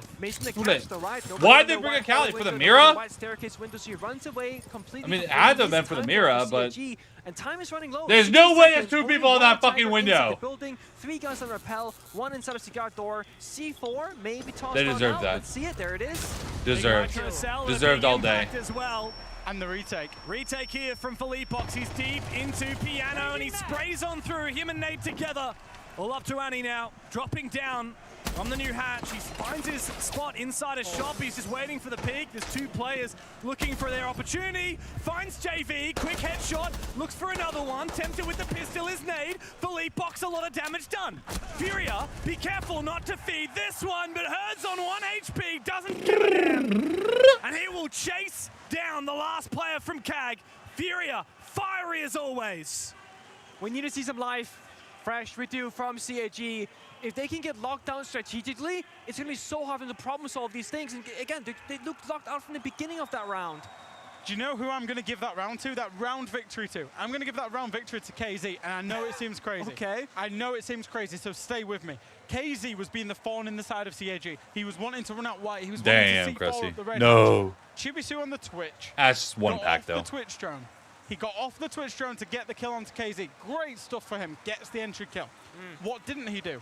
He wasn't on his Twitch drone shooting out an echo cam that was pinged inside of Piano. That echo cam was then the big determining factor when KZ was dead to allow this aggression. You can see the red thing there on Philippox. You can see how quickly he retook Pixel because he knew it was clear, because KZ was sat on the echo drone that was alive.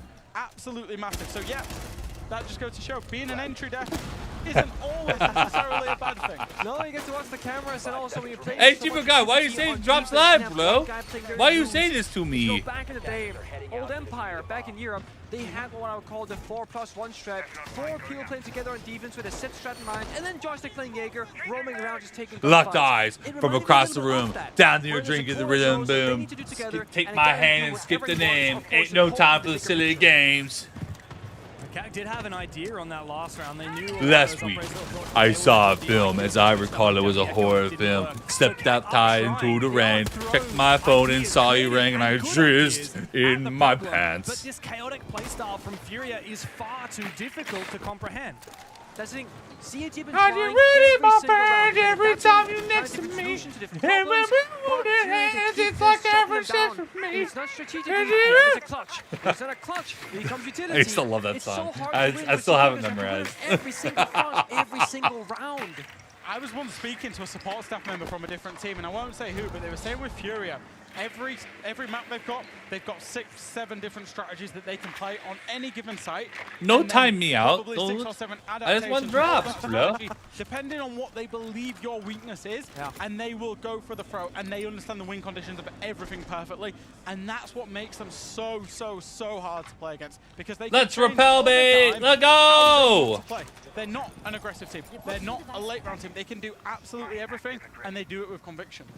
Fury is the perfect team to play if you want to get tested to your limits, but right now CAG, they'd rather just have a free map than getting tested because this is the grand finals. Airjet goes out, nothing happens, JV dies behind him instead, opening kill for CAG, but again the timer. What song is that? Jizz in my pants. More or less. Yes, progress on YouTube, bro. But that bomb site, it's so distant for us. What it's called. So that's literally the name of the song. Bomb site, both of the drones from the Brava were ineffective at clearing out those Banshees. The Twitch drones now, I believe both have been expended. Yeah. That is a threw it on the ground song. They don't have all the utility cleared. Walking down the street, and then eventually my so-called girlfriend hands me a phone and says it's my dad. Man! That's not my dad. That's a cell phone. So I took it and threw it on the ground. Thankfully for CAG, what, you think I'm stupid? And our Cully has my dad's not a phone. Meanwhile, Black Ray finding his kill. Philippox looking to hunt down Arkuli. And if he times this right, he could bring things back into Furia's favor. Got one player stuck in a corner. Look at that movement. There it is. Sprints away, gets the freebie back to a 2-on-2. But they know now where these last two players are. Both of them finding kills. Chibisu, the last one, standing here for CAG. Philippox and Hertz, they don't need to make a move. They can go together. Chibisu will find one, but not the second. I was walking through the city streets, and a man walks up to me and hands me the latest energy drink. Run faster, jump higher. Man, I'm not going to let you poison me. So I took it and threw it on the ground. 2-0 up in the map. Okay, no, this part's funnier. I go to my favorite hot dog stand, and the dude says, "You come here all the time. Here's one for free." Man. What I look like? A charity case? Oh, I took it and threw it on the ground. I don't need your handouts. I'm an adult. Please. You can't buy me, hot dog man. All right, back to this game. Enough with that bullshit. You need to, when you get that opening kill, convert that into a round victory, into a round lead. And often CG, they'll get that opening pick, not much happens, a gunfight occurs, and they either bet to even numbers or they fall behind. They really just gotta hold on. I think if CG can go quicker in the early stage of the round, some poser hands me a cake at a birthday party. What you want me to do with this? Eat it? Happy birthday to the ground! When you can have 80% of the round go your way, but that I threw the rest of the cake too. Welcome to the real world, jackass! Well then, the scoreline Oh god, I love those guys. I'll tell you what, that is not a way to kick it off for CAG. Opening kill technically for CIG?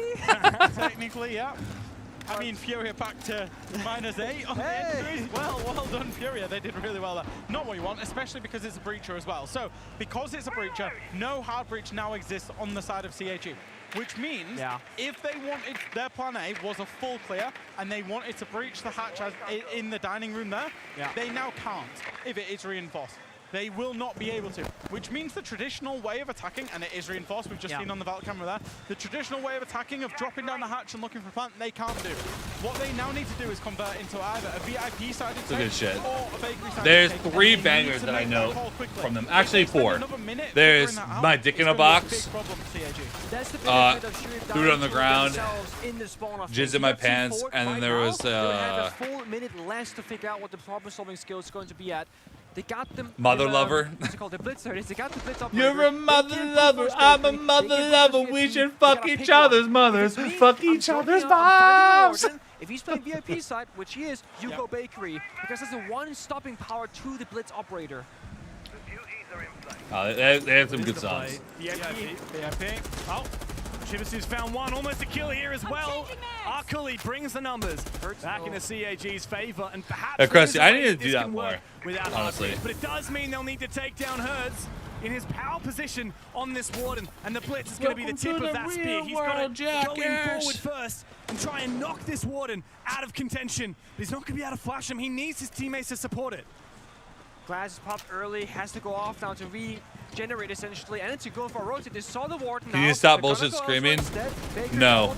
anybody home in, gate pop, Vivo cam as well. He's got to keep aggressing. Deep from Chibisu. Honestly, make me want to do it more. Back, he knows about it, and he composes, looks for a chance to try and find the kill. Damage taken from another angle. Meanwhile, Anderson, where is he pushing? Honestly, I'm just not super interested in the game right now because CAG is kind of lifeless. With the potential for vertical. It's like poking a dead fish. Yo, do something, bro. It might just be possible. And now Black Gray, he's found the Their post game is terrible. They're not going to win this. He comes up, the hero as always. Oh, they did it! You just got the motion screaming, then F off. You're in my stream, dumb motherfucker. You don't need to be here. For the side of CAG, and the crowd starts booing. Normal guy too. Hold on. It's about damn time. But it might be a little bit too late at this point. I thought they did it so badly. I thought they'd made the wrong decision. I thought they'd made the wrong decision when they had Hertz locked inside a VIP in a 3v3 with a shield. I think go and kill him, make it a 3 versus 2, play it out. No, I don't know this one. Oh, this is the guy that sang this song called "Show Me Your Genitals." Went to bakery. And it needed a clutch. So probably That the show wrong me your decision, genitals. but the round Your went in their Show me your favour. genitals. And they needed something. They needed Genitalia. one to hold on to. That bullshit. Because Fury are one of the best teams in the world at snowballing. 1-2, obviously. Still not great, but a lot better than 0-3. A wise man once told me, it's much better to have 5 people following a bad plan than to not have a plan at all. That was a bad plan, but they committed to it. They were all in there, tangent and renegade, full sending. You see, they had the nerves, the composure. I don't even know how they're feeling. This game's raising my heart pressure, never mind theirs. I think it's so critical as well that it was Chibisu that The found the worst clutch because he misspell was the one ever. that got the team kill. No. He was likely kicking himself for losing that hard breach. The fact that it No. was him to get that clutch. I mean, that's the fire that CAG need under their feet. At Continue least to expedite might have this. been a misspell, He's probably. Now, forgive him. It's okay that he killed me because you want us around, buddy. It's good. Oh, this cag's on the board. Fury are still so scary to play against. You can find one round like that. There's anything going for Kag, I will say. We saw the player reactions there, and JV didn't look too happy. JV never looks happy when he's playing in the server. Then after the server, he's smiling, he's cracking jokes, he's a prankster. Yeah, he is. He absolutely is. Yeah. He was teaching a lot of the non-Portuguese speakers some interesting phrases to say to each other, to say the least, whilst we was over there in group stage. He was trying to get me to say some heinous things last night, and I did not partake. We did have a drink with JV last night, it's worth saying. Yeah, yeah. Oh, I think James is on me. himself was Hijack there our playing chances last here, night. Alex. We became Here's very a drink, JV. We became very good buds. I'll He say. did toast to all the casters. Yeah, Oh, he did He he? also toasted to Kag as well. He did. And I went to bed. He was still out, by the way. Him and Herds were actually Doesn't out seem to be affected. They were either team of them. bonding for synergy. That's what they were doing, and they're showing off in the server so well because, again, they always have each other's back. Yeah, they do. I'm not sure what to do from CNG right now. Yes, you won that round. It was Oh. all a clutch. That's what you need That's to win honestly, a single round. that's honestly It's kind of gonna a be funny long misspell. road ahead of you. Yeah, he good utility usage clearly to didn't mean ensure that. top Because he utility, misspelled almost every other word. Worth noting, the mirror was spent by He CNG misspelled so and many the different glitch words by today. Furia. Feels like a half Run play off here. As long as they sentence. control piano and control the hatch above Yeah, train, no, he they didn't mean to control do the it. That's entrance funny as into fuck. site, and they can play on that white window, on the dining room window, and then play for a plant. That's how they're currently shaping up. Yeah, but again, Herds. opening kill to Fury now 2 rounds in a row technically. Air tap going off, but a double flank up and below. Covers, trades his teammates perfectly. Nobody watching. And nobody able to refrag on the JV. Anderton goes deep, but Philippox ready for the aim down sides. Attempted refrag eventually comes through here from Blackray. I don't think He's Anderton's taken the very low Blackbeard, on bro. HP, and he's so separated from his teammate Arkuli. 2 versus 3. I think Arkuli might have just seen that cross, or has JV just hidden? I believe he has. Arkuli doesn't seem aware of it. A lot of damage dealt to him. Eventually, the DMR proves true here for Arkuli. HP's so low that if either of these two players get into a gunfight, they probably die to one bullet, and we're getting to that late round. Obviously, Furia know what's coming now. They know that the attack is from train over, so they can play as such. Good use of the destructive elements there, though, to get rid of Blackray's position, to buy a little bit of time. Has to play for a kill here for the attackers. They gotta find at least one flashback going out. It's a good flash, but KZ while blind goes crazy. Arkuli 1v2 now. DMR hits down the door, walks into the Banshee. KZ for 2. Furia, how on earth you can control them? They, in my opinion, they really are the best team in the world at reading into what their opponent is going to do. I don't think CAG are being particularly great at masquerading the fact what they're going to do. They're not creating a lot of false pressure. They're not opening windows, doors, creating pressure on other sides of the map.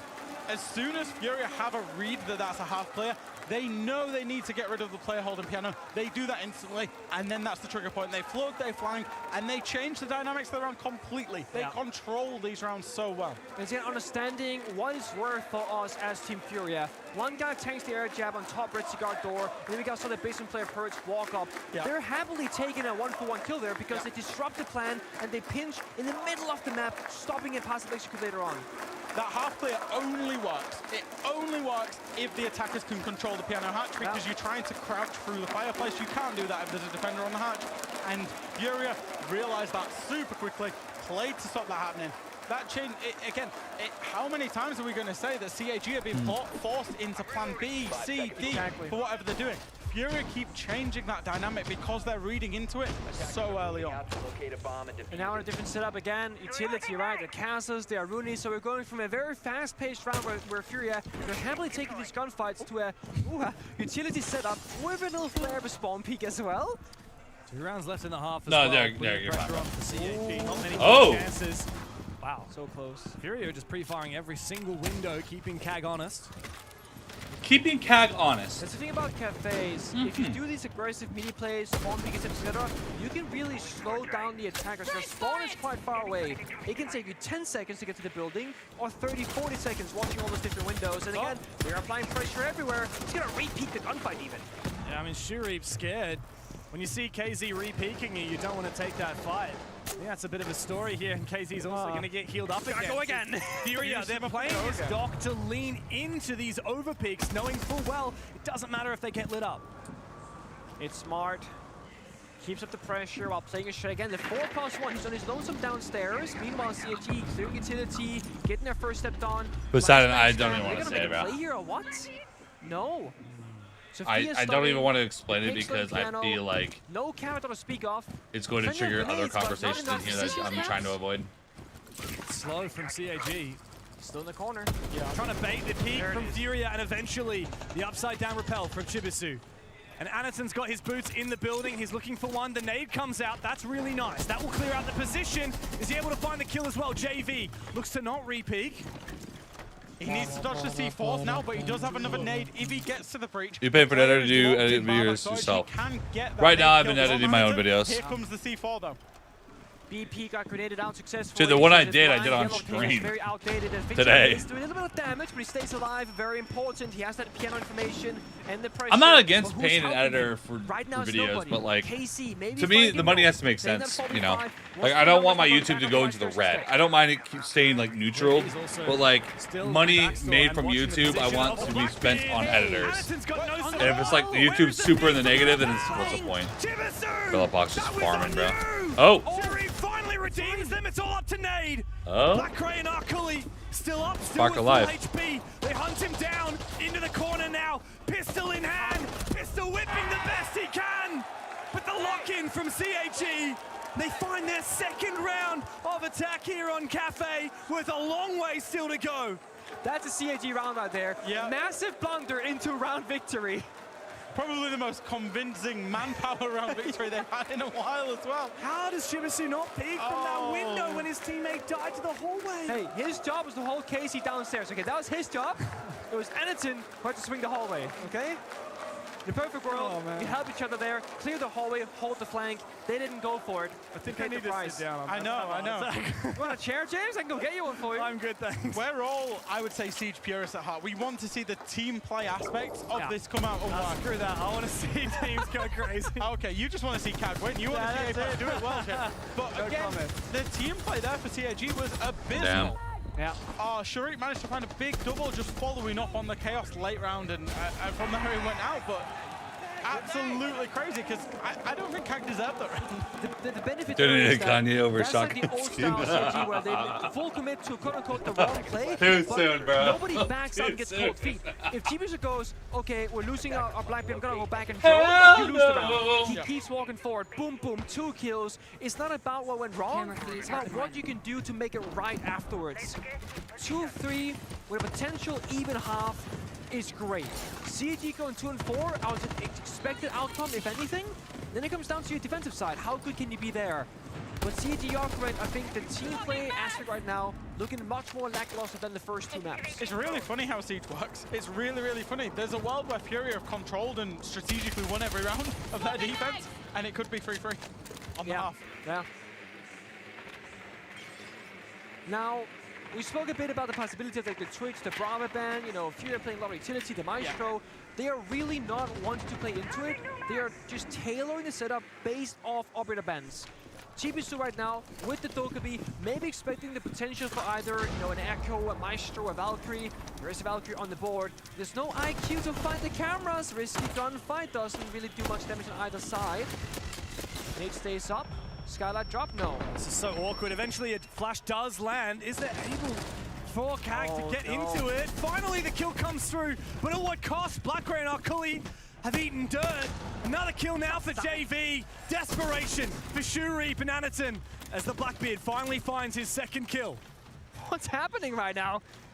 I mean, CAG are in the building. Okay, boots are down on the ground.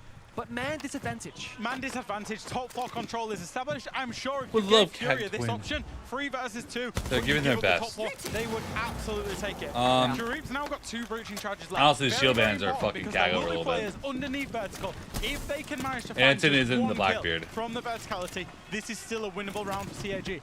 But if they try and execute 2 versus 3, especially with Blackbeard on that shield, it's going to be very, very difficult. Yeah, they're going to get flanked, push too many sides all at once. Can't hold the white stairs, the red stairs, the site, the push in from site, assuming that you got reading side, pillars as well, you just can't do it. So you need to level that man count. Gotta go fishing right now. You got 50 seconds to do so. The vert pretty good, but timing, missed opportunity. Airdrop goes down, but at what cost? He's on the piano hack, so I think it's opened up.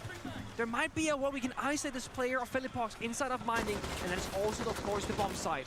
This is a nasty position from Philippox, though. The feet holes are going to play into his advantage, and he's got Hertz to support him as well. Hertz might actually bait the push in from Shuri. The feet holes still playing into the favor of the player on the other side, but what is that from Anaton? Dropping straight into the chaos! And Philippox finds his kill! Furia continue this mayhem! CAG, despite their best efforts, cannot find another round! Yeah. So hard getting drawn into a brawl with Furia because you often come out getting knocked out, and that's exactly what happened to CAG. Do or die for CAG's defensive side, and or a testament to how good Furia can be on the attack. And reminder, attack has generally been what CAG has been good at this event. This is how they've got through. They significantly improved their attack win rate.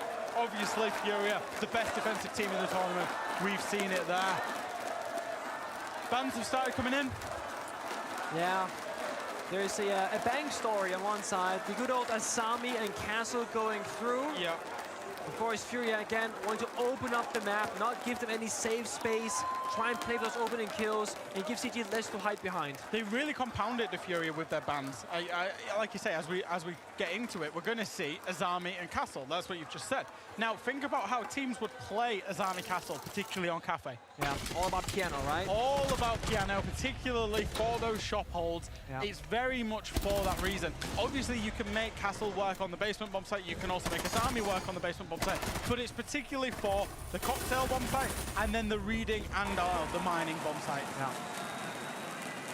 On the other side, it's Grim and Capital. That's not true. It's Grim and Blackbeard being removed from action. I personally am a huge fan of banning Grim on Cafe. There are so many soft floors, verticality. Those red pings, you're just going to be stuck in a corner with nowhere to go because the window repels, plus the guy shooting you. It's kind of like a Giga Deimos, because it's an AoE effect, of course. But I don't know if that's what Furia had in mind. You mentioned Furia's defenses, they can play the utility. Do they also have a style attack that you know of? Maybe, maybe not. No. I personally haven't seen a specific, like, that's Furia's. I think it's just against, they scout out their opponents, yeah. I would watch out for Herds on the Nook here. I feel like... You guys like the new title? Sense Blood. I feel like Herds is being that 4+. We talked about it I did earlier some with research looking around the Siege oh, community. So I changed my title based on what I He saw. is that 4+1, that free element. Oh, they've given... wait. He's not even going to know that they know. I don't think he knows that they know. No. Do you know that they know? I don't know if he knows that they know. He doesn't know that there's a hard wall there, and now he knows, and now they don't know that he knows. But we know that he doesn't know that. But Blackray knows. Perfect. That's nice. Hertz heard it though. Oh no, Hertz. He's got the one up here. Blackray in an awkward position. Anaton is the one to fall. Over fixating on this player. And CAG are going to be punished for it. This could be perfect. There's no way! Can this guy see through walls? Can he smell them from afar? He's got a built-in pulse gun that way, but what the hell? I don't care if you're pulse. I can feel your heart beating when the crowd is cheering for me. That's what Herd says. And now Furia, despite the heroics of their Nook player, they are down. A lot of people raging in chat after the stream hours is crazy. They could have just left the stream on, like I said, the last several days, Upstairs, week, though, week and a half, 2 weeks. And off But camera, it's all good. trade on both sides, even numbers done. I think CG okay with this. C4 in hand, looking for one. It's gonna miss. very much go on the wide side. But IQ for the Valkyrie cameras. Sorry, those soft breaching charges. Furia, they got all the tools to get the bombs under control, do the verticality, lock down the flanks, and go for a plant attempt. So CAG, there is a world where they gotta play risky retake like smoke on white stairs. Is that a gap that I see?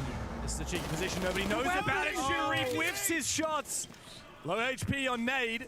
I do believe he knows where that came from, though. And now the drop downstairs. Still plenty of time to work. This is a summary of the game. Have what they need is that to round. make this execute happen. And straight in they go. Sharif covered off. He missed his chance. Now Hertz has found his. Arkuli up against the world. The plant going down, and the coverage is apt here from Furia. They're hunting for him. Philippe Box knows!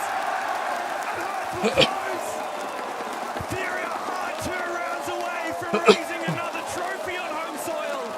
That felt like such a vital round. It felt like the round that Furia really sensed that they can put this fixture to bed. They get that attack, they snowball into it. And I will say, what a game. In the very first instance in that round, trying to get rid of the Hertz on the nut completely changes the dynamic. And it's the thing that Furia keep doing consistently. And I will say, Was he checking for the wallbang? No, because it wasn't a perfect wallbang. It was clearly, I could kind of sense something's going on. You really felt that it did. Exactly. Anderton shooting through the soft floor into the hard wall, tripling up to try and get rid of Hertz. They wanted that advantage desperately. They actually lost the round by trying to chase it. And in a heartbreaking moment, Shuri whiffing the shot on his still standing IQ with the SMG-11.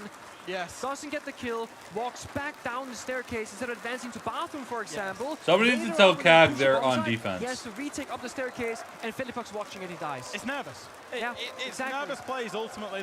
They're trying to overplay because everything they're trying so far, even though they've been, for the most part, doing the right thing, as you would expect from CAG's perspective, it's still not working, and now they're trying to overplay. They're trying to chase it back. This is where I fear they can taste the trophy. That's the grounds that they're on right now. And for some teams, I would say, they might start feeling like their risk assessment will change. Oh, we might lose if if they win this round, they're gonna make a comeback and I can't take a risk. Furia don't care.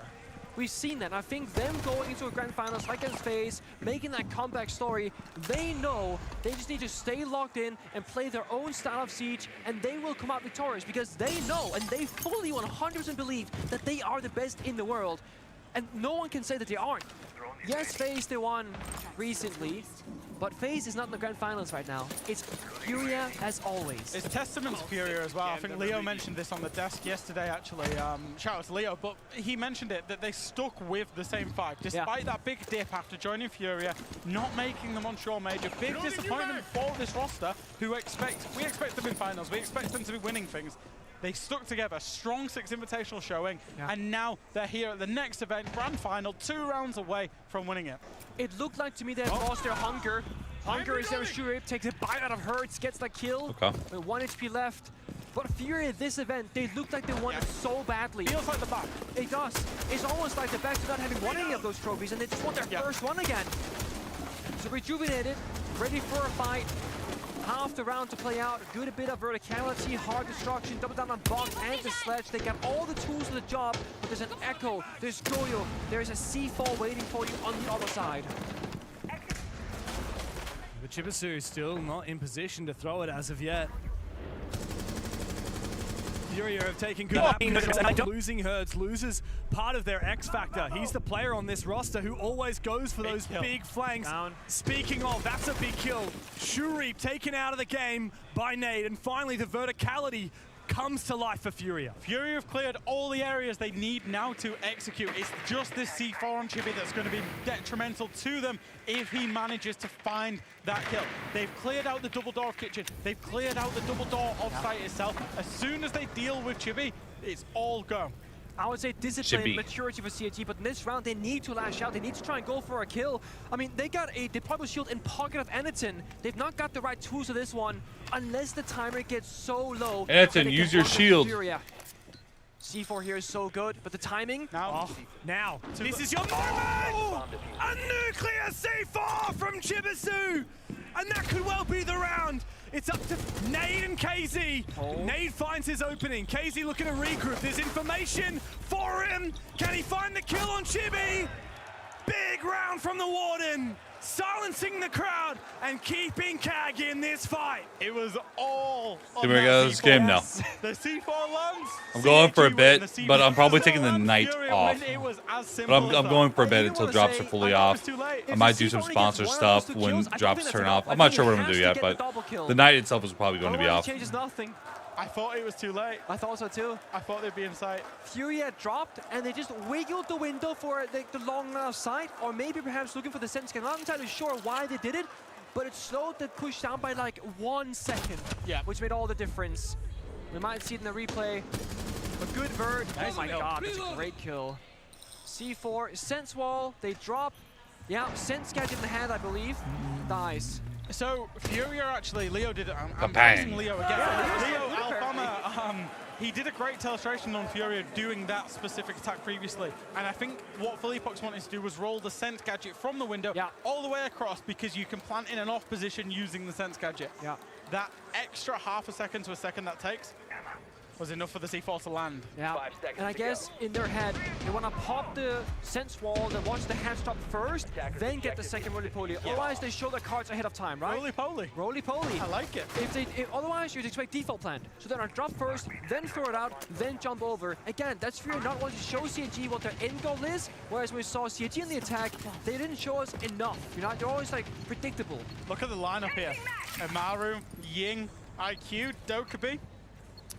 I'm looking at it. Screams set play. It does, and I think the post here is excellent for that, because it's not a static camera, it's moving information. Of course he's seen it, but it might change their approach to this, and it may be a window bang. Oh, 4! Knife for okay. himself. Nice idea. Herds is lucky that he's playing that IQ, otherwise he wouldn't have seen that C4 coming. KZ though, in with the Candelas. 1, 2, 3, 4. Is it a bait? No, it's Going not, for because kills. Nate is upstairs. And yet he doesn't find anybody. Where is CAG? They don't know about Black Ray. They might hear it now. Hidden in the corner now, but his phone ringing along. Black Ray just waiting for his moment, but nobody is giving it. He has a little love tap, but still nobody knows that he is still waiting here in Cocktail. These two players, like SenVale and I, sail past. He still fails to find his kill. Not again. Punish here. RCAG Furia come to life in a 4v3. It rests on Akuli's shoulders with this pulse down below.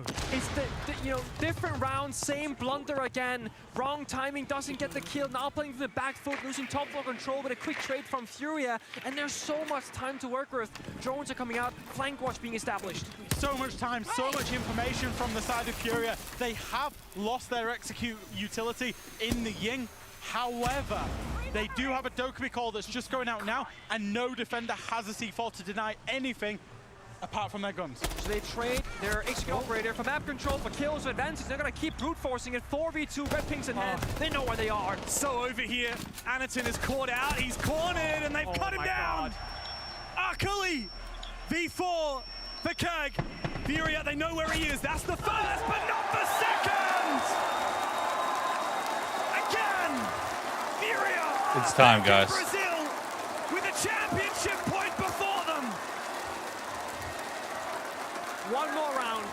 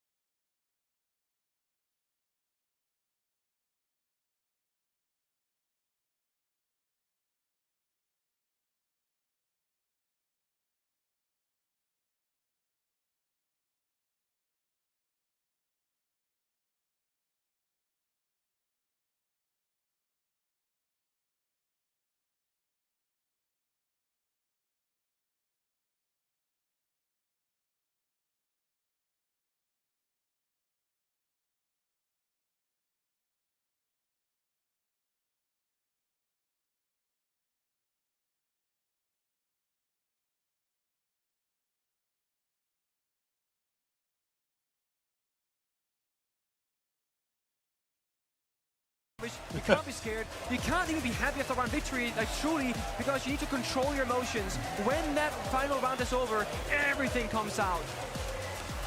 It's time.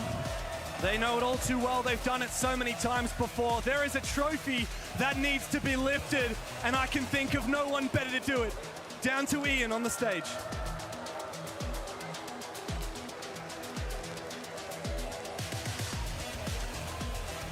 How do you feel? The Siege X era has begun.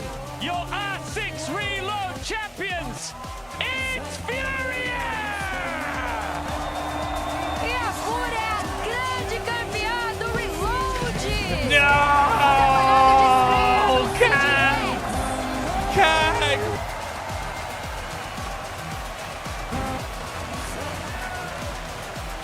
Okay. No! Sorry, I just put it on Twitter. Shit posting. That's a good trophy. Wow. A dominant grand final, certainly one of the most dominant I've ever seen. A much different set of circumstances since you were last battling for silverware in Brazil. How did you get it done so quickly? They're a pretty good team, but we're playing a really good Siege today. I'm glad that we could keep the composure. In the last map, we were kind of nervous to close out, but we could keep the composure and get the win. Perfect. And after the 2024 Invitational, you were the team to beat, so you have to reinvent yourselves. You okay? And you did it. You reinvent yourselves. How was that process? Você pode responder em português, se você preferir. É que eu tava voando aqui. O que você pergunta? Depois do Invitational de 2024, vocês viraram o time a ser batido e vocês Literally made the tiveram clip que just for reinventar. Twitter. E vocês conseguiram fazer isso. Como que foi esse processo de lá pra cá? Cara, então, muitas pessoas acham que pelo fato Kag de will beat them one day. Not in a BO5. Kag may beat them in a BO1, maybe a BO3, but not a BO5. Prestigiando, tá lá no Major, qualquer campeonato. I don't think Kag has ever played a A gente BO5. abdicou de várias férias ano passado para estar trabalhando. A gente conseguiu quase no Invi, a gente sabia que o próximo a gente iria levar e tá aqui. Primeiro campeonato do CGX a gente conseguiu. Primeiro campeonato do CGX, primeiro campeonato de vocês na Fúria. Parabéns. Congratulations. Could you just translate a little bit there for our English audience, Nibby? Okay. Who gets to have it, though? He was working so hard. Who gets to have the trophy? So hard the past year. So now they did it. They have, how I said, they have IGL or to coach? reinvent themselves. Or the org And itself. after Probably the org itself. All of the trophies that they won. Finally, Philippe, are you back? Is this team back? And are we about to see Furia dominance for the next 12 months? We are back. CGX is our game now. The first trophy is an honor to win the first trophy in CGX history. And we made a promise when we joined Furia that we would bring a trophy for them. And we did it today, so I'm just so happy. All right, guys, one more time. I want you to lift that trophy high in the air as this Brazilian crowd loves it. Your R6 I wonder that she'll take champions. AAA batteries. Is it bulletproof? Can we test it out?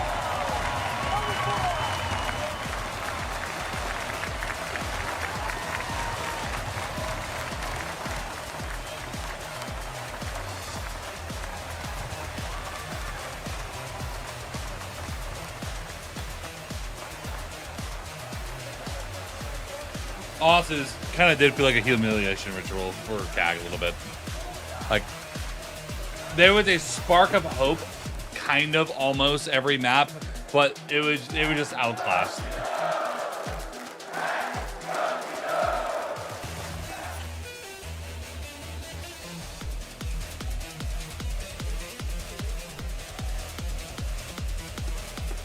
Yeah, it depends on how they want to do it. They'll give it to the MVP, the IGL, maybe the coach, the org itself. It depends. Because, you know, they give out that big trophy for, like, you know, whatever. And they get individual trophies, too. Like, you don't just get just that and you walk home. No.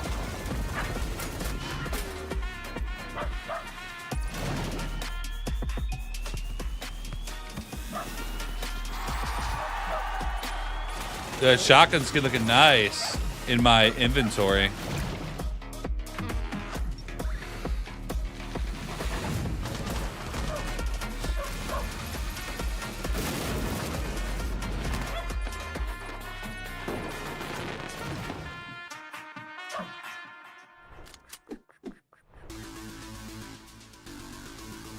There's more.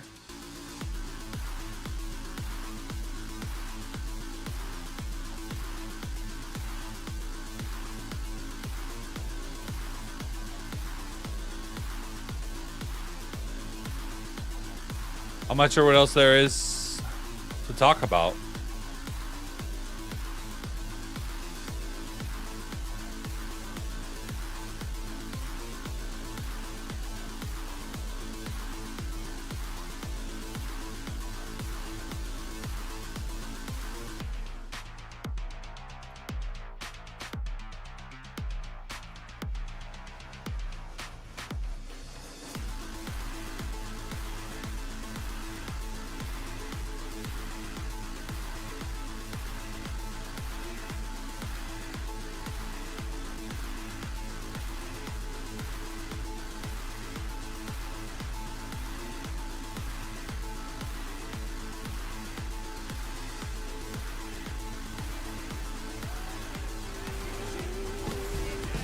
No! So cringe. Yeah, so I'll probably go do ranked or whatever. We'll go fuck around and go see what happens. We'll see what happens.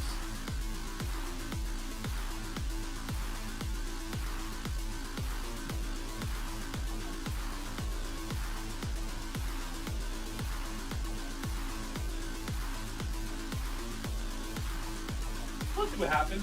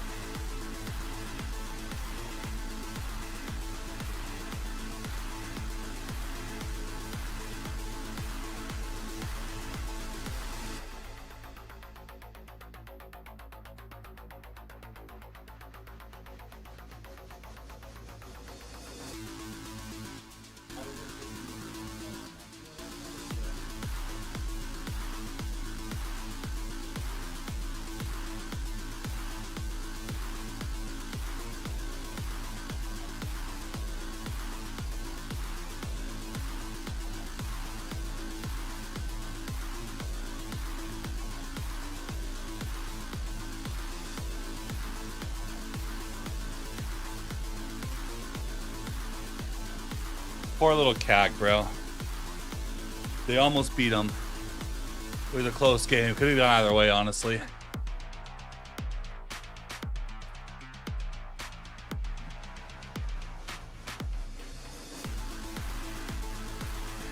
Predictions updated? No, I doubt it.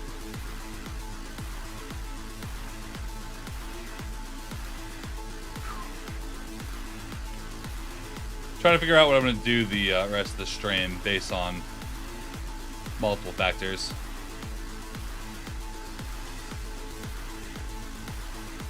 I know I'm going to take the late night off. Like I need to get back into my rhythm. Maybe make some YouTube content on the new op. Like I have a couple things I can do. Oh, that's just it. We waited like the timer for nothing. That is hilarious. Okay, well, so much for that.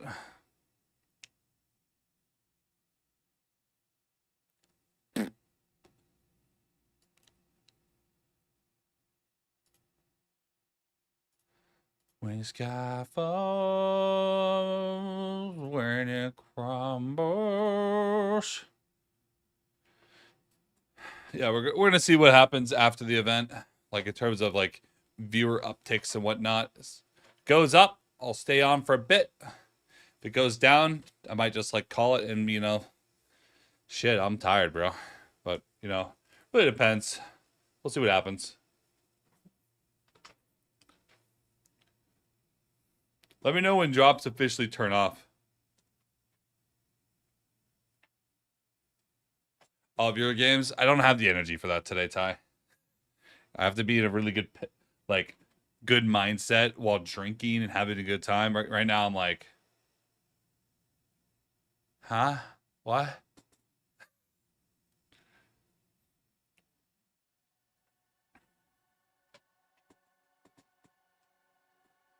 Yeah, no, I'm staying on Siege while the drop is still going.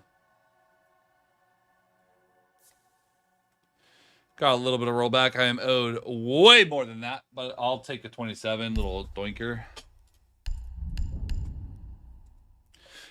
Yeah, I'm ready to play some CJX on the test server, Loki.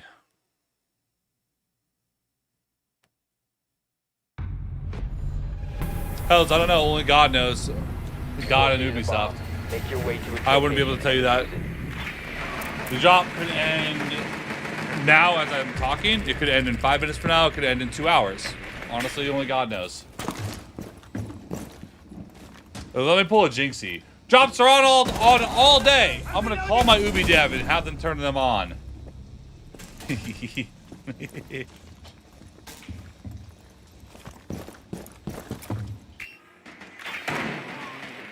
Yeah, no, Ty, it does, but like I'm not gonna be mentally like ultra engaged in the actual gameplay.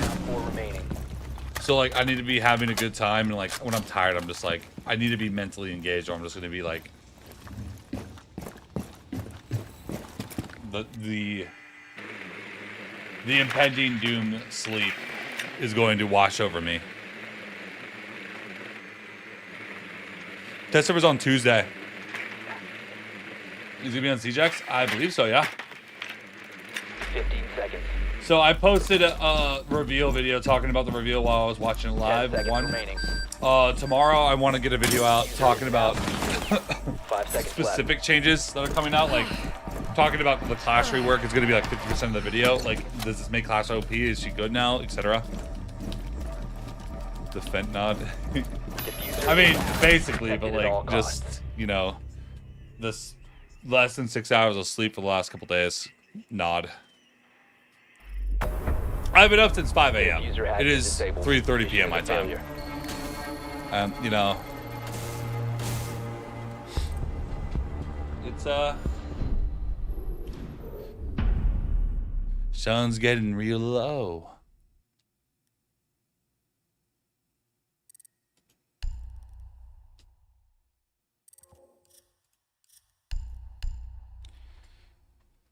When the sky falls.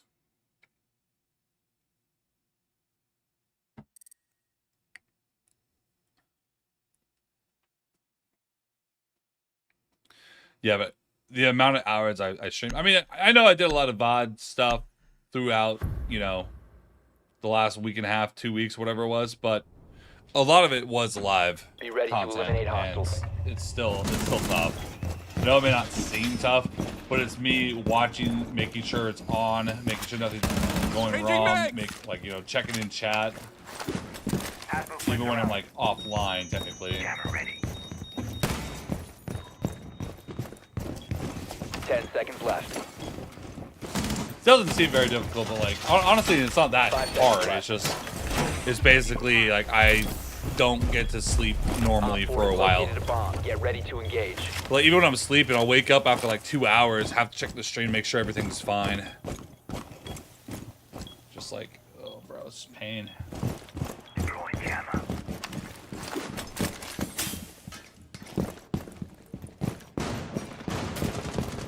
I know, I'm sorry, Defus guy. I'm aware. It was just one of the only VODs I had that was like 12 hours long. Next time, better planning. I need to stream a couple 12-hour streams prior to the event.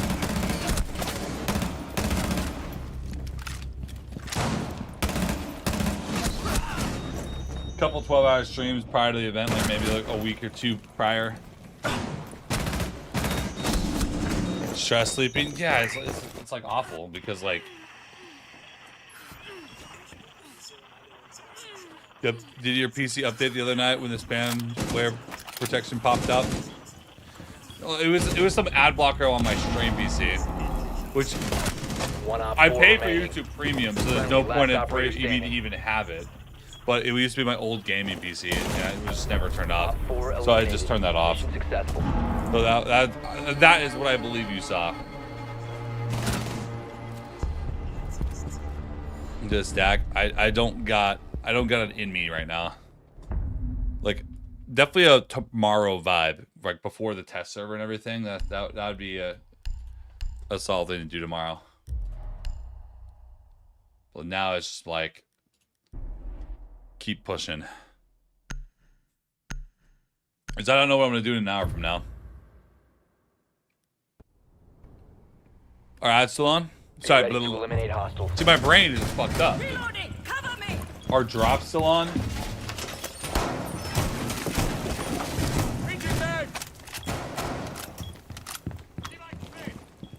Yeah, that's what it was. Yeah. I turned that off. There's no point in me even having it on. 10 seconds to insertion. I pay for YouTube Premium so I can like watch my VODs like that without having to worry about pop-ups. Located a bomb. And YouTube Premium, honestly, using YouTube without YouTube Premium is really fucking annoying in 2025. How many ads you guys get on YouTube? That shit's annoying. Got to. YouTube's like my go-to whenever I'm like, I have a moment to chill. I'm like, okay, YouTube. Let's click a random video that I know nothing about. Like shit, the last couple days, when I had like a second to spare or whatever, I was like watching StarCraft 2, like competitive. I'm like, why? I don't know why. I just, you know, it's just interesting to watch things I don't know that much about. I used to play a little bit of StarCraft 2.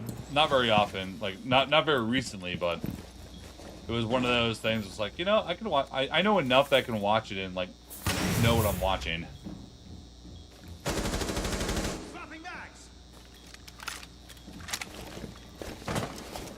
Still walking for now.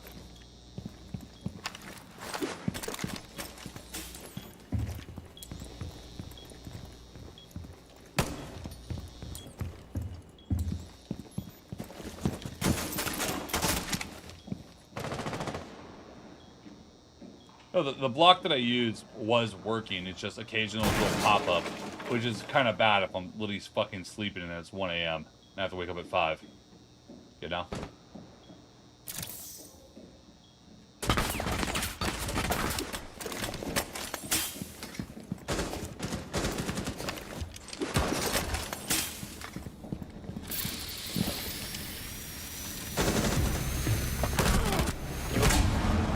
Fall back.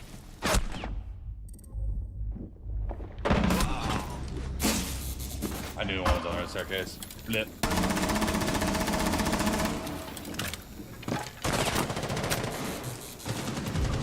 Yeah, no, drops have been ending sooner than they actually say. It may say that, but they usually don't last that long.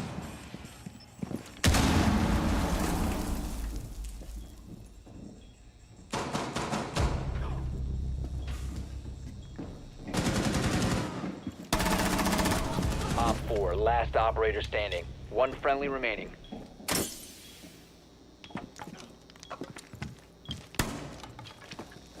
Down to 15 seconds. Time expires in 10 seconds.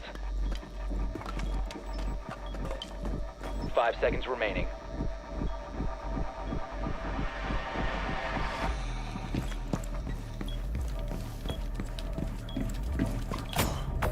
Op 4 eliminated. Mission successful.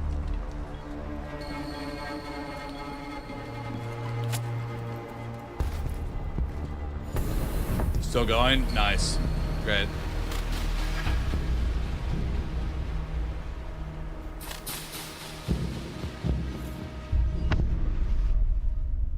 Great, great, great. Fear one right? Yeah, I mean, it was like 7-3, 7-4 every map, but Furia won every map, 3-0. So the scoreline might actually be slightly different than that, but like that's kind of how I viewed it as.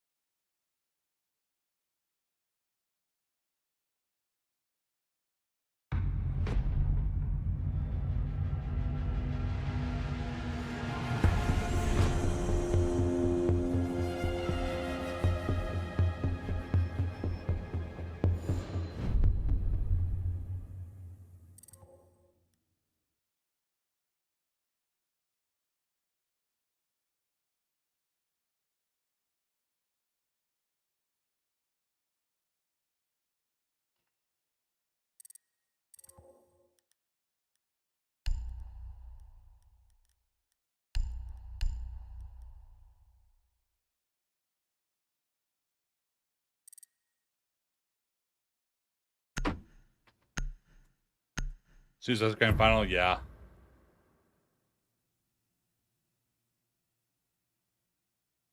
Soon Kag is gonna be a good team.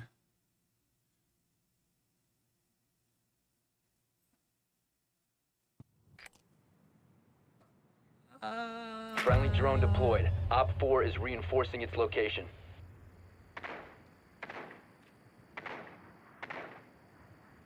See, I disagree with a lot of what you just said. Soon Kag is going to be a good team. They lack the experience in closing late game. They have more experience than most people in Pro League currently. It's not they don't have a lack of experience. They have a lack of talent. 5 seconds. They're not going to get better as years go by. They're going to get worse. You've located a bomb. Make your way to its location and defuse it. I don't think that they're a bad team, but I don't see them being the best team in the world at any point at any time. They might be able to squeak in a top 8, but that's because people underestimate them. Because they're not terrible, but they're definitely not like a top team that's like going to win the entire event. If you actually take them seriously, like Furia looked at them and like, we are playing you, we are taking you serious, and they fucked them. CAC did really good on the entry, but their late game showed a lack of everything. Like, they didn't have a fucking clue, and they were just completely outgunned, outpowered on every gunfight they got into.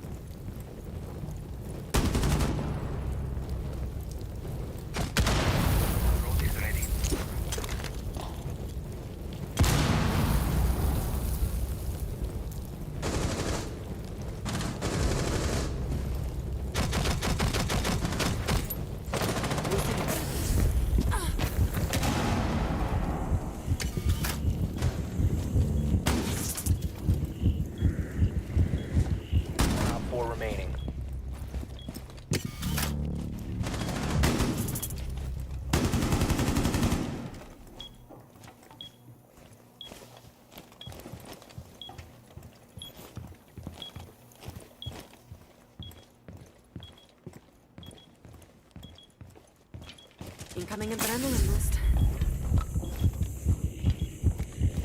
You must recover the diffuser. The diffuser has been recovered.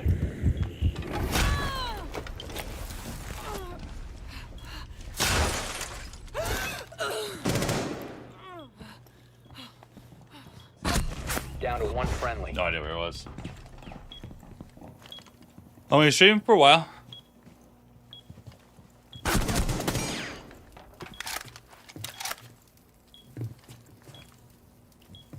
Wildcard check so bad, but yeah, Wildcard was arguably like a pretty mini Fukaka team. It's had a couple players that really kind of brought them over the finish line against APAC teams. Op 4 eliminated. No one really had to earn their way to the playoffs in a real way. You could literally farm a shit team and make it. So like the level of competition wasn't that high. The first real team that CAG had to play, they lost to. And then they played Furia, and they lost again. Are we surprised? Not really. I wanted them to win, because I was like, ooh, you know, that would be actually kind of nuts if CAG could win and silence all the haters. But like, I'm like, no, it's exactly what you thought was going to happen. It's like, I guess. Has you play a fake LMG? Yeah, I was trying it out. I don't like it. Hence why I just swapped.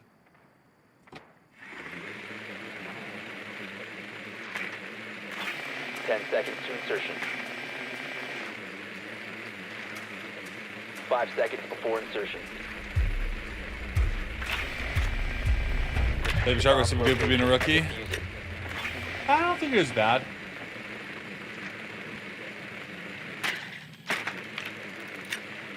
But Wildcard was just a team of rookies that was just like...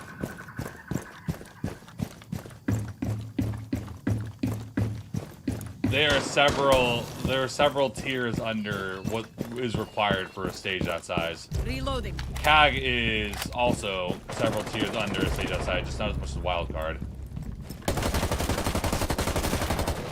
I don't think Wildcard really took them fully serious. Swapping. Here comes the adrenaline.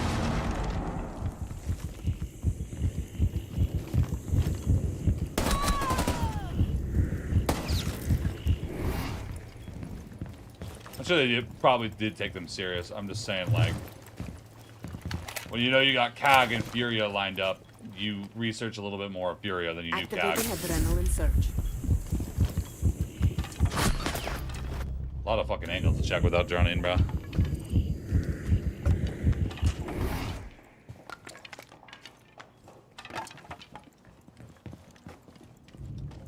Reloading. So with more training and time, you don't think they will get better? Well, I'm sure that they will improve, but so will other teams. Other teams will also improve. Everyone will improve at the same rate. CAG hasn't really shown... This is a red herring. This is not their average performance. This is a La Mickey Mouse event where they got gifted into playoffs. Chances are they're probably not going to make playoffs again, if we're going to be real. Because next playoffs are going to have... You're going to have W7M, FaZe, a couple North American teams, like the good ones, the ones that didn't get cucked by playing good teams at the end. Brazilian teams, a couple EU teams like Virtus Pro, etc.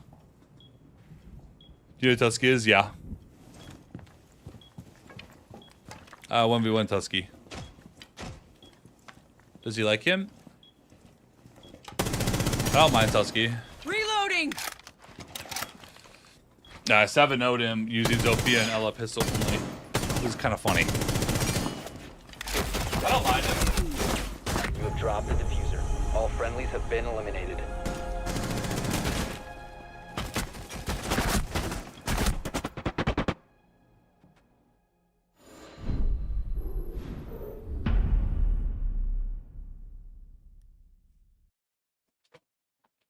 And the format is not going to be Mickey Mouse. Yeah, I just don't see CAG making another playoffs. That's why it was such a big deal that they made playoffs.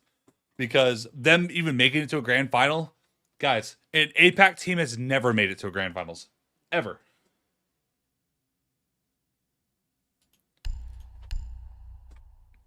Actually, I'm not sure that that's true with the Nora Rengu and like years and years ago, but I don't remember how well they actually did, but it's been a while since an APAC team was actually beating consistently normal teams.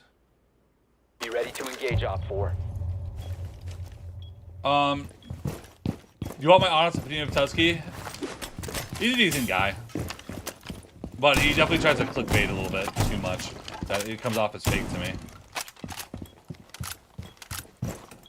I stream the complete opposite way. 10 seconds to insertion. Can I do something to stick today?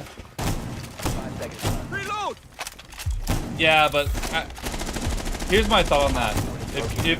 If you try to copy somebody else, at most why watch the copy when you can watch the original? You know, something to think about. You can try to copy somebody as much as possible, but at the end of the day, the best you'll ever be is a copy of the OG.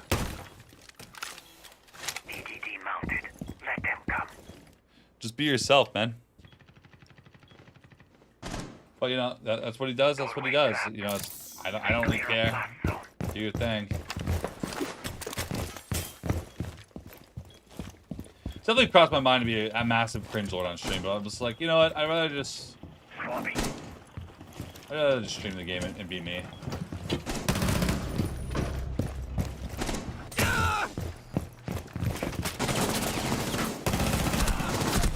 Holy, 3 people in break? That's crazy.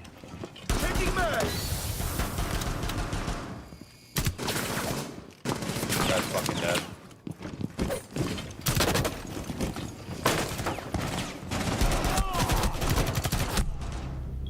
Holy shit, try aiming. Oh, drop still on or no? Anytime someone says no drops, I don't know because I already claimed my drops, so I have no idea. Swapping mags. Combo.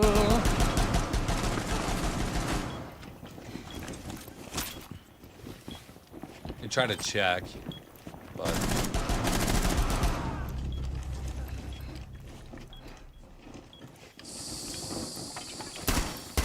Reloading! The bomb diffuser has been successfully deployed. Still going. Okay, so people are just memeing. Heard. Yeah, that's the one thing I hate about the drops is that if you claim your drops, I can't ever see the timer anymore. I need to stop claiming it so I know. Now I'm resorting to having to ask. You change the stream title? Why? Drops are still alive. Mission failed. All friendlies were eliminated.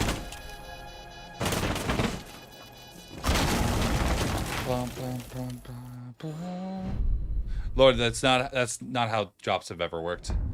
They're just going to eventually turn off at a certain point, and then people are going to be cooked at like 20%.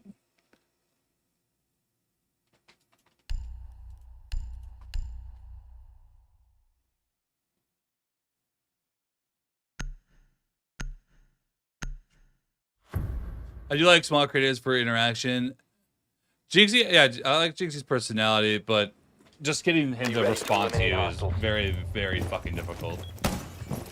That is true. You can't really talk to Jinxie. Watching Jinxie is like watching a YouTube video.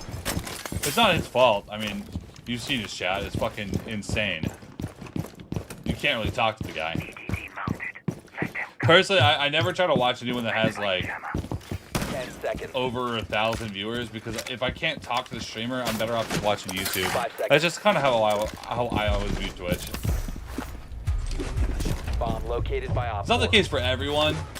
There are exceptions to the rule, but on average, it tends to be the case. There are some Siege streamers that have like a couple hundred viewers that are really bad at chat interaction. They just talk to chat like, "Hey chat, how we doing today, chat?"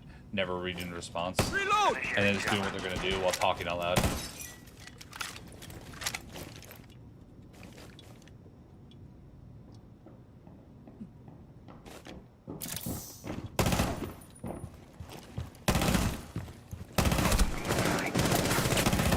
Changing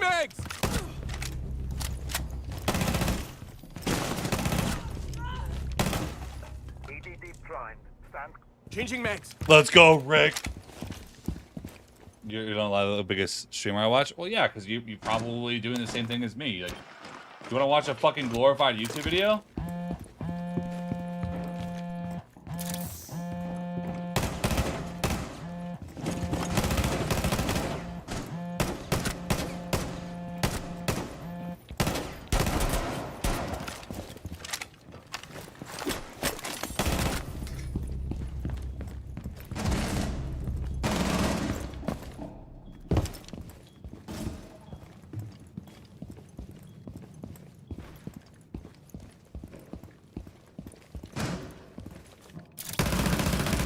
One op 4 remaining.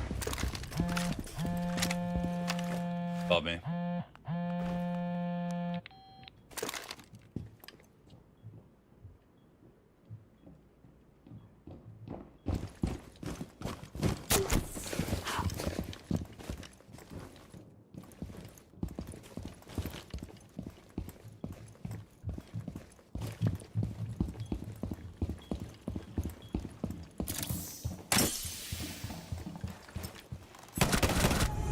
Op 4 eliminated. Mission successful.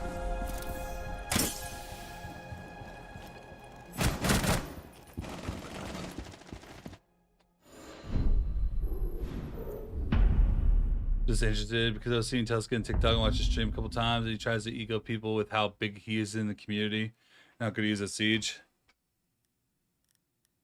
Yeah, I don't know. Yeah, like I don't like talking shit about other streamers while I'm streaming because it makes me feel like I'm trying to like fucking steal viewership or something. It makes me feel weird, you know.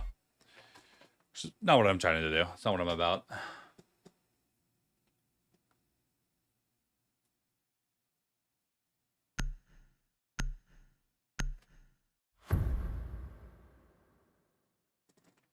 It's good to have on second monitor of like white noise for me. Streamers. Bigger and faster chats. Friendly drone deployed. Op 4 is reinforcing its location. Yeah. I don't know. Like, I personally like, for me as a viewer for like Rainbow, I want to watch. This is how I stream the way that I would want to watch, and it's like I want to be able to interact with the 10 streamer, seconds to go. and I want to watch someone who kind of knows what they're doing. And it's like a lot of these guys I watch, they're fucking horrible, or they're obnoxious, and then don't interact with chat. So it's like 3 checks, you're out. I don't get it. There's nothing wrong with like, you know, I'm grinding my way to champion. Like, you know, there's like, it's like a gold, plat, emerald who's like working on trying to get champ. But like, you know, people will watch that and be like, oh yeah, I remember being in the trenches. Shit's funny. Get clear! I was not ready for you at all. I checked because I figured I should. Not because I knew. Oh, dick holes. Or like kill you through someone else's dick. Must recover the diffuser.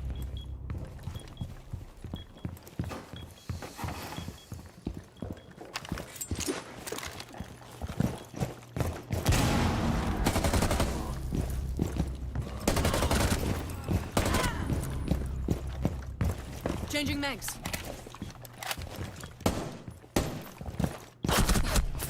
Fair enough. I appreciate Wordy. Hey! No way of talking to those chats. It's too spam. Last operator standing. Yeah, but then you're not really talking. You'll get them to read your message, and then you're never going to be able to have a follow-up response. And it's like...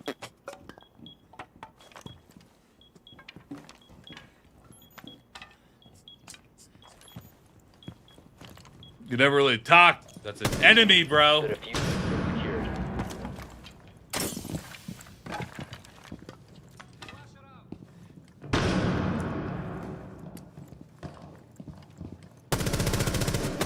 Reloading!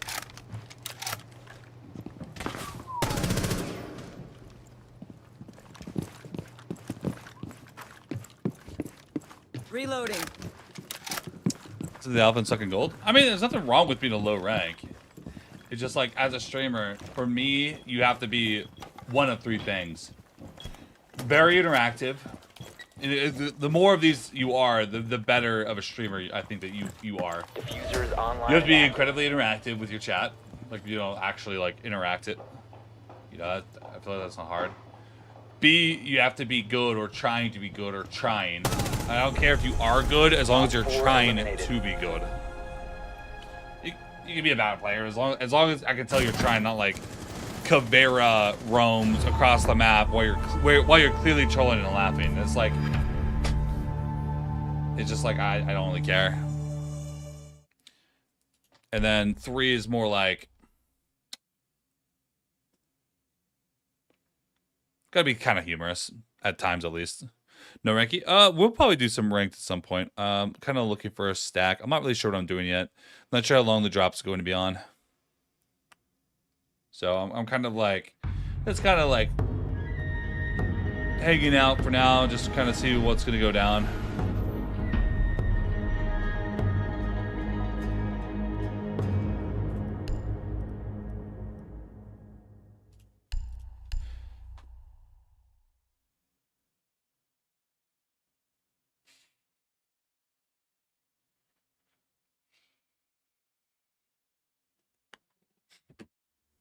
Oh, the more calm chat, so I could ask the streamer and talk with others while watching. Yeah, and that's kind of what I go for. It's like, try to be interactive, try to join every conversation that I can.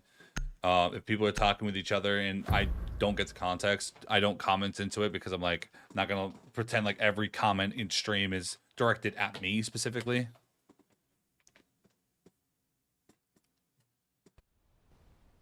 But, you know. Be ready to engage, Op 4.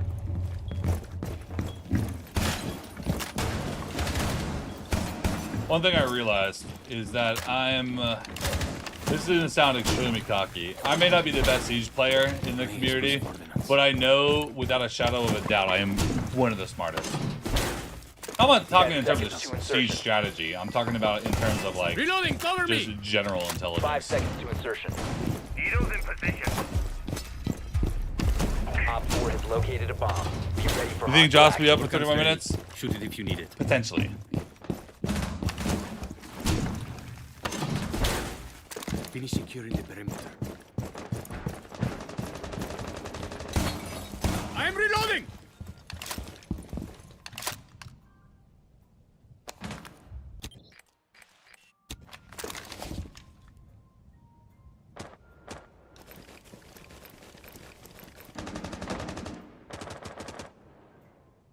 Okay. I've heard enough.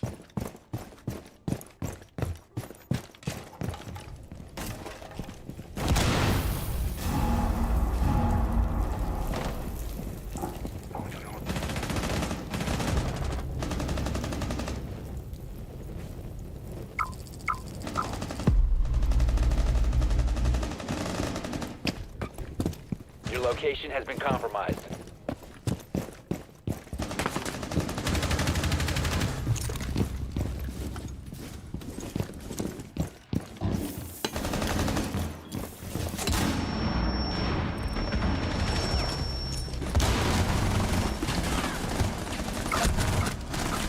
You have been exposed. Loading mag.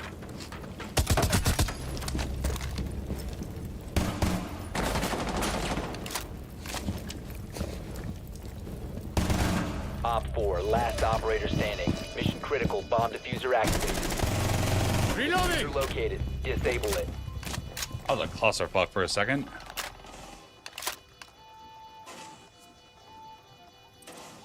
Friendly destroy the diffuser. Real chatter. Successful.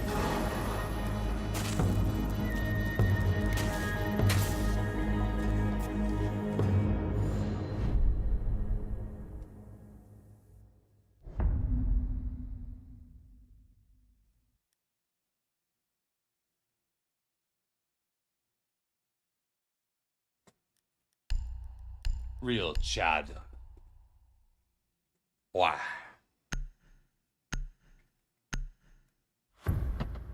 Cleaning casual lobbies. Yeah, a little bit. Yeah, hit fire with the pistol was kind of funny. Be ready to eliminate hostiles.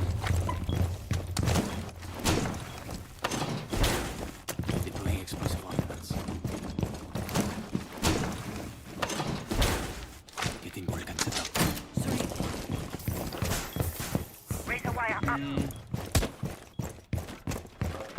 10 seconds remaining. Maybe they'll breach this wall. I don't know. I'll put one in here anyways. 5 seconds and counting. Op 4 has located a bomb. Finish securing the perimeter. Laser gate deployed. I appreciate 5. Hey. Laser gate in position.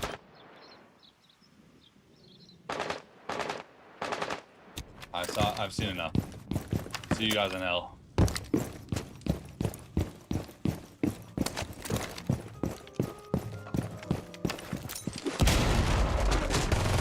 Location has been compromised.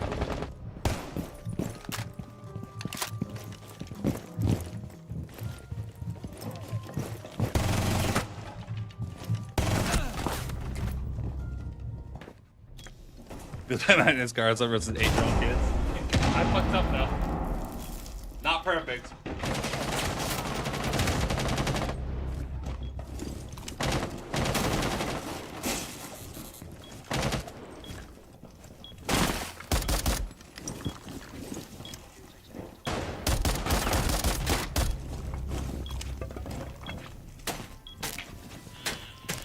One friendly operator remaining.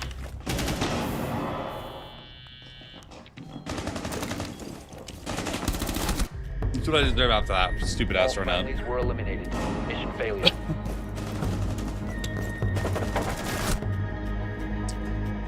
I'm not a good Goyo player. I really don't like that gun.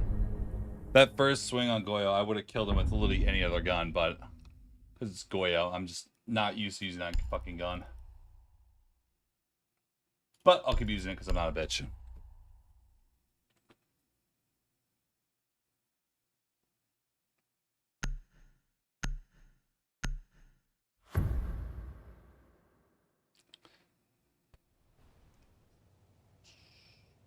Be ready to engage Op 4.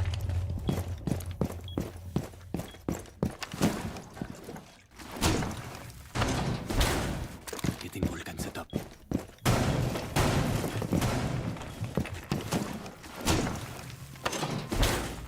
Vulcan is up. 10 seconds remaining. Down to 5 seconds. Oh my god, there's so many different ones I don't know about. Bomb located by Op 4.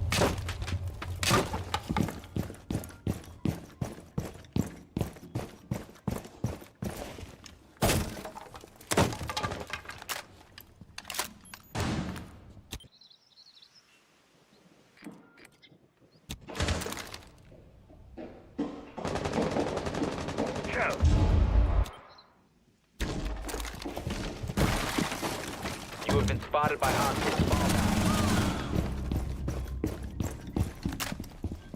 That was not a perfect run out, but you know.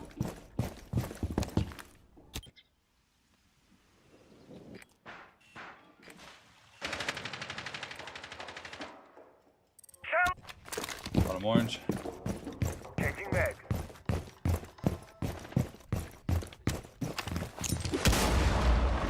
Distraction.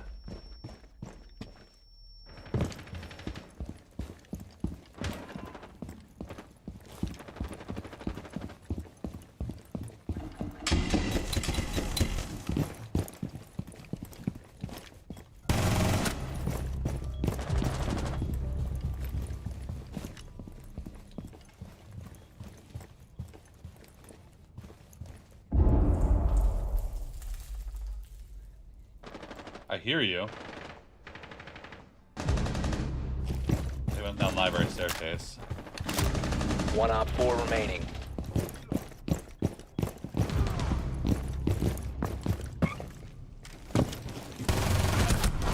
Last Did I lay on top of him like a fucking Goomba?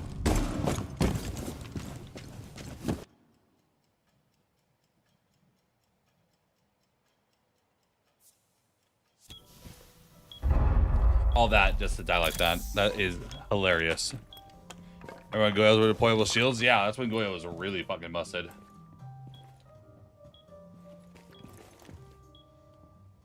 He's to his left. He's gonna walk through bar. He's gonna shoot him through the fucking rotate on his left.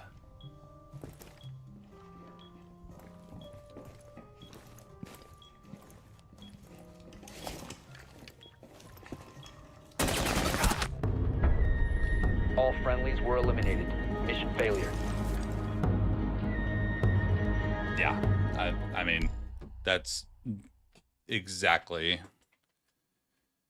as the prophecy foretold.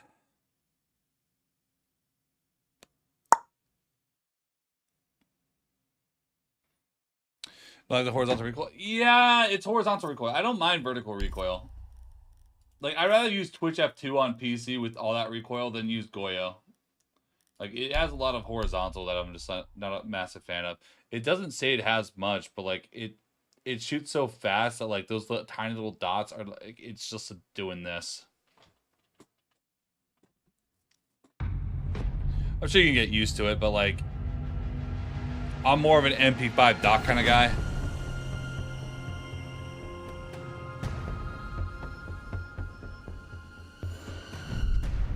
Like I said, I'm not really the Goyo player. The top, I will try. Should be real mean. I'll be real mean for the one time. I'll be real mean. Oh boy, say you don't.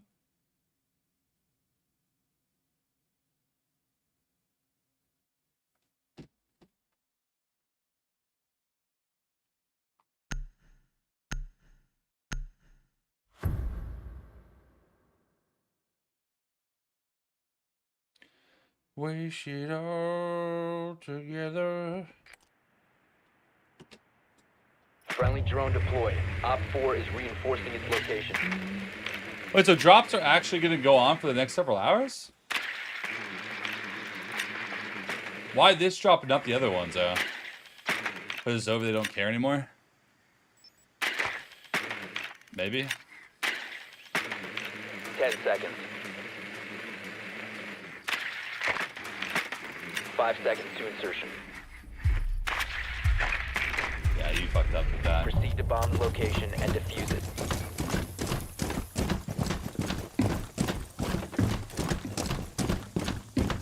Good arrow.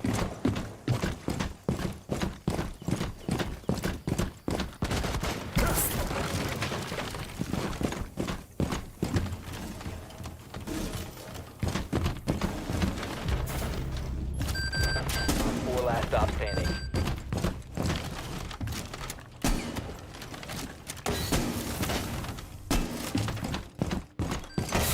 Marcus cam initiated.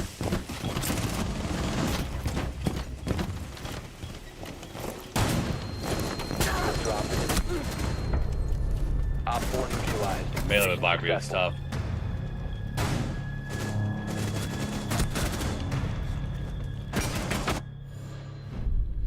And what is MDT though?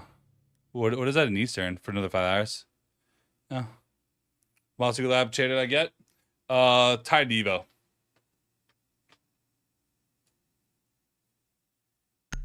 Titan Evo. Ready set yet? No, not yet. Damn, you guys are giving me out like crazy ass time zones. I have no idea what they are. Drone deployed. AST. Op 4 is reinforcing its location. AEST. What is that? Mountain time? Where's the mountains? There's mountains everywhere. I think there's like central. 10 seconds. 30 minutes. There's a 5 midnight. seconds to go. PC. Thank you, Found the bomb. Ty. Make your way to its location and defuse it. Yeah, like I know Eastern and I know Pacific by heart. Everything else, I'm like, I'm gonna need a little bit of.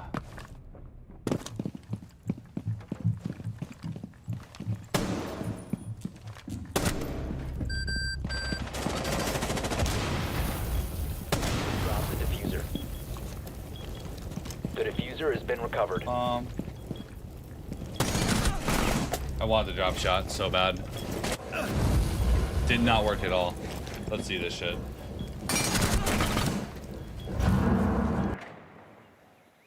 Well, drop shotting is officially dead in Siege. So. Blackbeard's old shield was... The old shield was way better. The more recent one was pretty mid because it was literally paper. It was kind of Now it's like... He's more like an actual shield player.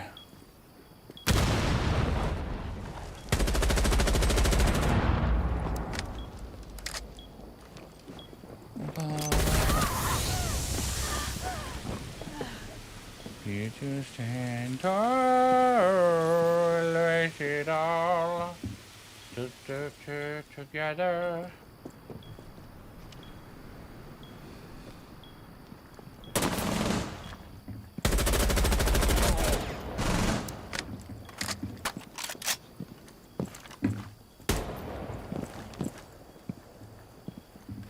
I'll stream last for a while. I might pop some sponsorships here and there, though. Speaking of which, I'll probably do one. Probably do one now. It's 5 minutes long. There's no reason not to.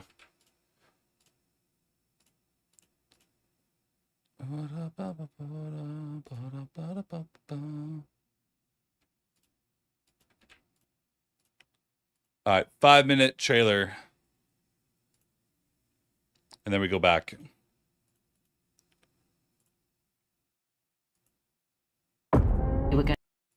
All right.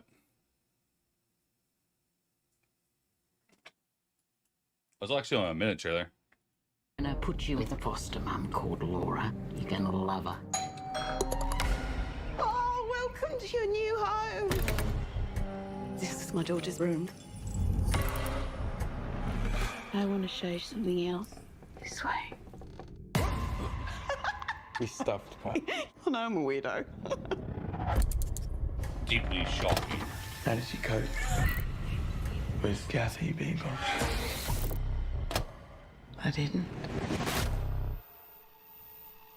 I think there's something wrong with Laura. Oh my God, what is it? We can bring her back. What are you doing?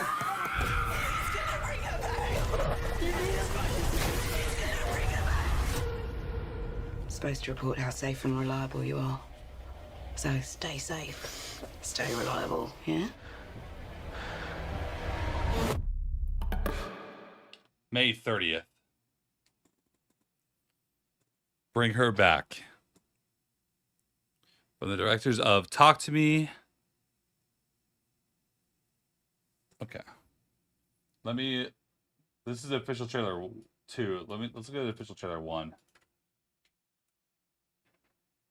There you go.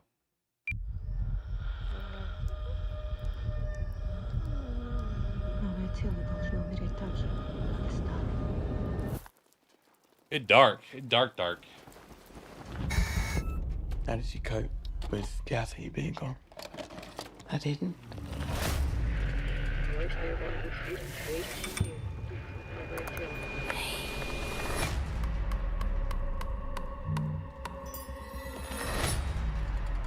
Is this their new sister and brother, Oliver? Oliver lost his family just like you guys. Needed someone that could keep in special care. That's creepy. Listen, I gotta tell you a secret. Listen. It's like an angel. It's a beautiful angel. It does beautiful things. Listen.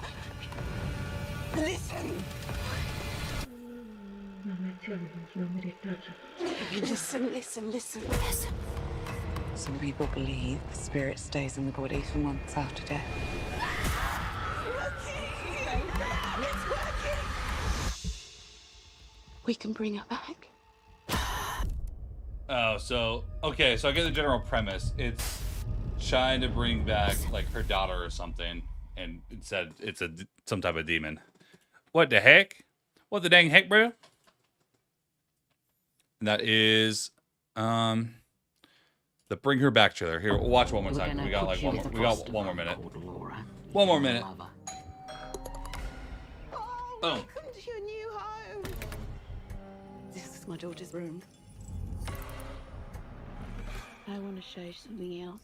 This way. We stuffed Pat. I know I'm a weirdo. How does he cope with Kathy being gone? Yeah, no, that dude in the movie is actually Vex himself. Honestly. I think there's something wrong with Laura. Oh my god, what is it? We can bring it back. What are you doing?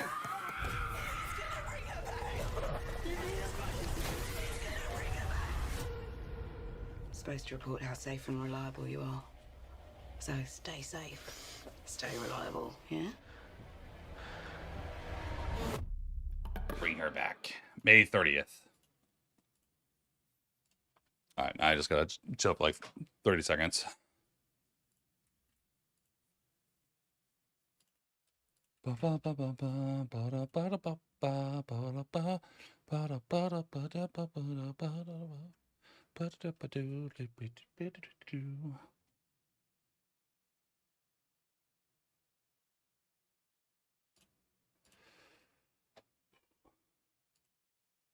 Do you have to math class? Vex, when he loses 40 and his teammates aren't listening. They're not listening, brother.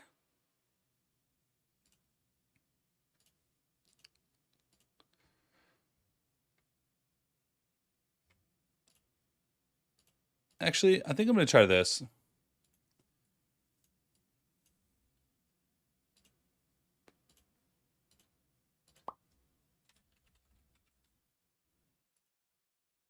I'm going to try that.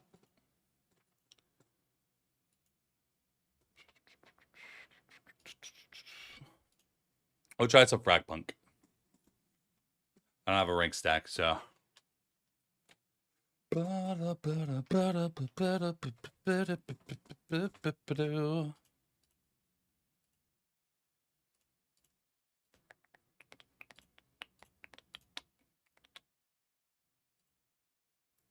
Wordy with the prime sub. Yo, let's go. W Mance.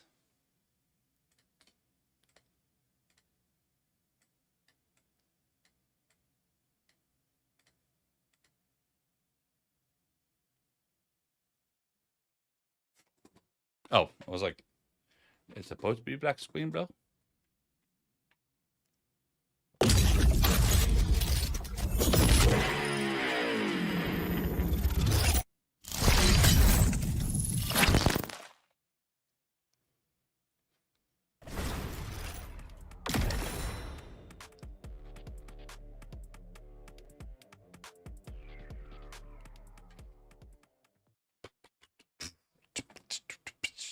Yo, right. Let's go. Hey.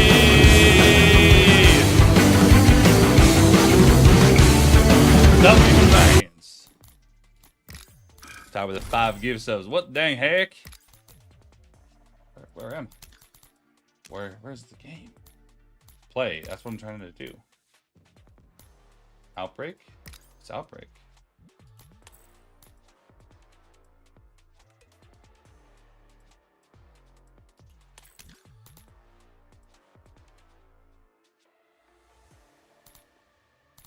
We'll try the standard for now. I'm looking. Ugh. Good sub chain W. It scared me, then it did its job. Stay on your toes. What? Yeah. You gotta stay on your toes, little guy.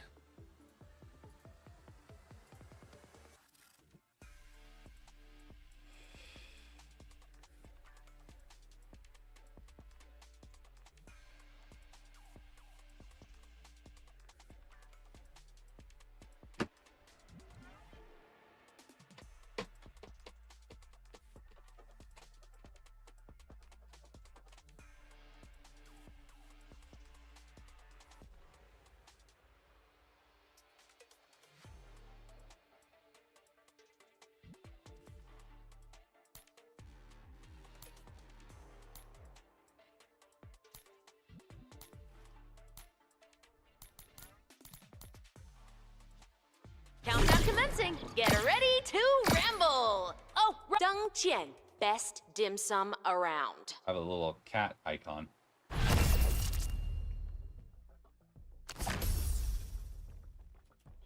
Defense. May the cards be ever in your favor.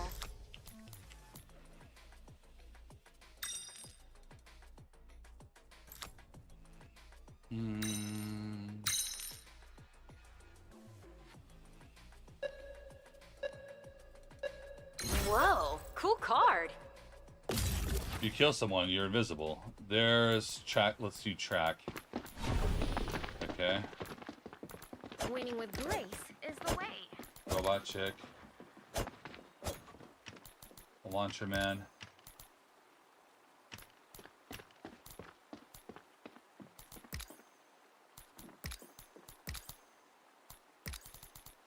This wall will disappear, and our foes will react.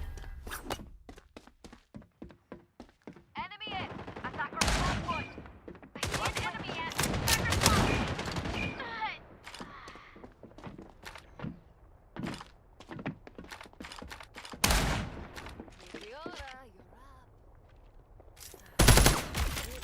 Let's see.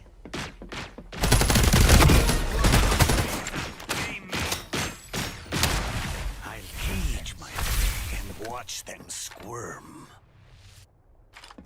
The entire herd is now revealed. Pick them off at will.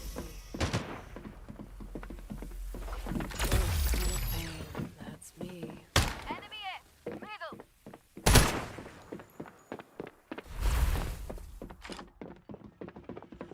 Converter is now converting, I guess. Recharged. Now. One enemy still standing. Smokes! Use this. I appreciate it, Wardy.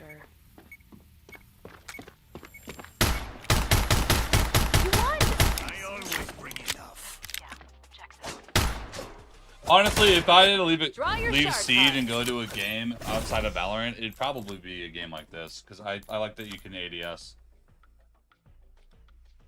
Is there anything cards Can can't I? do? I don't really like him too much.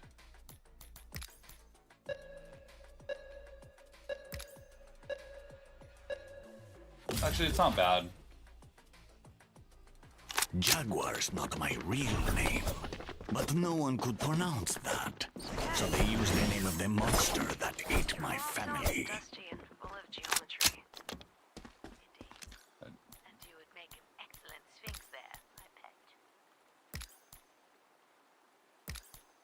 Save one of our enemies for my experiments, okay? Oh, I made a fog. Oh. Let's see how controlled. This made them twitch. What the fuck was that?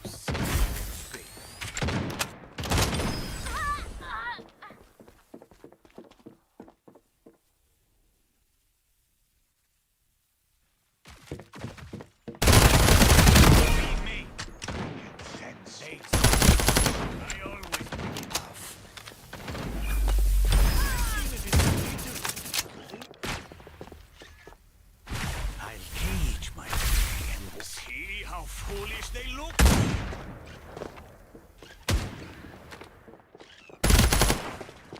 Time to follow the high sense weakness. Site B. Converting, I've I always guess. preferred traps. Didn't think I had room.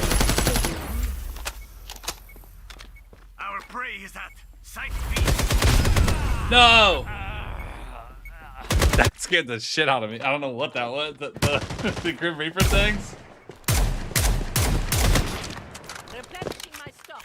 I think I was smoking them, but Found your last enemy. Reloading. through the dig. So take now. No god penetrated. We're exposed here. You won. Cam. No. Thank you for bleeping out the word. Oh my god, that was close. What is that thing anyway? Slower getting HP. I like that. You know, it's just wild what these cards do. I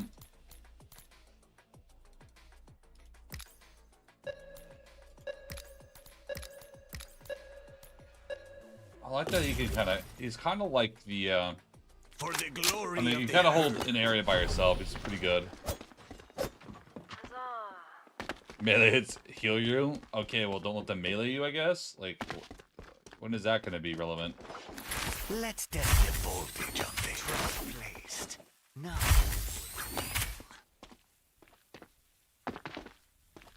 I can smell their fear. I expect a shocking conclusion. Pretend I'm not here. An enemy at A main. Enemy at A main.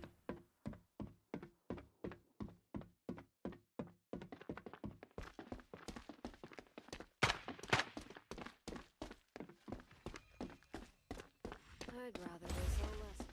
Enemy spotted out. Working a flank. Enemy at A main. I died. Traded. Cost 100%.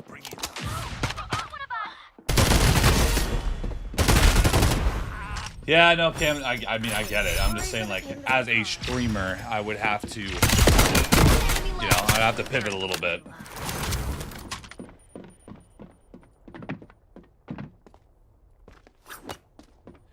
As a streamer, I have to pivot a little bit. That's if Siege died. But, I mean, it's not like Siege is realistically going to die.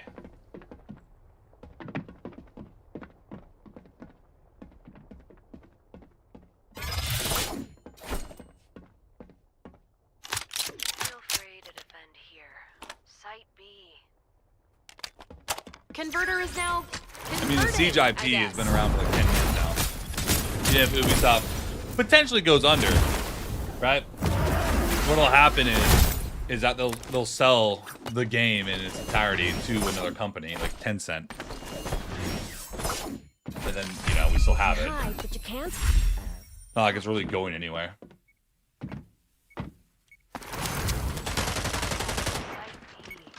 My skills are wasted.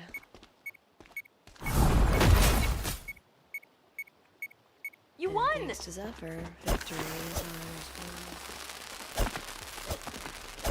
Time to switch sides. Attacking's way more fun. A relic is in play. May it tip the game in your favor. And now, Oh, respawn your world as changes. special zombies. Interesting. 2 cards are better than 1. I mean, obviously.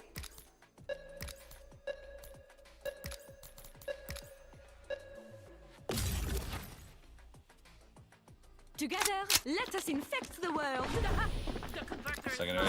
One more round and It is an attackers honor win. to fight Match point. alongside and infect each of you. Save one of our enemies so for my just swap experiment, that. okay? If only bullets roll back.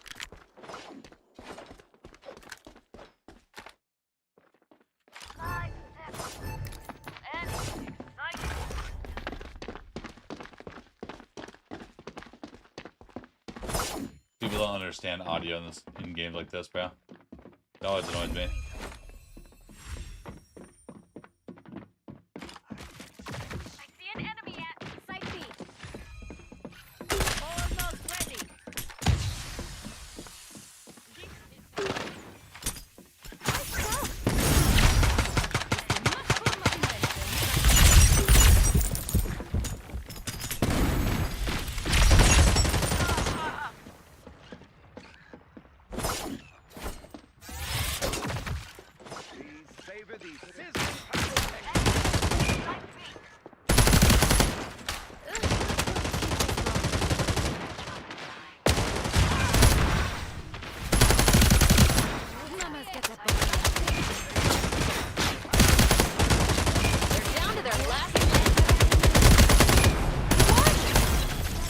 We did it. What's this? Crack bomb. Turn into a death zombie. Kaboom.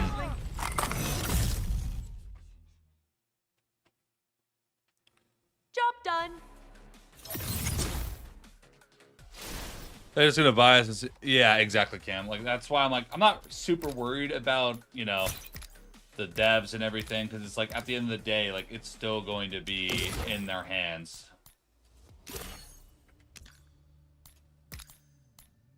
Not like the game is realistically going to go anywhere. Fragpunk. We were doing drops for a long ass time. I mean, like a week and a half, 2 weeks, and I saw a couple sponsorships lined up. So I was like, you know what? It's a perfect time to do sponsorships because like when I'm tired, I don't want to like kind of squeeze out like casual matches, put VOD mode on, and then I'm kind of tired with the VOD mode thing for a bit. Kind of sick of it. So I'm like, you know what can I do right now? I'm like, I can do sponsorships and shit. Why not?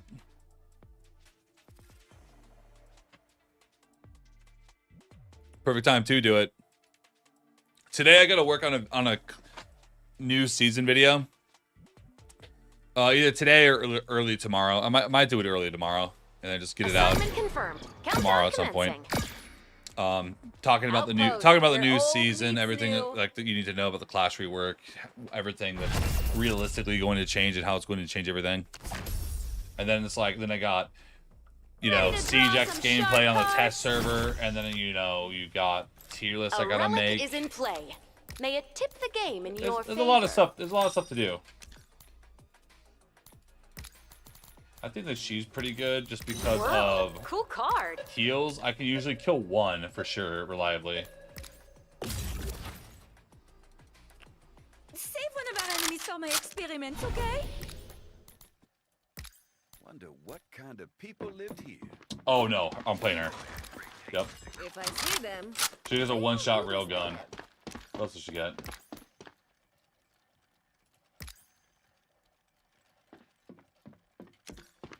Okay, and then smoke screens that reveal. My mind is empty, but my clip is full.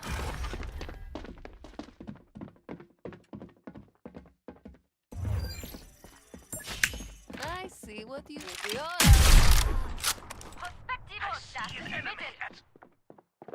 Didn't think I had it in me, did you? No more enemy in. I make. Don't worry, I use steady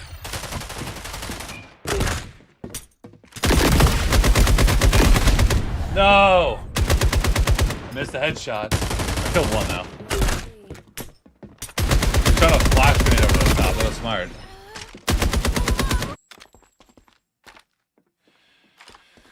Not World Siege and Fortnite are pretty uncontested for the foreseeable longevity. The only competition is Dota.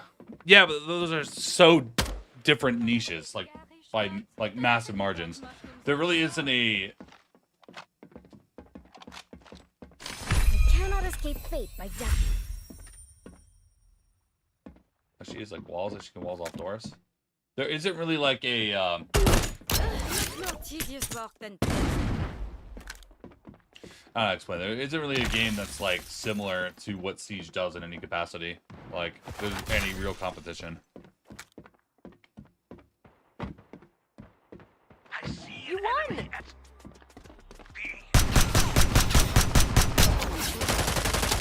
Cool relic, but creepy. Oh, I bet that card will be amazing. I need to use Cards out. Rules changed. Get ready. I do not like that assault rifle I was just using. I don't like that optic. Circle optics have always pissed me off. Like this has a circle optic, but at least it's more similar to Siege, so kind of reminds me of Siege a little bit. Oh, I use that. Okay, that's the charge. Cool.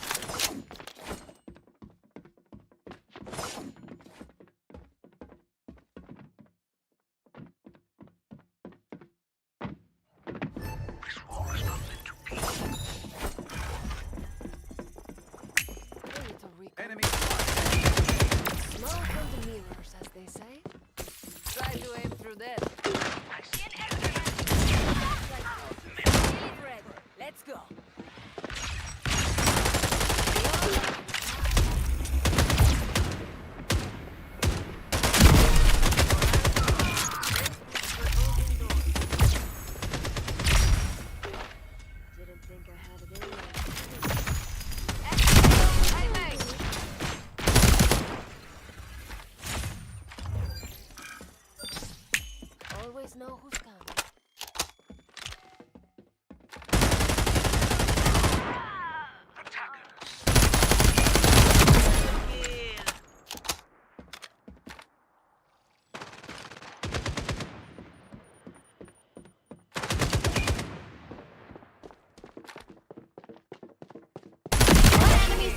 standing. An empty gun is no use to anyone. Converter planted. Enemies down to one. No! And no worries, right? Commencing countdown now. Kaboom. Drop is finished. I'm not too sure. I know I was gonna finish probably like any minute, so I was like, let's go do something else for a bit. You learn. But at least they haven't killed us again. Yes. Cool relic, but creepy. I will the points now. The more points and best cards, out. Rules changed. Get ready. Okay, just start off now.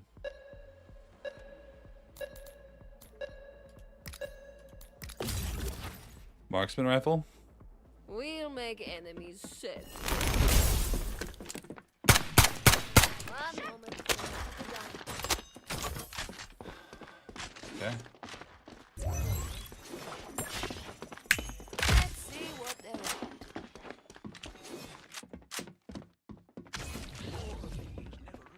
to. Steady. Just let's end them. Skilly ready. Let's go. Strike. The recon will be useful.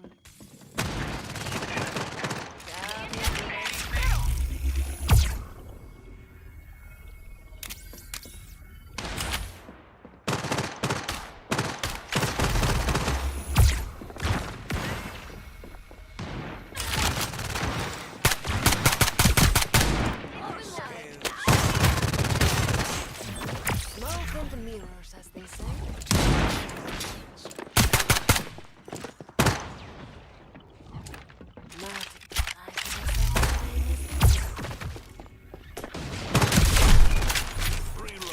Converter planted. No! Lancer.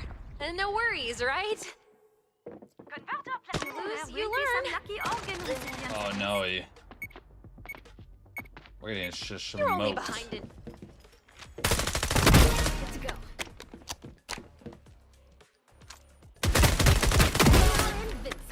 Playing an Xbox guy. I'm assuming that's probably because there's some aim assist.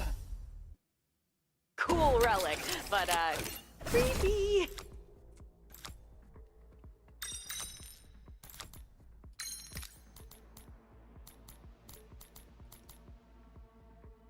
Neat effect, huh?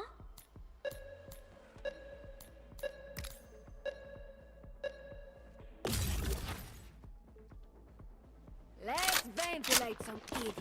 Let's go this. I have okay feeling about this. Look what I Let's got. ventilate some idiots. One moment. The gun. I got an option.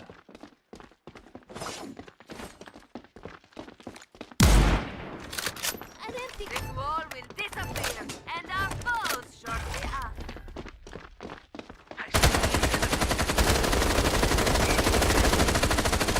There's a rhythm to reloading.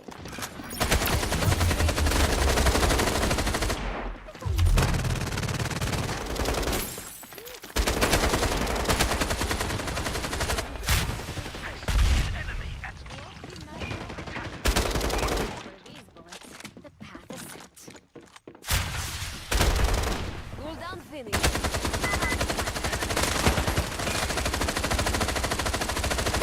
Converter planted. I am reloading. Let's decorate. Necessity is the mushroom of invention.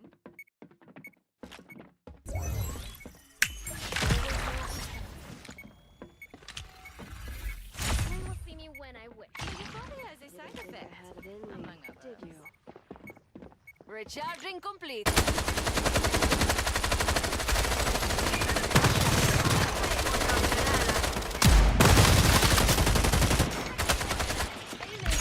enemy left. I make things cozier when you talk mushrooms. Though. Enemy A. The wheel is turning in our favor. A relic is in play. Did I die? May it tip the game in your favor. Two Yeah, cards are better yeah. than one. I mean, obviously.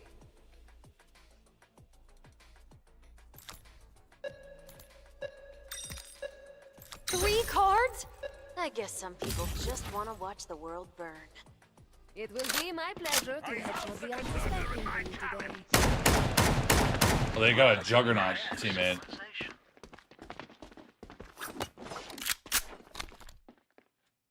Oh. An empty gun is no use to anyone.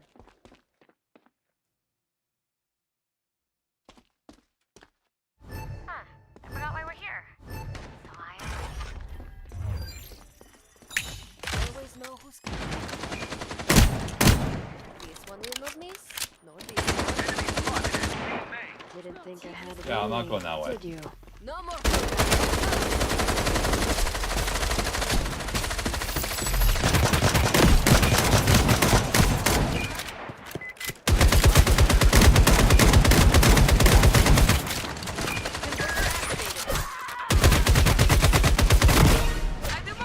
I found the juggernaut.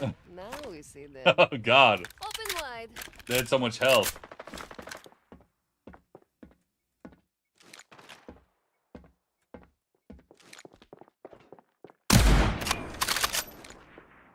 Check this out.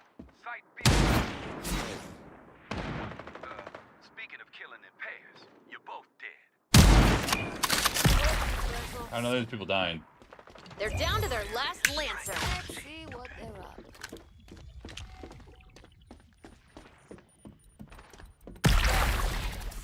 Juvenile.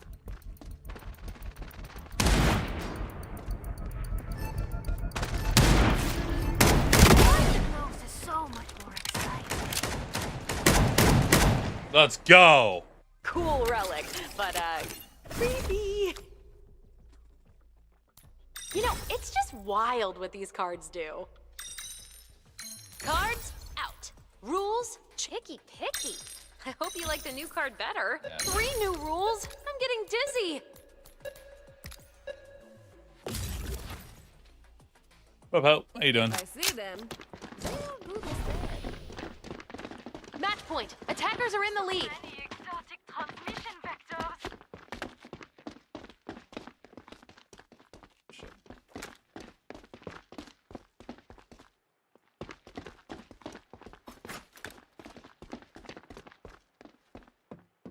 Huh. I forgot why we're here. I have the bomb, I guess. My shield and spirit are prepared.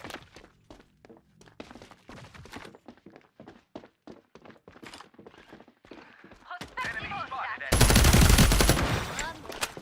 The gun.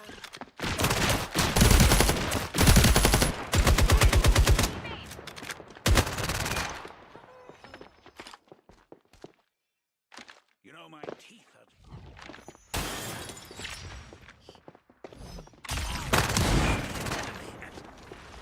Site B.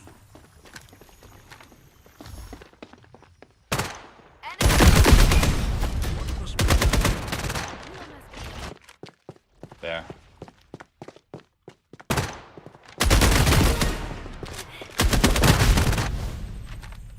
Try the LMG? I'll try it. Look what I've got. I'm not saying words I don't know the meaning of. Especially when you don't follow and you get instantly mad if I don't do what you say. I'm not your little monkey to dance around, boss me around. I'm sorry, that's just not how it works. Well, you can't hear me anymore. You can't hear me anymore. It's bad. But anyways.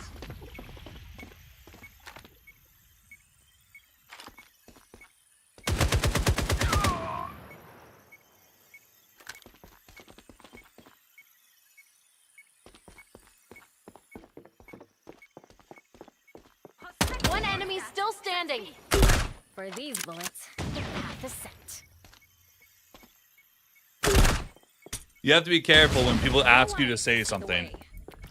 Anytime someone asks me to say something when I'm streaming, if I don't know what it means, I'll never say it. People will get you to say the hard R or something crazy that's a game banned. Because they're in the game of the fever clamped down. Oh, and the snipers, of course. Yeah, but the girl I'm using, I like her a lot because she has an automatic sniper with her at all times. So I can run an assault rifle and then just pull out the sniper whenever I want.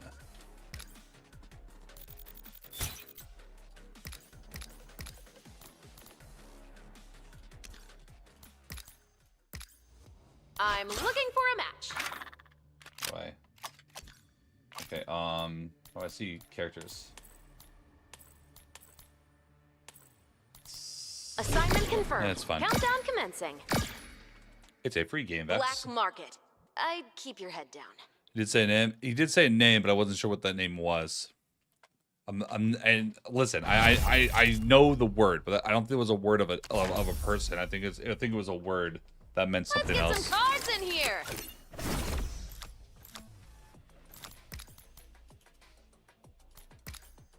Oh. I picked that. Okay. Let's go.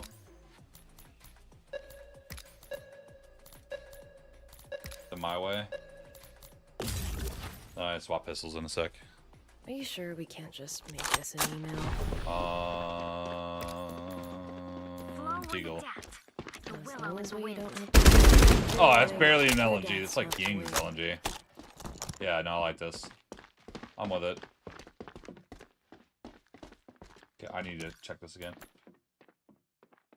Cloak.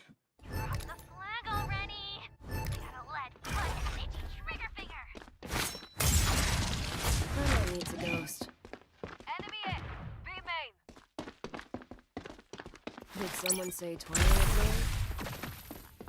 Enemy spotted at B short. Who's it out? I think I'm invisible the entire time while I'm in this mode. 2 kills. One left. Hunt them down. All dead. You won. They need better aim. Shard cards. Get them while they're hot.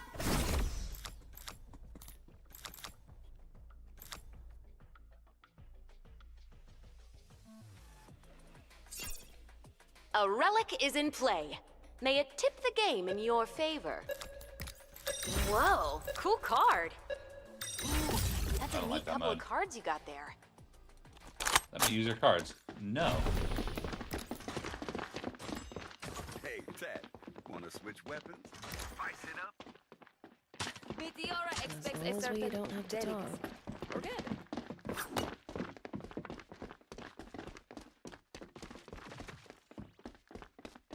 So I can activate a teleport, which is kind of nice. Someone needs a ghost. Phasing out.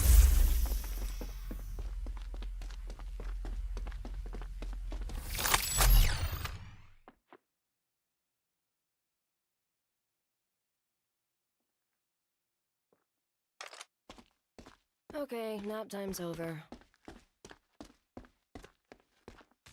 And Fair enough. They weren't making any noise. I just thought that they were. The audio when you're running around though is super damn loud. The audio when you're aimed in, you don't make any noise. I am the solution to quiet. I got cooked. I got cooked, bro. I got cooked, bro. No. I got to use it at some point.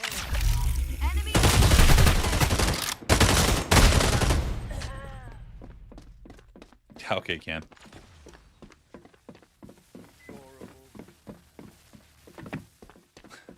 It's my dad's uncle's brother's kid. Converting, I guess. See, that makes me want to say it though. You learn. I'll die free. Cool relic, but creepy. And now, your world. I hope both cards play nice together. Power that card up with shard points.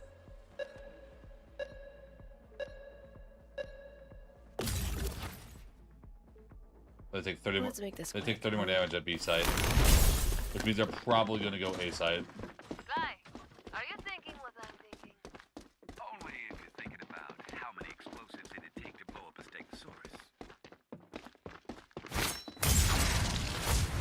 it's a ghost. Come closer, so I can hear your heartbeat.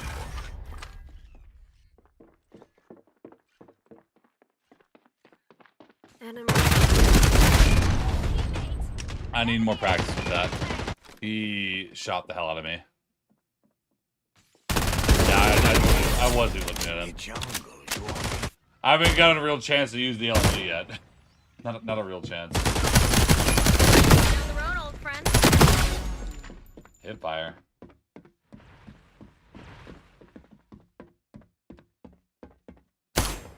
I see an enemy at B short. Become like a whispering to dust with you. Back to reality. That's a really damn good ability. Converter is now converting, I guess. Spot Down to their last lance and bombs.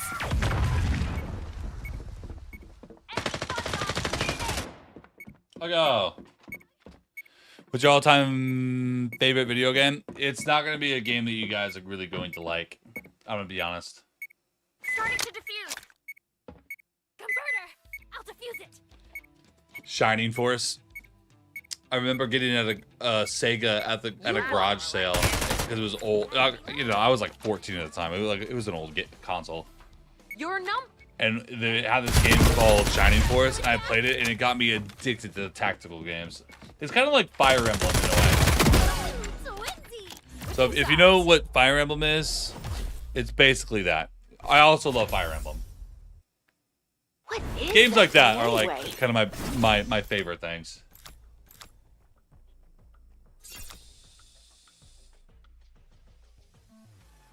No. You know, it's just wild what these cards do. Yeah, I need to.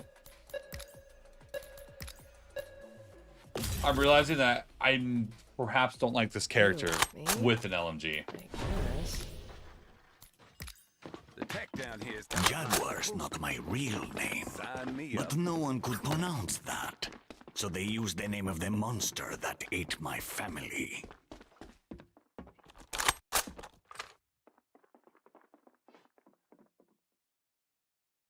Come closer, so I can hear your heartbeat. kill people here. Side A.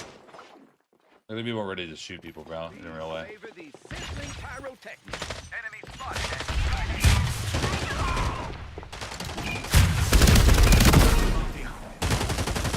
Two pounces, 2 kills.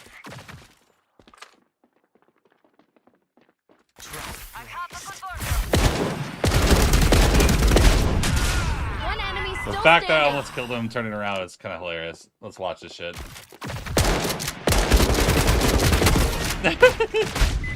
And he dies anyway to his turret.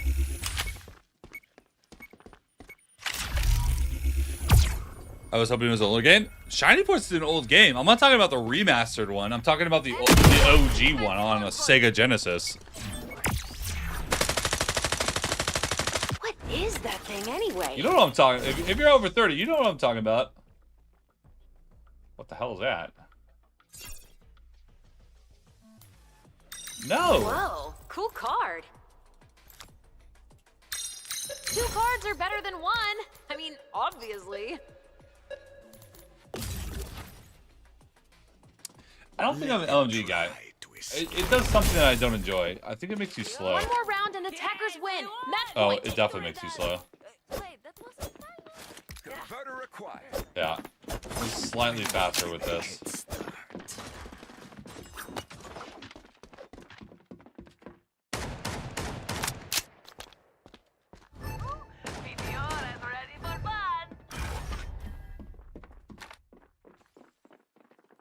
Please savor the sizzling pyrotechnics.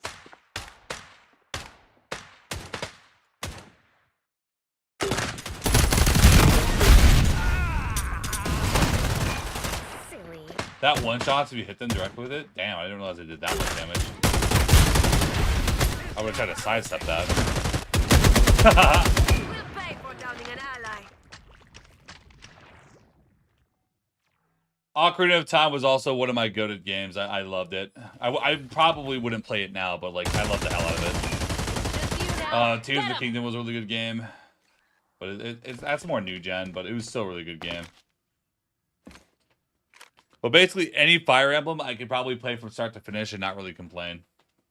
I wish I was like one of those streamers where I could just like stream like Fire Emblem games. It'd be fine, but like it wouldn't work. You learn. There's just a relic is in play. May it tip the game in your favor.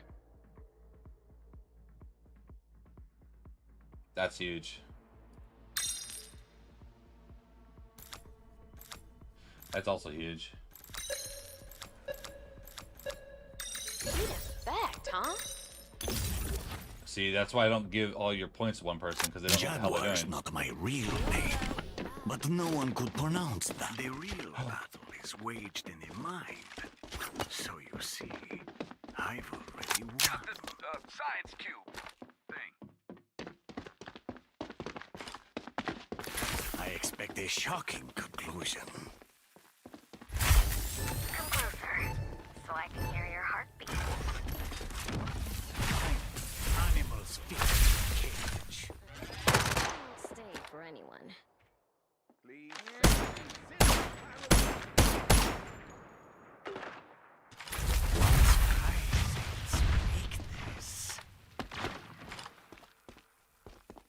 I always bring enough. Short. None of these bullets will miss. All right, I've cooled down.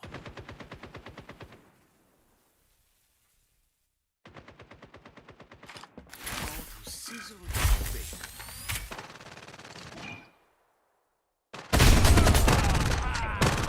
Why are you over there, bro? You're in Narnia.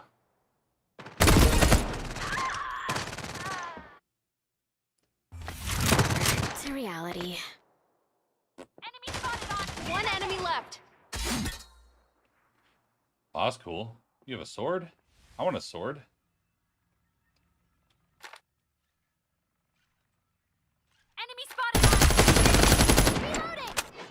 You won!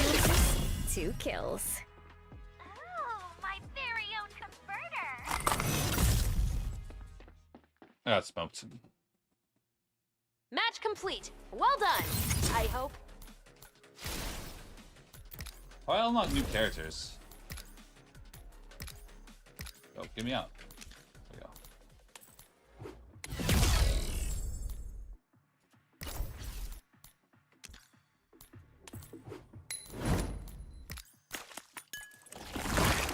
Don't have enough.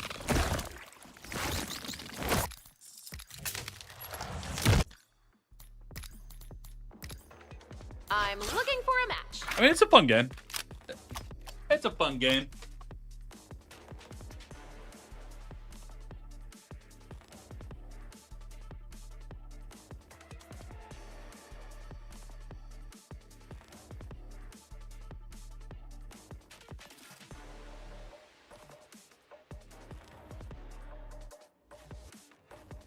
Counting the seconds. Dung Jian, best dim sum around. All right.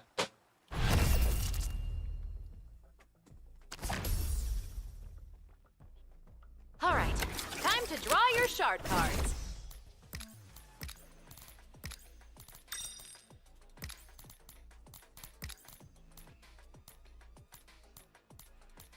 The damage is more with this. Whoa, cool card.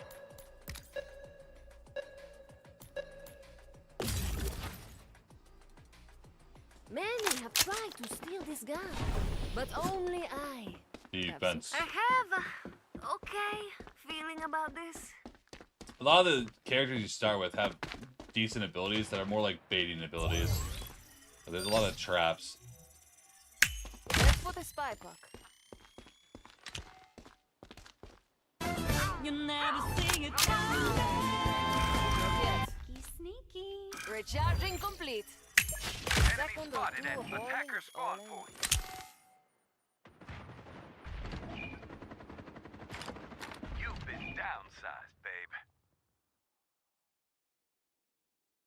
Tomo, what up?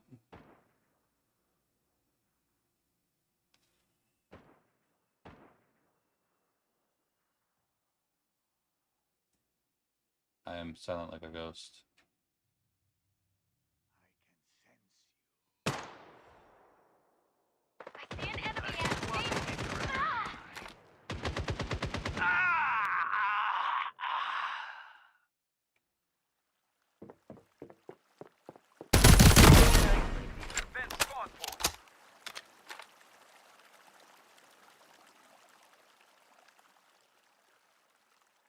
Enemy One enemy left. Hope that helps. Crap. I marked him. I realize he's running around the corner though. I always bring in.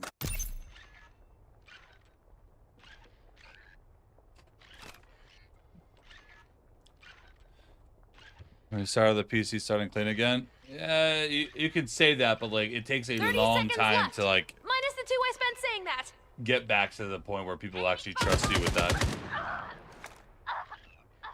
Where's the bomb? Why are we playing?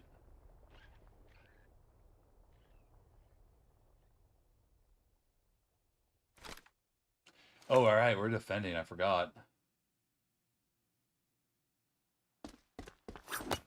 You got my Converter is now converting, I guess. Off on that.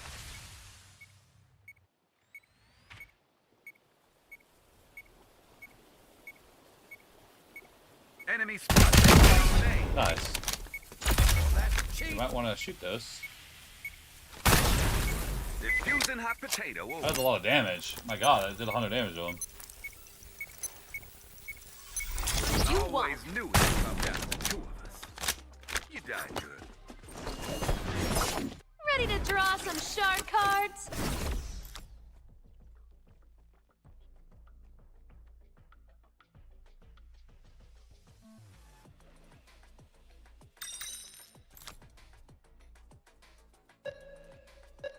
Is there anything cards can't do?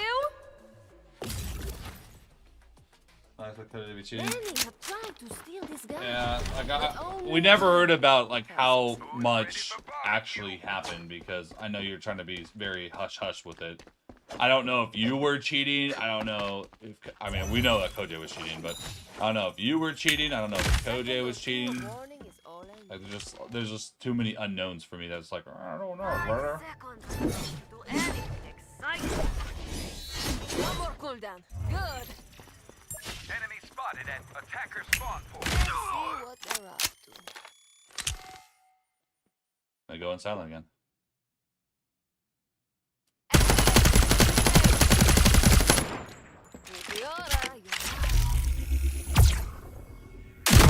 Great. Whose cards I borrow now? Guns get hungry.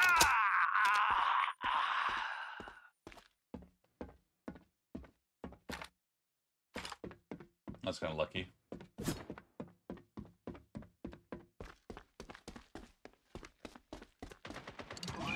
Somewhere thinking days are over. Enemy spotted at A main.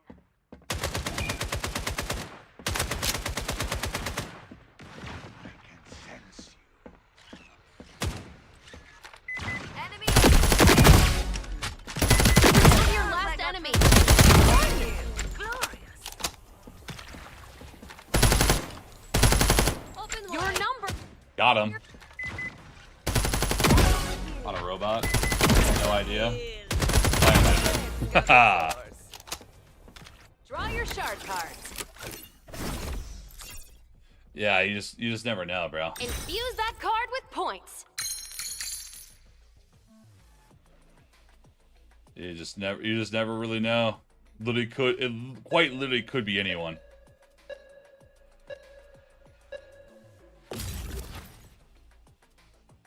Precision shooting. W flank. We won. Not home yet. No. For these bullets.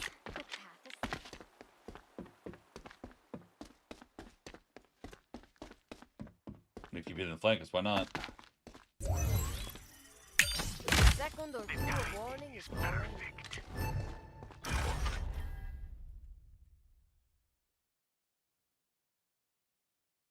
No more cooldown. Good. Let's see what they're up to.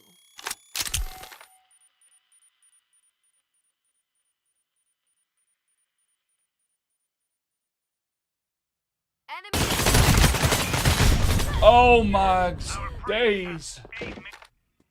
What is that? They're camping for me. I mean, granted, I've killed everyone. But what is this spot? Oh, feel free to hit all my traps. Enemy spotted at. To Brazil. Send me to Brazil. Watch this guy. This guy's the one's gonna be clutch up.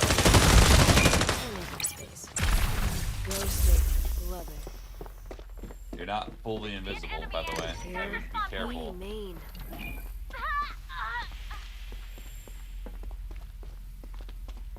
They never hit my traps, which means they never went all the way in.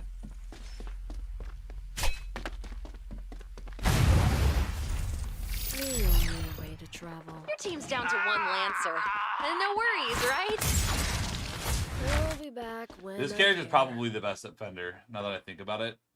Because you can be invisible on site, and you can teleport between the sites pretty easily. Converter planted. Ooh, Like, if what you're smart, you cards would have will it left... make? You teleported all the way back at B site, but... Now you just have to run. They hit my little trap thing and it not pulling it out. That is an enemy. Pretend I'm not here. Enemy spotted at Site B. You learn. See, unless you're really looking, they're pretty damn invisible. Time to switch We've sides. got the diamond camo!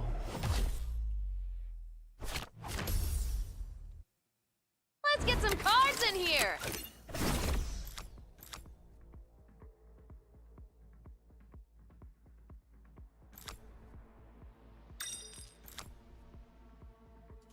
Oh, I bet that card will be Best of the amazing. Phantoms. Two new That's rules. funny.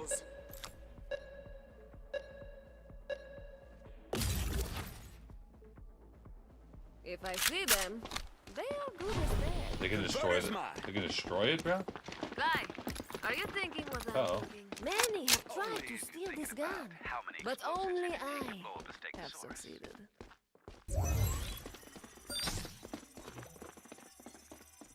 Let's see what they're up to. I will administer first. Don't mind if Am I gonna be a piece of shit? Yes. no more cooldown. Good.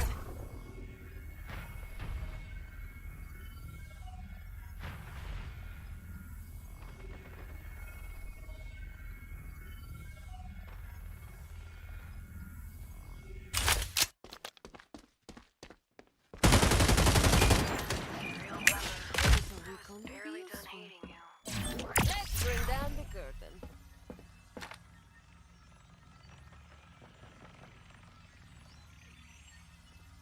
Enemy spotted at Side A. Installing the converter. Stand by for sniper. Converter planted. Ooh, what Feeling cards ready. will it Let's make? go.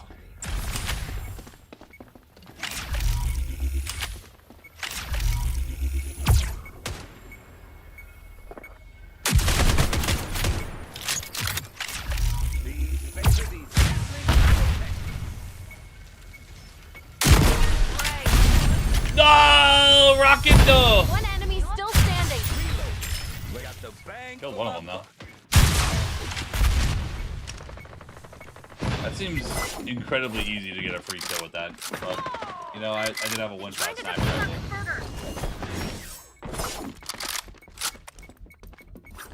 You lose army of one.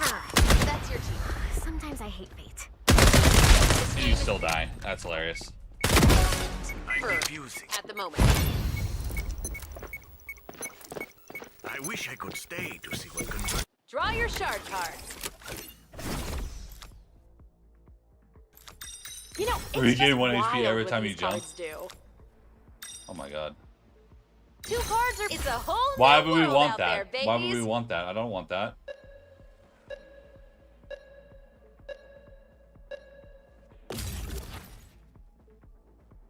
Life is pain. I can help with that.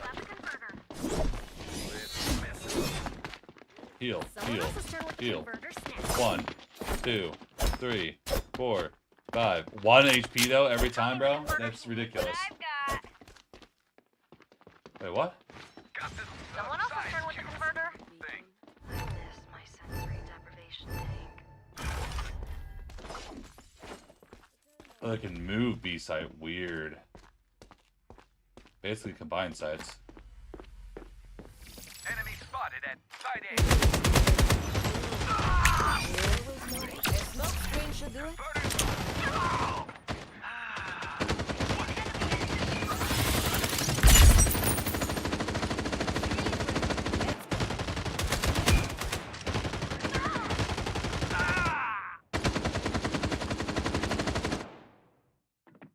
Cool down.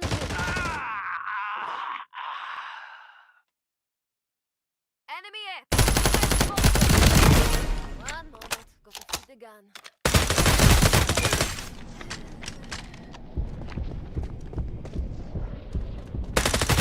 No! Let me explode on you! One enemy still standing. Everyone sees OP in these types of games? Yeah. I mean, you can just bait really hard.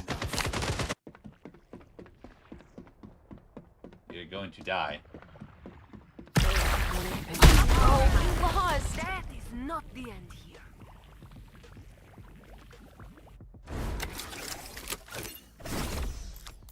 Zero damage over time. You know, it's just wild what these cards do.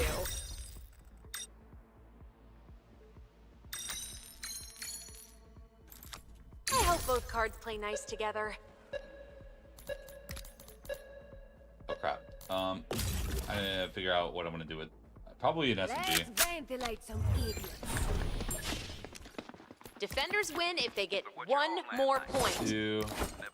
We'll make enemies. Winterproof your vests.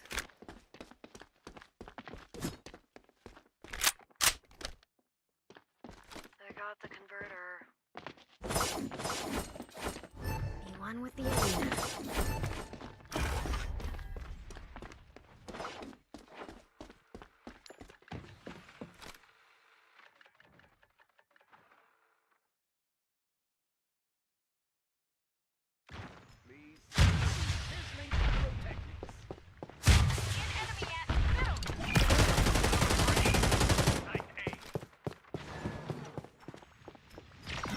Now to level the visual enemy.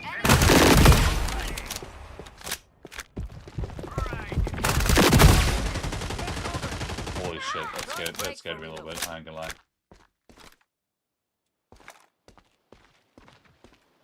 Stand by for...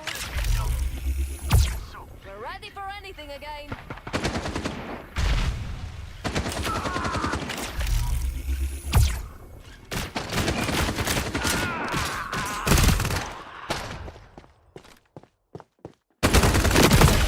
Defense spawn point.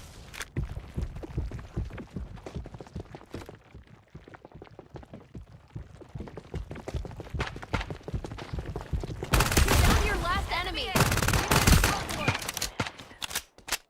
Come into my... Converter activated.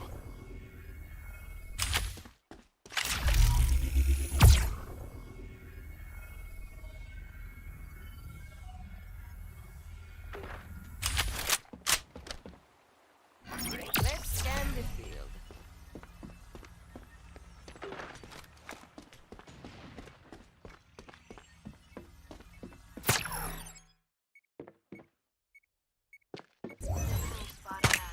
Always know who's coming.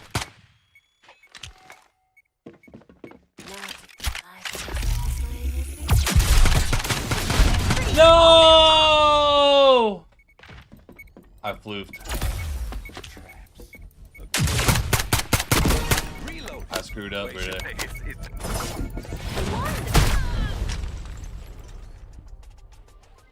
We did it though. Duel! Oh, this game mode, bro! The duel part. Last position? Give me one. Good luck. Give me one. I'll be one. It's time to Let's go.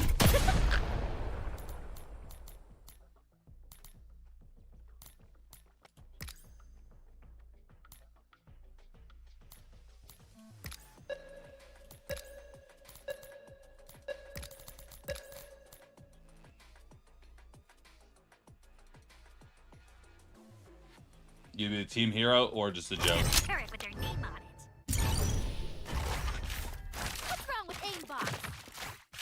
When you're too busy to aim.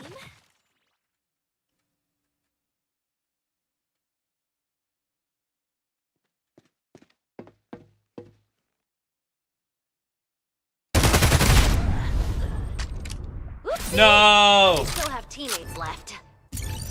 I screwed up. I screwed up! I don't know the map well enough. Now, let's test the voltage of this.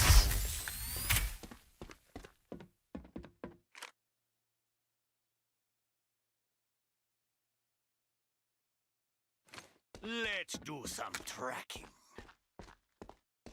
Run mark, can we? You can still do this. Overtime. Answers always. We're getting cooked.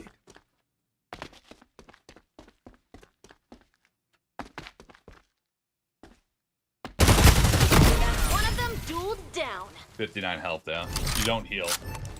Blow up the problem.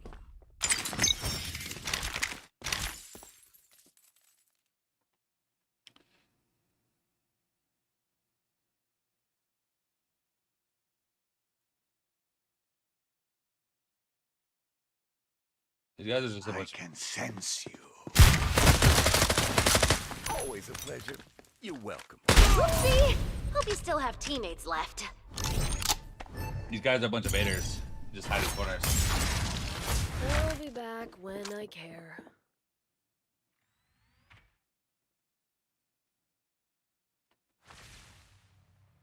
I'm pretty sure we lost, but. Oh, they can bait because they have more people. I feel like if. I feel like it kills them both. They can't hit what they can't see. Looks like this match is going into overtime. You get paid more for that, right?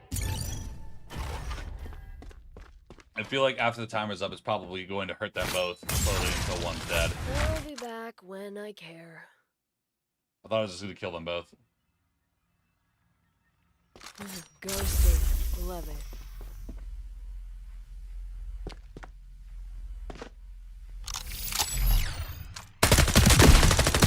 You're on a dueling win streak. It's tied up. That's not a beacon. That's my knife.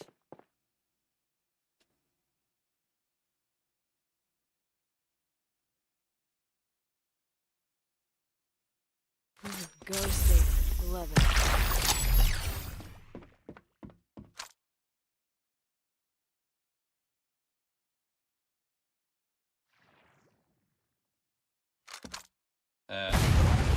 Looks like this match is going into overtime. Hurt them You get both. paid more for that, right? Hurts them both until someone dies. Remember, suffering is in the mind.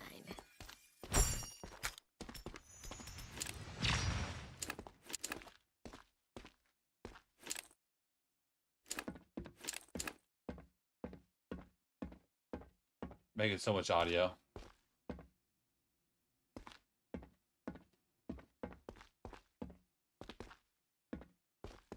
You get to come so That was obvious. close and fall so short. Oh, if you go 3-3, then you do duels. So the game's over. I'm not surprised we lost. Honk if you're jealous. You can see how good people are too. Watching that, it's pretty funny. Yeah.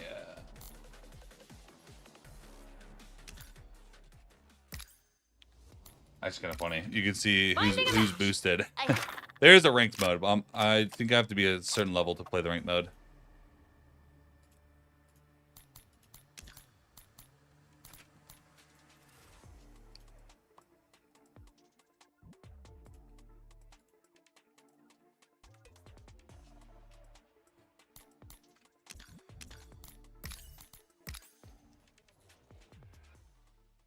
What was my title?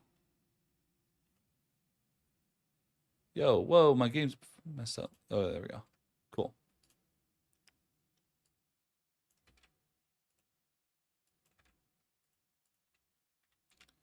Siege on.